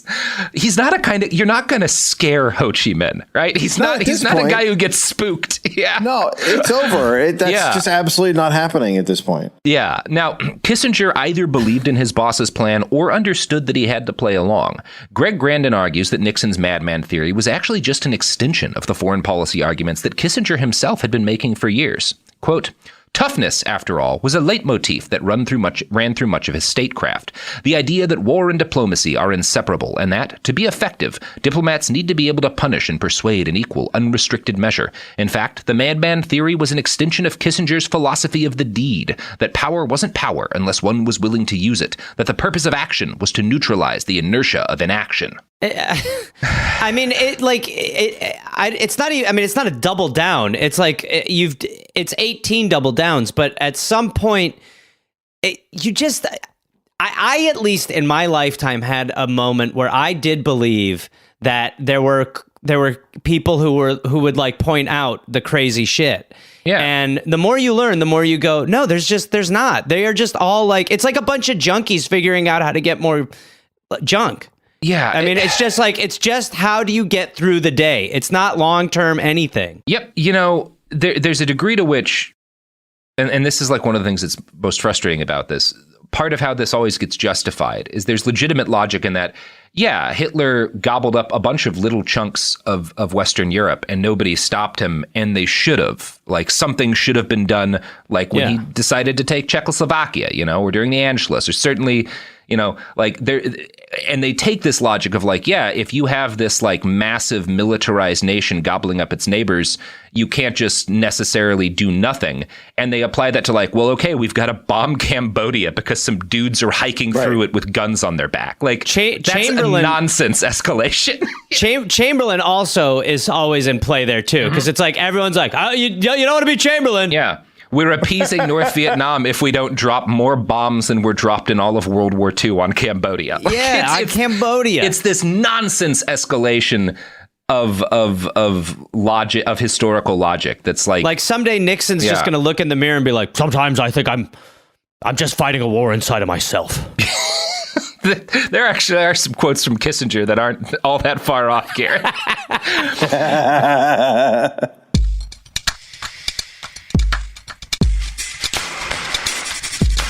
We're back. So the first bombing mission in this operation was launched on March 18th, 1969. Kissinger was in conversation at the time when he was interrupted with a note telling him that the bombing run had been a success. He smiled and then sent the information on to the president. Nixon's chief of staff later recalled, "Historic day. Kissinger really excited. He came in beaming with the report." Now, it was noted by people who were around the White House that Kissinger seemed to enjoy, quote, playing the bombardier, taking great pains to direct the destruction.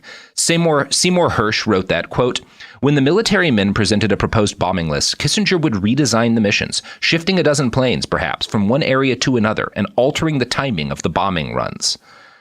And he has no fucking expertise in this area. Absolutely none. He's a fucking nerd who reads books. Like, you don't know anything about what to bomb, Henry. It's like me showing up at a hospital and being like, all right, give me the surgical schedule. Yeah. I need to start working these surgeries and getting them in order. Like, it's fucking crazy. It is. I mean, there's a human impulse here, right? We're seeing it in Ukraine where all these like random people are being like, here's how you disable a tank. And it's like, you've never disabled a tank. You don't know what the fuck you're talking about. Like, you're not going to, like, throwing paint on it isn't going to stop it. You're going to get people killed if anyone's stupid enough to listen to you. Shut up. It just like Kissinger is actually in a power to really do that. And there's this, I don't know what it is. I don't know what it is that makes some people certain that like they know how to prosecute an entire war based on their experience reading a lot of books at a school. And there's it doesn't sound like there's anybody who's going like, well, that doesn't make any sense. Is this out of its mind? Yeah. Right? Yeah. So it's just like it is. It's just people being like, okay, sure. Because there's a lot, obviously, the unrestricted drone warfare that escalated during the Obama administration and continued at an even higher pace under Trump is indefensible morally. But also the way that it tended to work was like you would get, these guys, the administration, whichever one it was, would say like, these are the things we are going to target with drones. And then the military would bring them like, well, here are the different options for strikes that we have. And they would like pick which one to do. Kissinger is literally taking the maps from them, erasing their plans and like writing in his own. Which is so it's like, just like a coach. It's a coach it's someone in the huddle with an actual, like with Coach K. He's drawing a play on a whiteboard, and then a fan just scribbles it out and like rubs it all down with his arm, and then he's like, instead, why don't we all run up the court at the same time and then we pass the ball a bunch and try to do it that way? Make someone head the ball into the net, huh? I think, yeah. I'm just upset because I bought 40 gallons of paint. Because you were going to try to knock out a couple of tanks. The coming tank war, and now the whole fucking thing is shot. Like, yeah. There are some things paint is good at when it comes to conflict. There were some very funny moments in one of the big chud fights we had up in Portland where kids filled a fire extinguisher with paint and like ruined thousands of dollars in tactical gear. That was nice. That was good. Wow. Yes. Look, that's not to say that amateurs never have good ideas, but they were not amateurs at that point, though. Those kids had been fighting those Proud Boys for a minute. So Kissinger's extraordinary degree of control over the situation was possible because he had literally reformed the entire national security apparatus around himself. Nixon wanted a buffer from his own Secretary of State, which provided Henry with the opportunity to take as much power and centralize it around the National Security Advisor. And he could do this as long as he kept Nixon happy. Under Kissinger, the National Security Council, which he headed, became the center of U.S. foreign policy. A massive bureaucracy fed piles of information, embassy cables, intelligence reports, etc., straight to Henry Kissinger. He decided, Henry is where all of the information from this vast apparatus that the U.S. has to gather information, right? The eyes and ears of the president, all of the things that are supposed to provide the president with information, all of that comes directly to Henry, and he decides what to give the president. And he was a teacher. And he was a year before. He was a guy whose primary claim to fame before this was, we need more nukes. We don't have enough fucking nukes. Right? And also, we should use them whenever. I was just watching, there's a great documentary called Command and Control that's about a nuclear disaster in the U.S. in 1980 that nearly killed half of the people on the East Coast that enough folks don't know about. A guy accidentally dropped a bolt and it ignited part of a nuclear missile and it nearly killed everyone on the Eastern Seaboard. It was a big kerfuffle. And oopsies. So the screw fell in the thing. That's nuts about it. But one of the things it pointed out, I think we have, Sophie can Google this for me, I think we have about 6,000 nuclear weapons right now, which is way too many. But as a result... We have the Soviet Union. Russia has around 6,000. We have around 4,800, I think. 4,800. So that's too much. Both countries have too many nukes. I think we can all say that's fair. It's a lot. I'm not signing off on that. As a result, in part of Kissinger's, we have a missile gap and we needed to build more. By this point in the mid-60s, there are 32,000 nuclear weapons in the United States. God. Like, it is... That's even an aside because it's like a Kardashian with shoes. Well, I feel my thing has always been every person who owns property should be allowed to have a nuke. Your own nuke. Look, I think we can all agree. You know what there wouldn't be if everyone had a nuke, Dave? No-knock raids by the cops. That's true. You're not going to have any of that shit. They ain't going to be busting down doors. Yeah. No, come on in, guys. It's fine. Doors open, asshole. Real different situation, RE, the cops, if everybody's got a nuke. Other problems, though. There would be some other problems. I don't see any other problems. Yeah. So anyway, Kissinger is effectively turned himself into the eyes and ears of the United States military apparatus. He decides it's fucking crazy. You can argue he's one of the 2 or 3 most powerful people who's ever lived at this point. An argument could be made. So Marvin and Bernard Kolb, who were both diplomats at this point, describe what Henry builds here as Henry's wonderful machine. Quote, since Kissinger... I know. It's like Willy Wonka. Mr. Megorium's nuclear emporium. Since Kissinger controlled the system, he controlled the decision-making process. Everyone reports to Kissinger, and only Kissinger reports to the president. This setup allowed Henry to micromanage bombing campaigns, order covert arms deals, and engage in secret diplomacy at will. He was not merely executing the president's orders. He himself was free to make national policy as long as Nixon was happy with him. From Kissinger's shadow, quote, Kissinger, according to Marvin and Bernard Kolb, knew almost instinctively that he would be able to control the bureaucracy and thus help reorder American diplomacy only to the degree that he became indistinguishable from the president and his policies. Rogers at State was opposed to the idea of escalating the war into Cambodia. Laird at the Pentagon was for it, but thought it needed to be done above board, legally and publicly, through the normal chain of command. This gave Kissinger an opening, letting him stake out a ne plus ultra position. He wanted to bomb. He wanted to bomb in a way that inflicted the most pain. And he wanted to bomb in absolute secrecy, completely off the books. Fuck yeah. As a result, every war crime committed by the United States during the Nixon administration, every bad thing U.S. forces do, particularly under the aegis of special operations, at least, right, has to be considered one of Henry Kissinger's crimes, because it is his job to personally sign off on all of them. And he is not just a rubber stamper. He is actively pushing for things.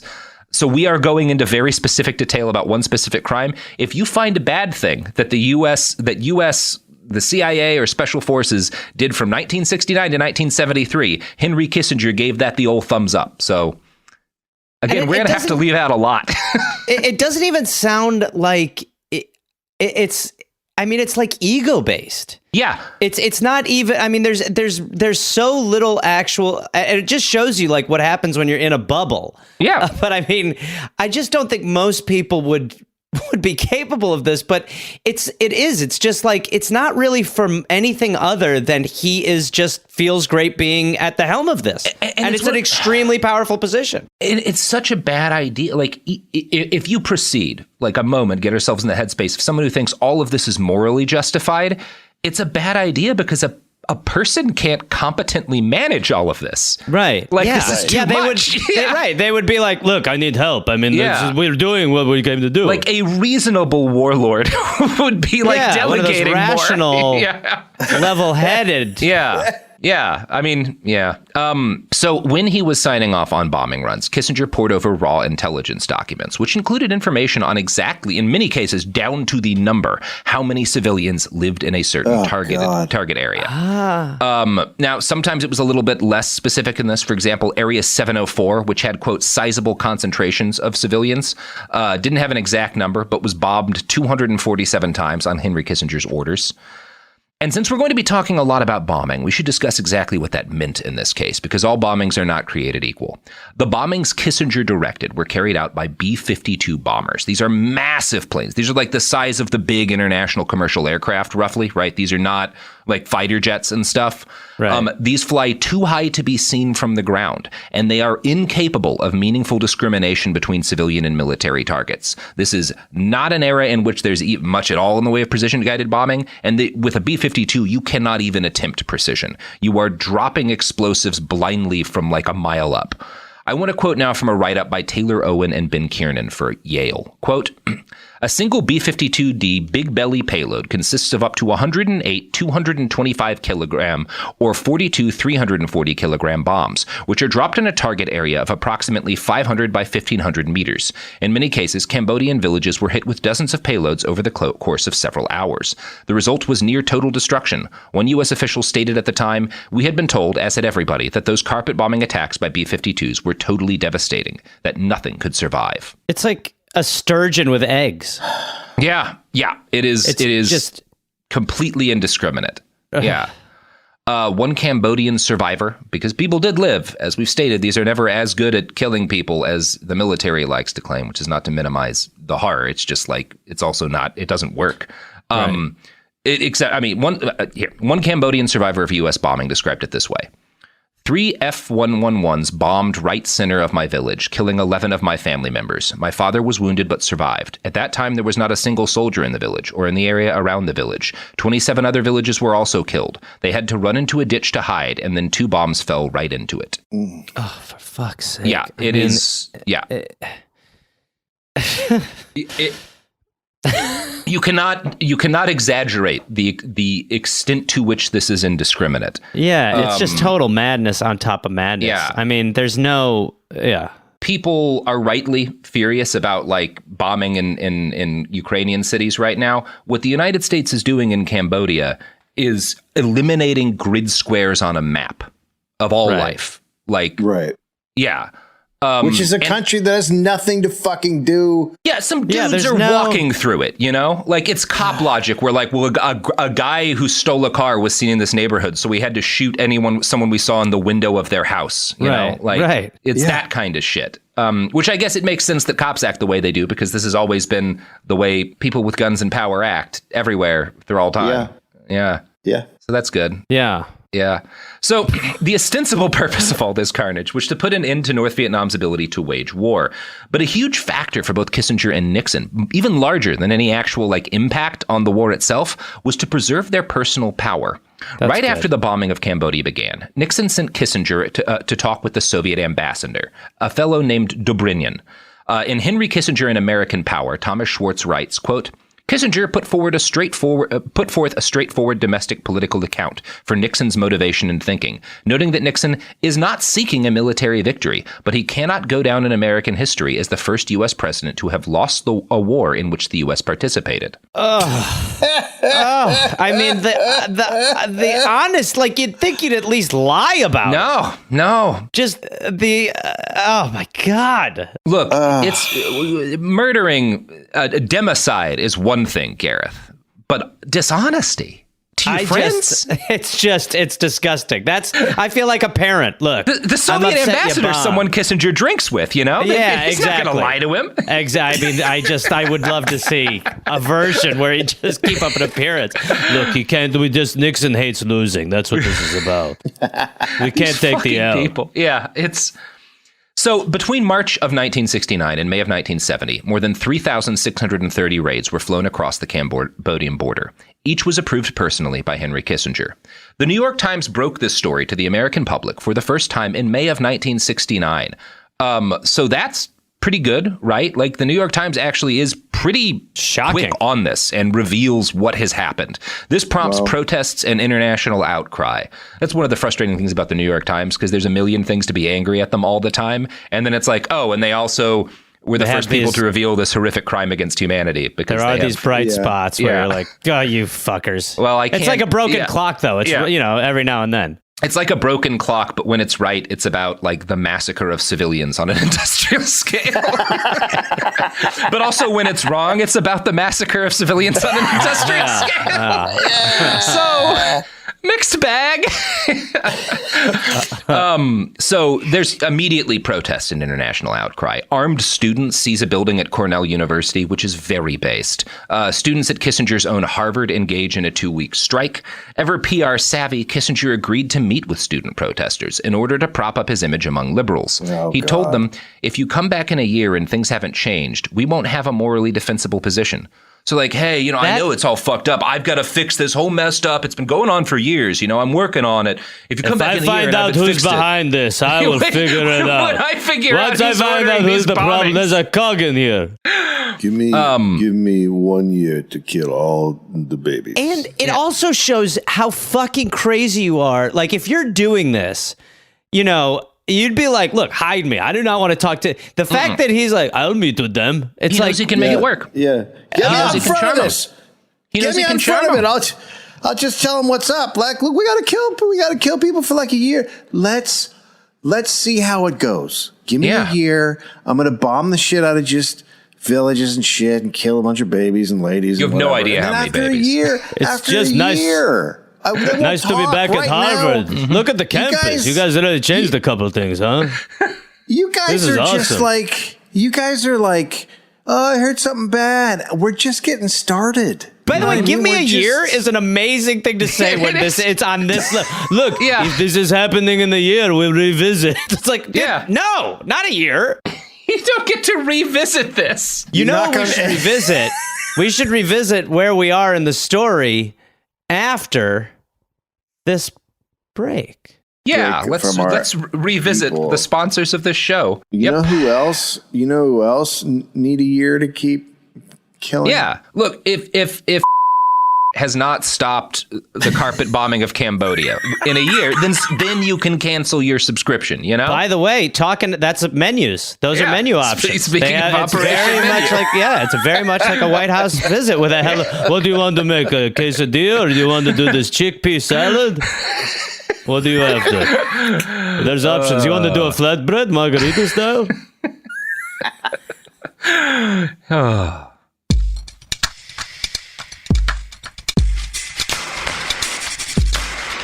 We're back. So, there's congressional inquiries about the illegal carpet bombing of Cambodia. On what grounds? What are they after? They smell some smoke? I should also note, seizing Cornell offices with arms, dope. Actually sitting down with Henry Kissinger to let him talk about how things aren't really that bad, not dope. Maybe throw a stapler at his face, something. Yeah. Try to hit him. You fucking hit him really hard. Try to hit him, At least give him a shoe, You've got options.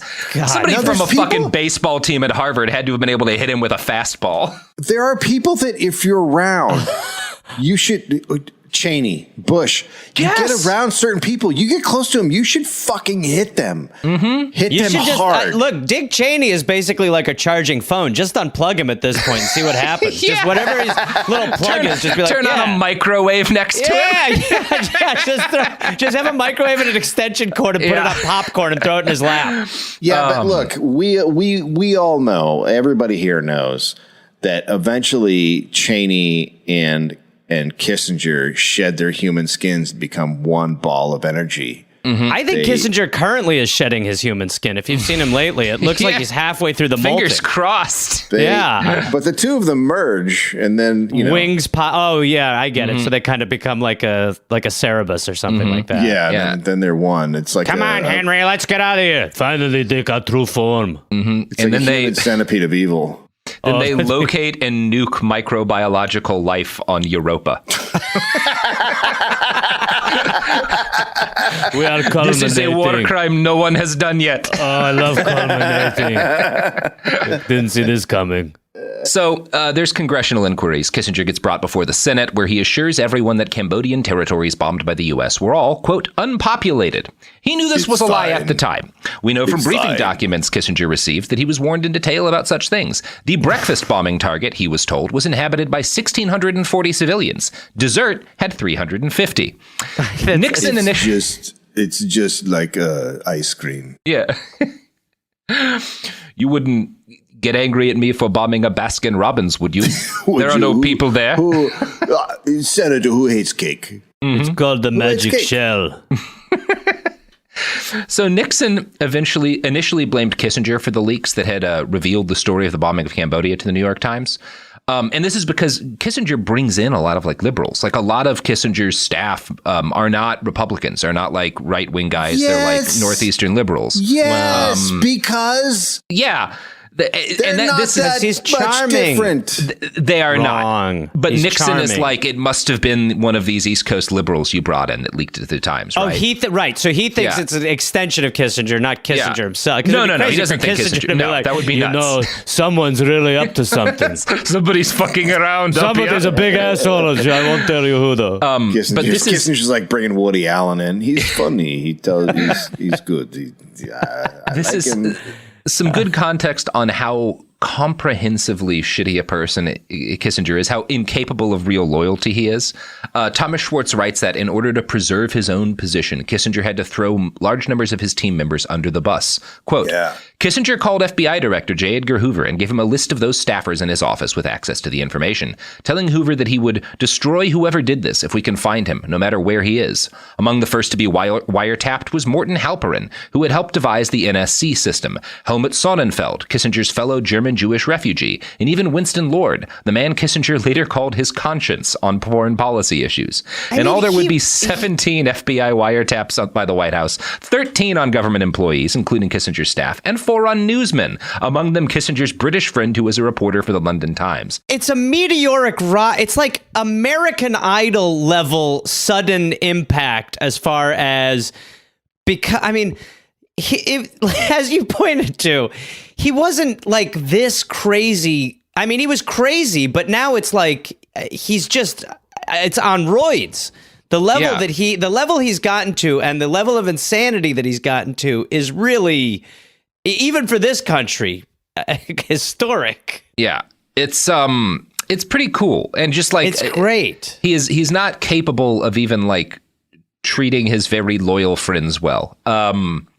So, yeah, this would come back to bite Kissinger and Nixon in the ass in the not too distant future, but we're going to take a while to get to that because there's a lot in between there and now. So let's return to Cambodia. It is worth noting that Operation Menu achieved nothing. It was useless in a military sense. The enemy command and control facilities they were ostensibly trying to destroy were never taken out. And it was useless from a negotiating standpoint because North Vietnam did not budge. In May of 1970, Nixon decided to escalate again by ordering a ground invasion of Cambodia. He announced this with a typically unhinged speech. And again, this is public because at this point, the New York Times has revealed things. So, we live in an age of anarchy. We see mindless attacks on all the great institutions which have been created by free civilizations in the past 500 years. What's happening? It's because kids are like protesting in colleges. Yeah. He framed it as a test of the nation's, quote, will and character. Seriously, now, he's right. When one of his staff members, when Kissinger's staff members balked at plans to illegally invade Cambodia with ground troops, Henry told him, quote, your views represent the cowardice of the Eastern establishment. This staff member... William Watts tried to physically attack Henry Kissinger, who hid behind his desk. It's just like if he was only able to just kill him. Imagine the ripple. If only there'd been a sharper letter opener on the desk. Yeah, if he could have just penned and put it like a pen through his neck. Yeah. It's very funny that Kissinger did at some point have to hide behind a desk to stop his own staff from assaulting so strong, bombing everywhere, and then he's hiding under his desk. All right, relax. So this staff member, Watts resigns right after this. And when staff member Anthony Lake echoes Watts's concerns, Kissinger, presumably still hiding behind his desk, calls Lake not manly enough to do what was necessary. And so Lake resigns too. Yeah. Bold words from hiding behind a desk. Yeah, big tough guy. 4 days after Nixon's speech announcing the invasion of Cambodia, 4 students were shot dead at Kent State during a protest over the invasion. 9 more were wounded. 2 weeks later, at Jackson State, police shot into a crowd of black students protesting the war. 2 were killed and 12 wounded. The invasion prompted some of the first consequences, and only consequences, Kissinger ever faced. Stern rebukes from fancy academics he respected. A group of them, men who had often acted as his brain trust and advised him and other presidential advisors on issues, marched into his office after the invasion. One of the men, Thomas Schelling, opened by saying that he supposed he should explain who they were. Kissinger responded with confusion that, "I know who you are. You're all good friends from Harvard."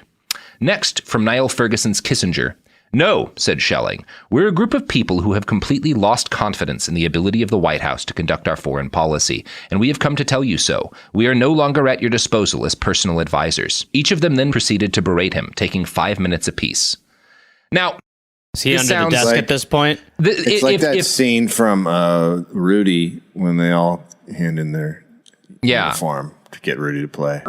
It's like that. This whole story's like Rudy. If you have oh God, what's his fucking name? I'm spacing the West Wing motherfucker. Aaron Sorkin. Aaron Sorkin. If Aaron Sorkin's writing that, motherfucker, that is the best description of him.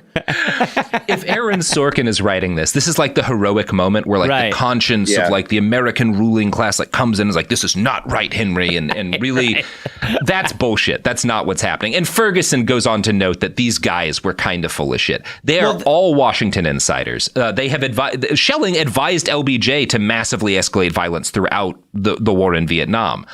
Ferguson continues, and this is his explanation of what they were really doing. Quote, "For these men, publicly breaking with Kissinger, with journalists briefed in advance about the breach, was a form of self-exculpation, not to say an insurance policy as student radicals back on the Harvard campus ran riot.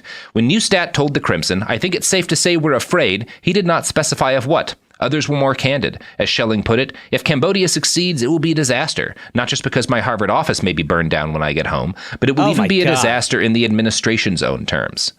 So it's amazing. For fuck's sake. Yeah.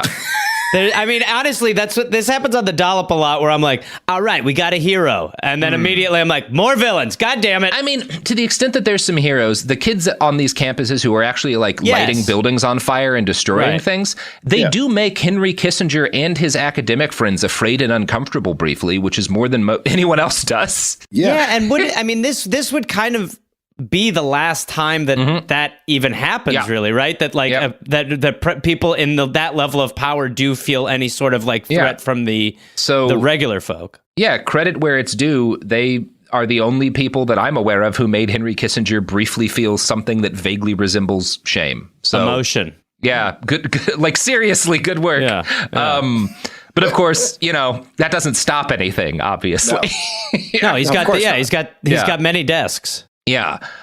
So Cambodia falls into chaos as a result of as most places would when bombed on this level, right? Yeah. Hard to maintain a state with this level of things exploding. It is unclear precisely how many people die in Operation Menu, the subsequent invasion of Cambodia, and the bombing campaigns that followed. The low estimate is 50,000. The high estimates are 150 to 200,000. 30 to 50,000 Laotians die in the bombing campaign, which makes the sparsely populated nation the most densely bombed place on Earth. 30% of these bombs failed to detonate, and in the years since the bombing, another 20,000 people have died from the estimated 80 million bombs left in the soil. 40% of the victims are children. One aid worker said of the situation, "There are parts of Laos where there is literally no free space. There are no areas that have not been bombed. And when you are in the villages now, you still see the evidence of that. You see the bomb craters. You still see an unbelievable amount of metal and wreckage and unexploded ordnance just lying around in villages, and it's still injuring and killing people today." What a legacy. Now, if any of this concerned Nixon and Kissinger, they did not show it. I would like to just throw out there that I do feel that gardening should be more dangerous. So yes, nobody's in disagreement about that. And we have enough bombs in this country to make gardening a lot more dangerous. And we should. Dangerous. Yeah. That is my 24. Earn your fucking beans. If there's not a 1 in 3 chance digging up a potato loses you a goddamn arm, you're not really a gardener. So how are the tomatoes? Ken's dead. Ken died. If any of this concerned Nixon and Kissinger, we have no evidence of it. We know that in 1972, Nixon asked, "How many did we kill in Laos?"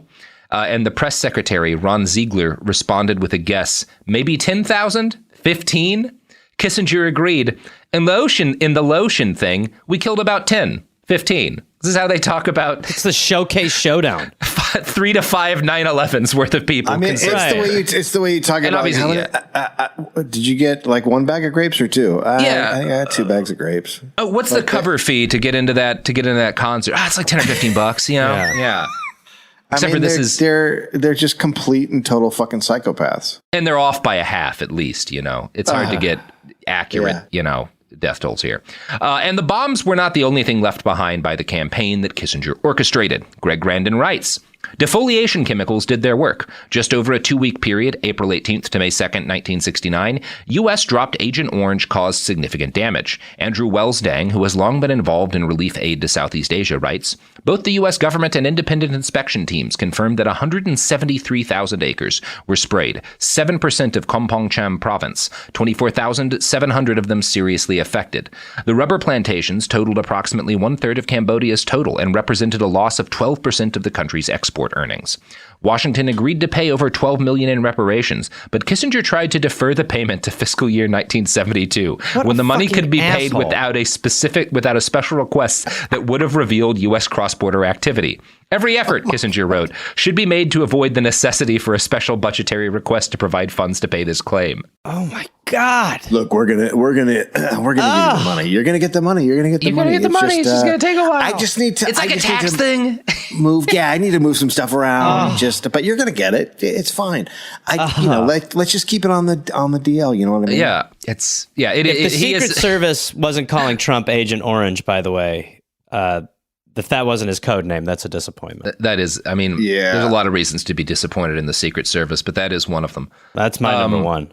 So the loss of life and economic damage caused Cambodia to spiral into chaos, or at least it was a factor. Other stuff's going on. We have a couple episodes about King Norodom Sihanouk, who was a real piece of shit and the king of Cambodia in this period. A lot's happening. But unrest caused by the bombings and the economic devastation helped to spark a right-wing coup, which was likely orchestrated with CIA help and thus with the direct input of Henry Kissinger. You guys are looking to change things up here? We've got a plan. We got an idea. What's the matter? What happened? Someone bomb you? Well, why don't we provide some help? Yeah, exactly. And the coup, overthrows the king, who then starts backing the Khmer Rouge, who then win. They're great. Yeah, their counter-revolution against the right-wing coup, and this leads to the establishment of Pol Pot's Khmer Rouge government. Yay! Once the Rouge took over in 1975, Nixon had left office. Kissinger, though, was still in power. In November of 1975, he told Thailand's foreign minister, "You should also tell the Cambodians that we will be friends with them. They are murderous thugs, but we won't let that stand in our way. We are prepared to improve relations with them." We get it. We get it. Kissinger... They're my people. We're murderous thugs. I get it. Murderous thugs. I'm all about murderous thugs. I think we could find common ground. This man wants to kill 1 million people. I think that is a cute start. Yeah, I feel adorable. In 1988, when questioned on this, Kissinger explained that, quote, the Thai and the Chinese did not want a Vietnamese-dominated Indochina. We didn't want the Vietnamese to dominate. I don't believe we did anything for Pol Pot, but I suspect we closed our eyes when some others did something for Pol Pot. Of course, the United States attempted at least to provide direct military aid to the Khmer Rouge in order to help them oppose Vietnam. And there's a lot of debate and uncertainty. It seems that very little, if any, actually made it to the Khmer, but this is primarily because of difficulty getting shit into Cambodia at this point in time. But it is fair to say that Kissinger and Nixon's actions were crucial in creating the circumstances that brought Pol Pot to power. And once he was in charge and massacring people, they tacitly supported his government because they thought it would stymie the Vietnamese.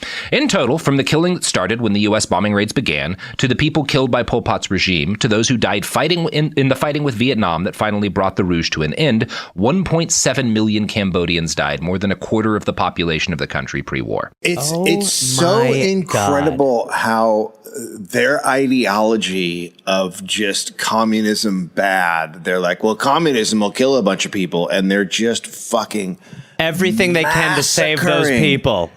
Well, and it's also like they don't even really believe communism because the Khmer Rouge are communist as hell, and they're fine with working with them because Vietnam is the ones who beat them, and so they're angry at Vietnam, and it's like, and Vietnam fights Cambodia. Like, it's not. These people don't believe in anything. Yeah, there's not good lessons to take from this, but no, it's really someone should have stabbed Henry Kissinger. That's for sure. God, just if that guy stabbed him. Yeah, there's so many people we should have stabbed. I mean, There's so many, but Kissinger's way up there. And in this story, right? Like, we're not, obviously, you can't blame all of the deaths in Cambodia on Kissinger. Just like you can't blame all of the deaths in Vietnam on Kissinger and Nixon, but like just so the many, degree to which he's central to a lot of the worst actions in these wars. Well, and so I keep thinking about the point you made in the last episode where the idea that LBJ, that he broke up the LBJ plan to sort of end all of this, and just for political reasons made that not happen, and that the avenue that we are down now is just, I mean, it's unconscionable. There's so much. We also, besides just the straight bombings, we destabilize areas. We change the trajectory. Look, Putin is our fucking doing. Yeah.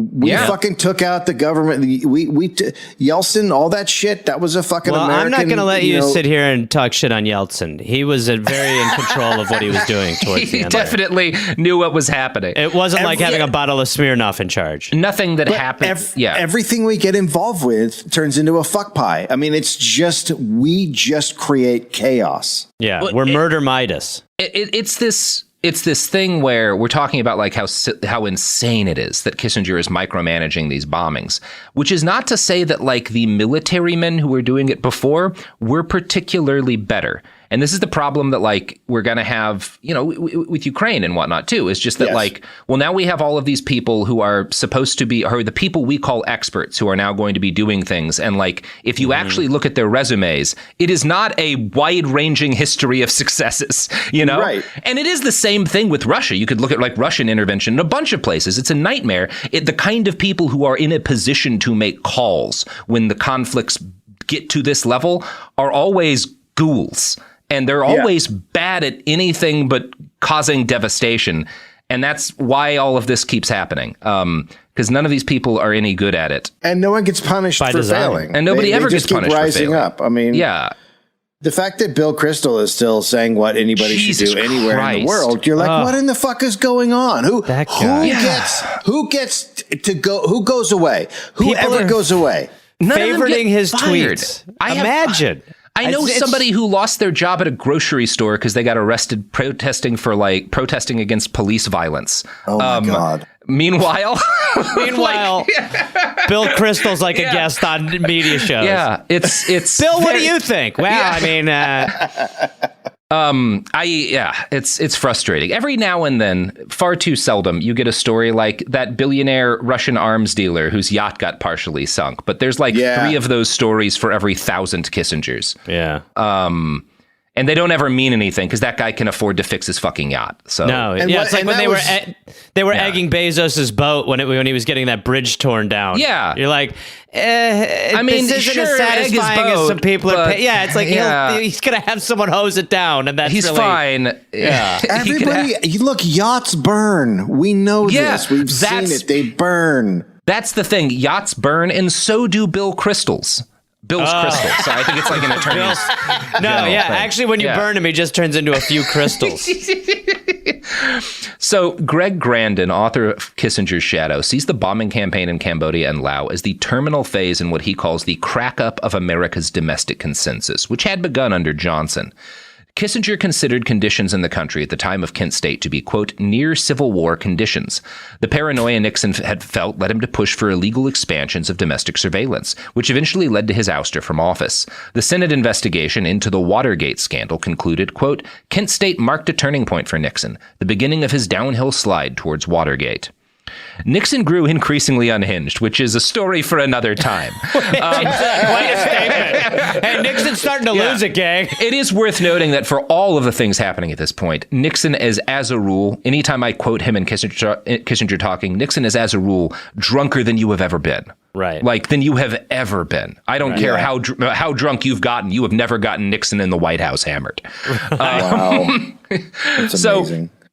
With Kissinger's help, Nixon cooks up a plan to pursue an arms control treaty in order to discredit his political rivals. Kissinger agreed that attacking the left was the right way to distract from the disaster they'd created in Southeast Asia. Mm-hmm. He told his boss, "We've got to break the back of this generation of democratic leaders." Nixon responded in agreement. "We've got to destroy the confidence of the people in the American establishment." Good news on that one, buddy. Yeah. I mean, honestly, yeah. You know what? A rare swish. And he's drunk and he's right. Yeah, that is a hole-in-one for you, my friend. No notes. So prescient, yeah. Yeah. Re-election in 1972 was always going to be dicey for Nixon and Kissinger. Nixon's plan was the infamous Southern strategy, cultivating racial resentment in order to turn whites into a reliable Republican voting bloc. There's a lot to be said about this. Obviously, we were just kind of breezing past it. But part of his strategy for doing this, to get these Southern whites on his side, was to continue carpet bombing huge chunks of Southeast Asia, even though this had no impact on the war's course, and he knew it. Grandin described the continued bombing as, quote, blood tribute paid to the growing power of the American right. And as, yeah. Just, and it is like, I mean, it's what our politics is now, which is just constantly the optics on how to get reelected. It's just the number crunch on how do you get reelected by doing things illegally or, shifting priority, whatever it is. Or unmasking. Whatever it is. I mean, like we all know that war helps poll numbers. So, well, some of them do. Right. But I mean, in the short term, it seems like there's a short term gain to be made. Certainly, if you're on the right, for sure. Yeah. And it is worth noting, because I always had this idea, even past the point where I stopped believing Henry Kissinger was a hero, that he was doing what he was doing in Southeast Asia because there were like very specific wonky things he believed about the conduct of the war and how to win it. Right. And he was just like willing to do these horrible things. But like, no, they know it's not winning the war. This is for votes. Yeah. And Kissinger. So, I mean, you're basically just saying it is just a white supremacist thing. They're killing people of color to make whites in the South happy. Yeah. That's all we're saying. Yeah. Mm-hmm. Yep. White supremacists, the country. But that doesn't fit on a lawn placard. Get one of those, like, in this house we believe that in the Nixon administration we believe in covering up for our war crimes with doubling down on racism in order to. And so it's worth noting too, Kissinger isn't just micromanaging the actual racist bombing campaign that they're doing to get votes. He is also the front man Nixon sends out to talk to right-wing leaders to try and like pump them up about this. Nixon sent him to talk to Ronald Reagan, then the governor of California. Kissinger sat down on Nixon's behalf with Billy Graham, with William F. Buckley, with Bob Hope. Fucking names. Oh my God. His patter went like this. The president wanted me to give you a brief call to tell you that with all the hysteria on TV and in the news on Lao, we feel we have set up everything we set out to do. Destroyed more supplies than in Cambodia last year. Set them back many months. We achieved what we were after. Well, I'll tell you, I can't wait to go out there and rally those troops there, Hank. Having just been doing some research, he is friends with Frank Sinatra. Frank would call him on the phone. Yeah, that sounds right. That fucking sounds right. Can I get a nuclear weapon? Is that possible? Frank Sinatra with a nuke. There's no people left if that had happened. I put some Agent Orange in Dean Martin's drink and he didn't notice, baby. Kissinger spent a particularly long time bragging to Ronald Reagan about the administration's achievements. Quote, we wouldn't have had Cambodia, we wouldn't have had Laos, and we wouldn't have had an $80 billion defense budget, without Nixon getting elected. He also told Reagan, we wouldn't have had Amchitka. Now, Amchitka is an island off the coast of Alaska. In the early 1970s, the White House wanted to nuke it for a lot of complicated reasons. No, I get that. This is one thing I was totally with them on. Not other islands, but specifically Amchitka. Yeah. More like Amchitka.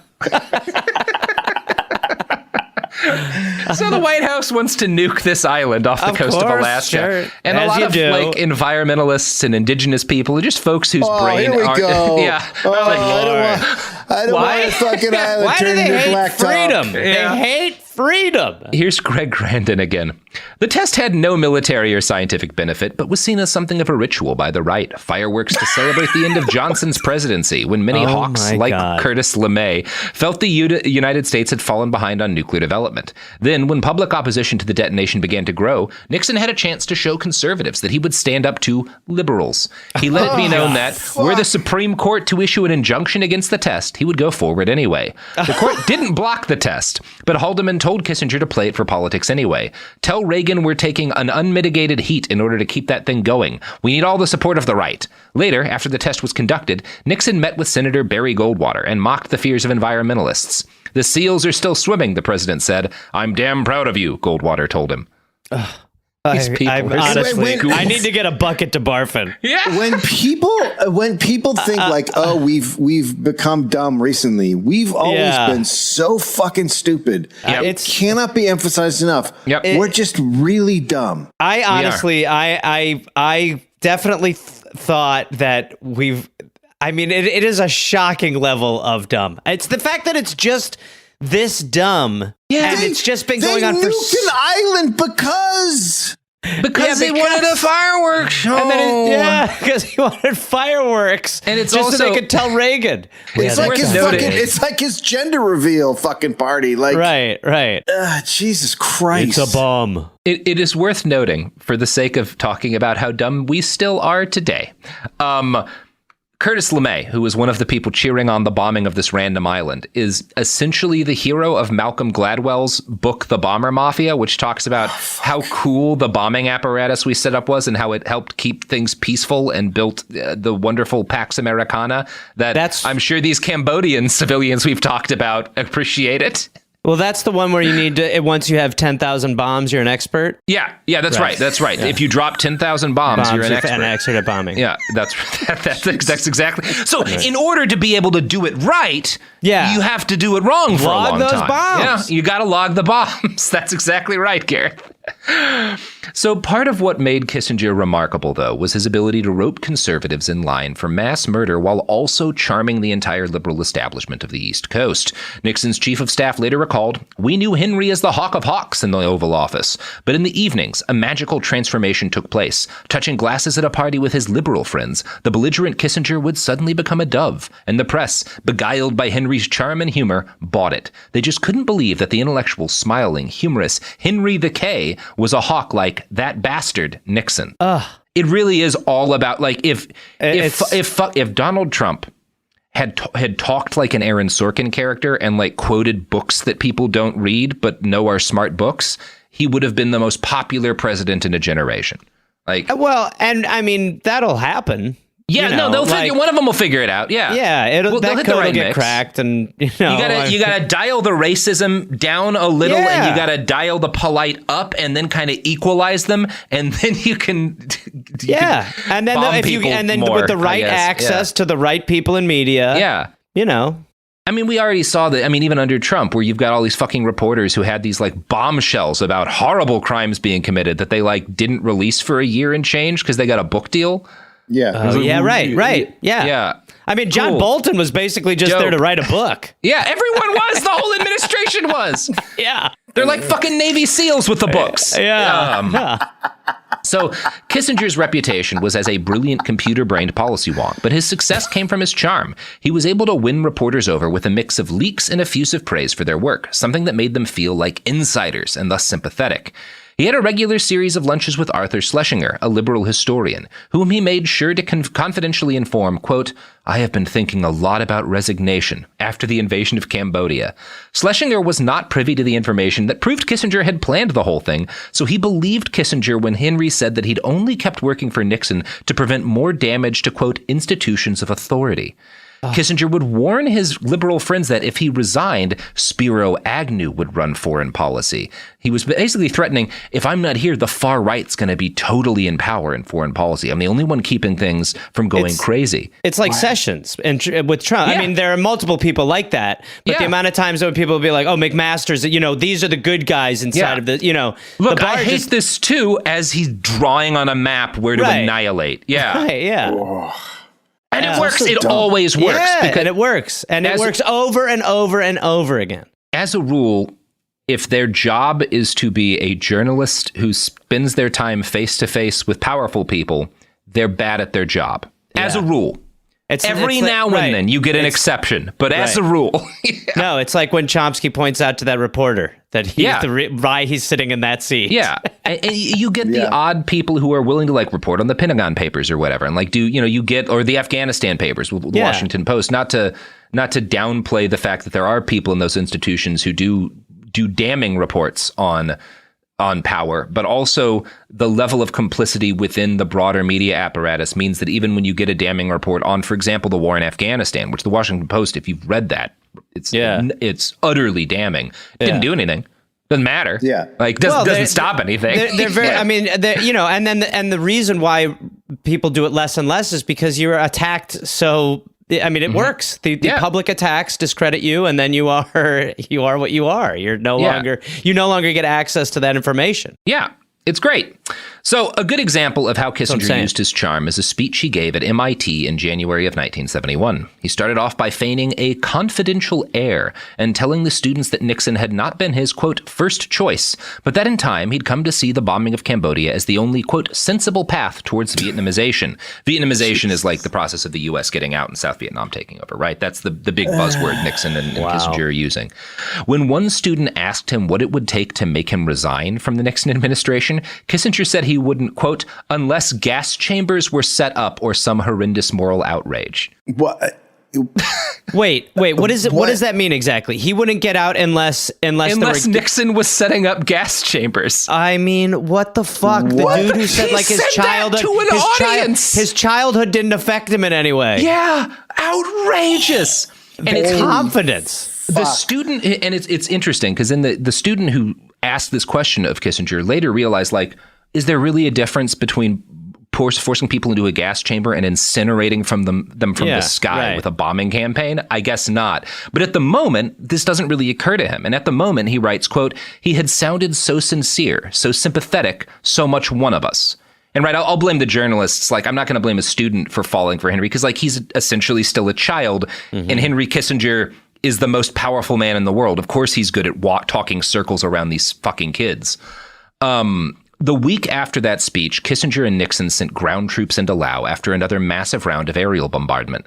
This involved 17,000 South Vietnamese troops supported by U.S. air power. It was a catastrophe. 8,000 South Vietnamese soldiers were killed or wounded. The United States lost 215 men. Nixon considered it a victory because it played well with conservatives. When the media, my fucking God, and he's drunk, and he's drunk. Yeah, he is, and he is. That's pretty good, isn't it? That's not too bad, huh? He just pounded back an entire bottle of vodka before saying that. When the media savaged Laos as a pointless bloodbath, Kissinger ran to his boss and complained about vicious coverage, saying, if Britain had press like this in World War II, they would have quit in 1942. Both Kissinger and Nixon saw Laos as a win because it benefited their domestic chances of re-election. As Nixon told his right-hand man, the main thing, Henry, on Laos, I don't care what happens there. It's a win, see? Oh, a win, see? So he's a little gangstery. That's right, Henry, it's a win, see? It's incredible. Dirty coppers. Oh, and as the re-election campaign churned forward, Kissinger was about to help his boss engineer another win. And this one, boy, howdy, you think we've seen a body count so far. Oh my God, what the fuck? I'm still mourning that island off of Alaska. So now they're in sweeps. Yeah, now they're hitting sweeps. And if you think hundreds of thousands of Cambodian dead plus aiding in the deaths of another million or so was bad, it's really bad. It's a historic crime. But also, Henry Kissinger's just getting started. So, we're going to talk about that in part 4. Baby. You guys want to plug anything? My ears. Just death. I remember when I did an episode on our podcast about Tim Leary, and there's a lot of the Nixon Law and Order president stuff in there, and drunk he was, but also his lunch every day was pineapple circles with cottage cheese in the middle, and so that was his daily drunk lunch. And then there's the one night where he's starting to feel the heat, Well, maybe I don't know if he'll get into that. Well, he goes out hammered with his valet, and he goes and talks to some of the people protesting him. And like he wakes one of these guys up, and he's like, "You really think I'm a bad guy?" And the guy's just like, "What the fuck is going on right now?" Like, is it Nixon?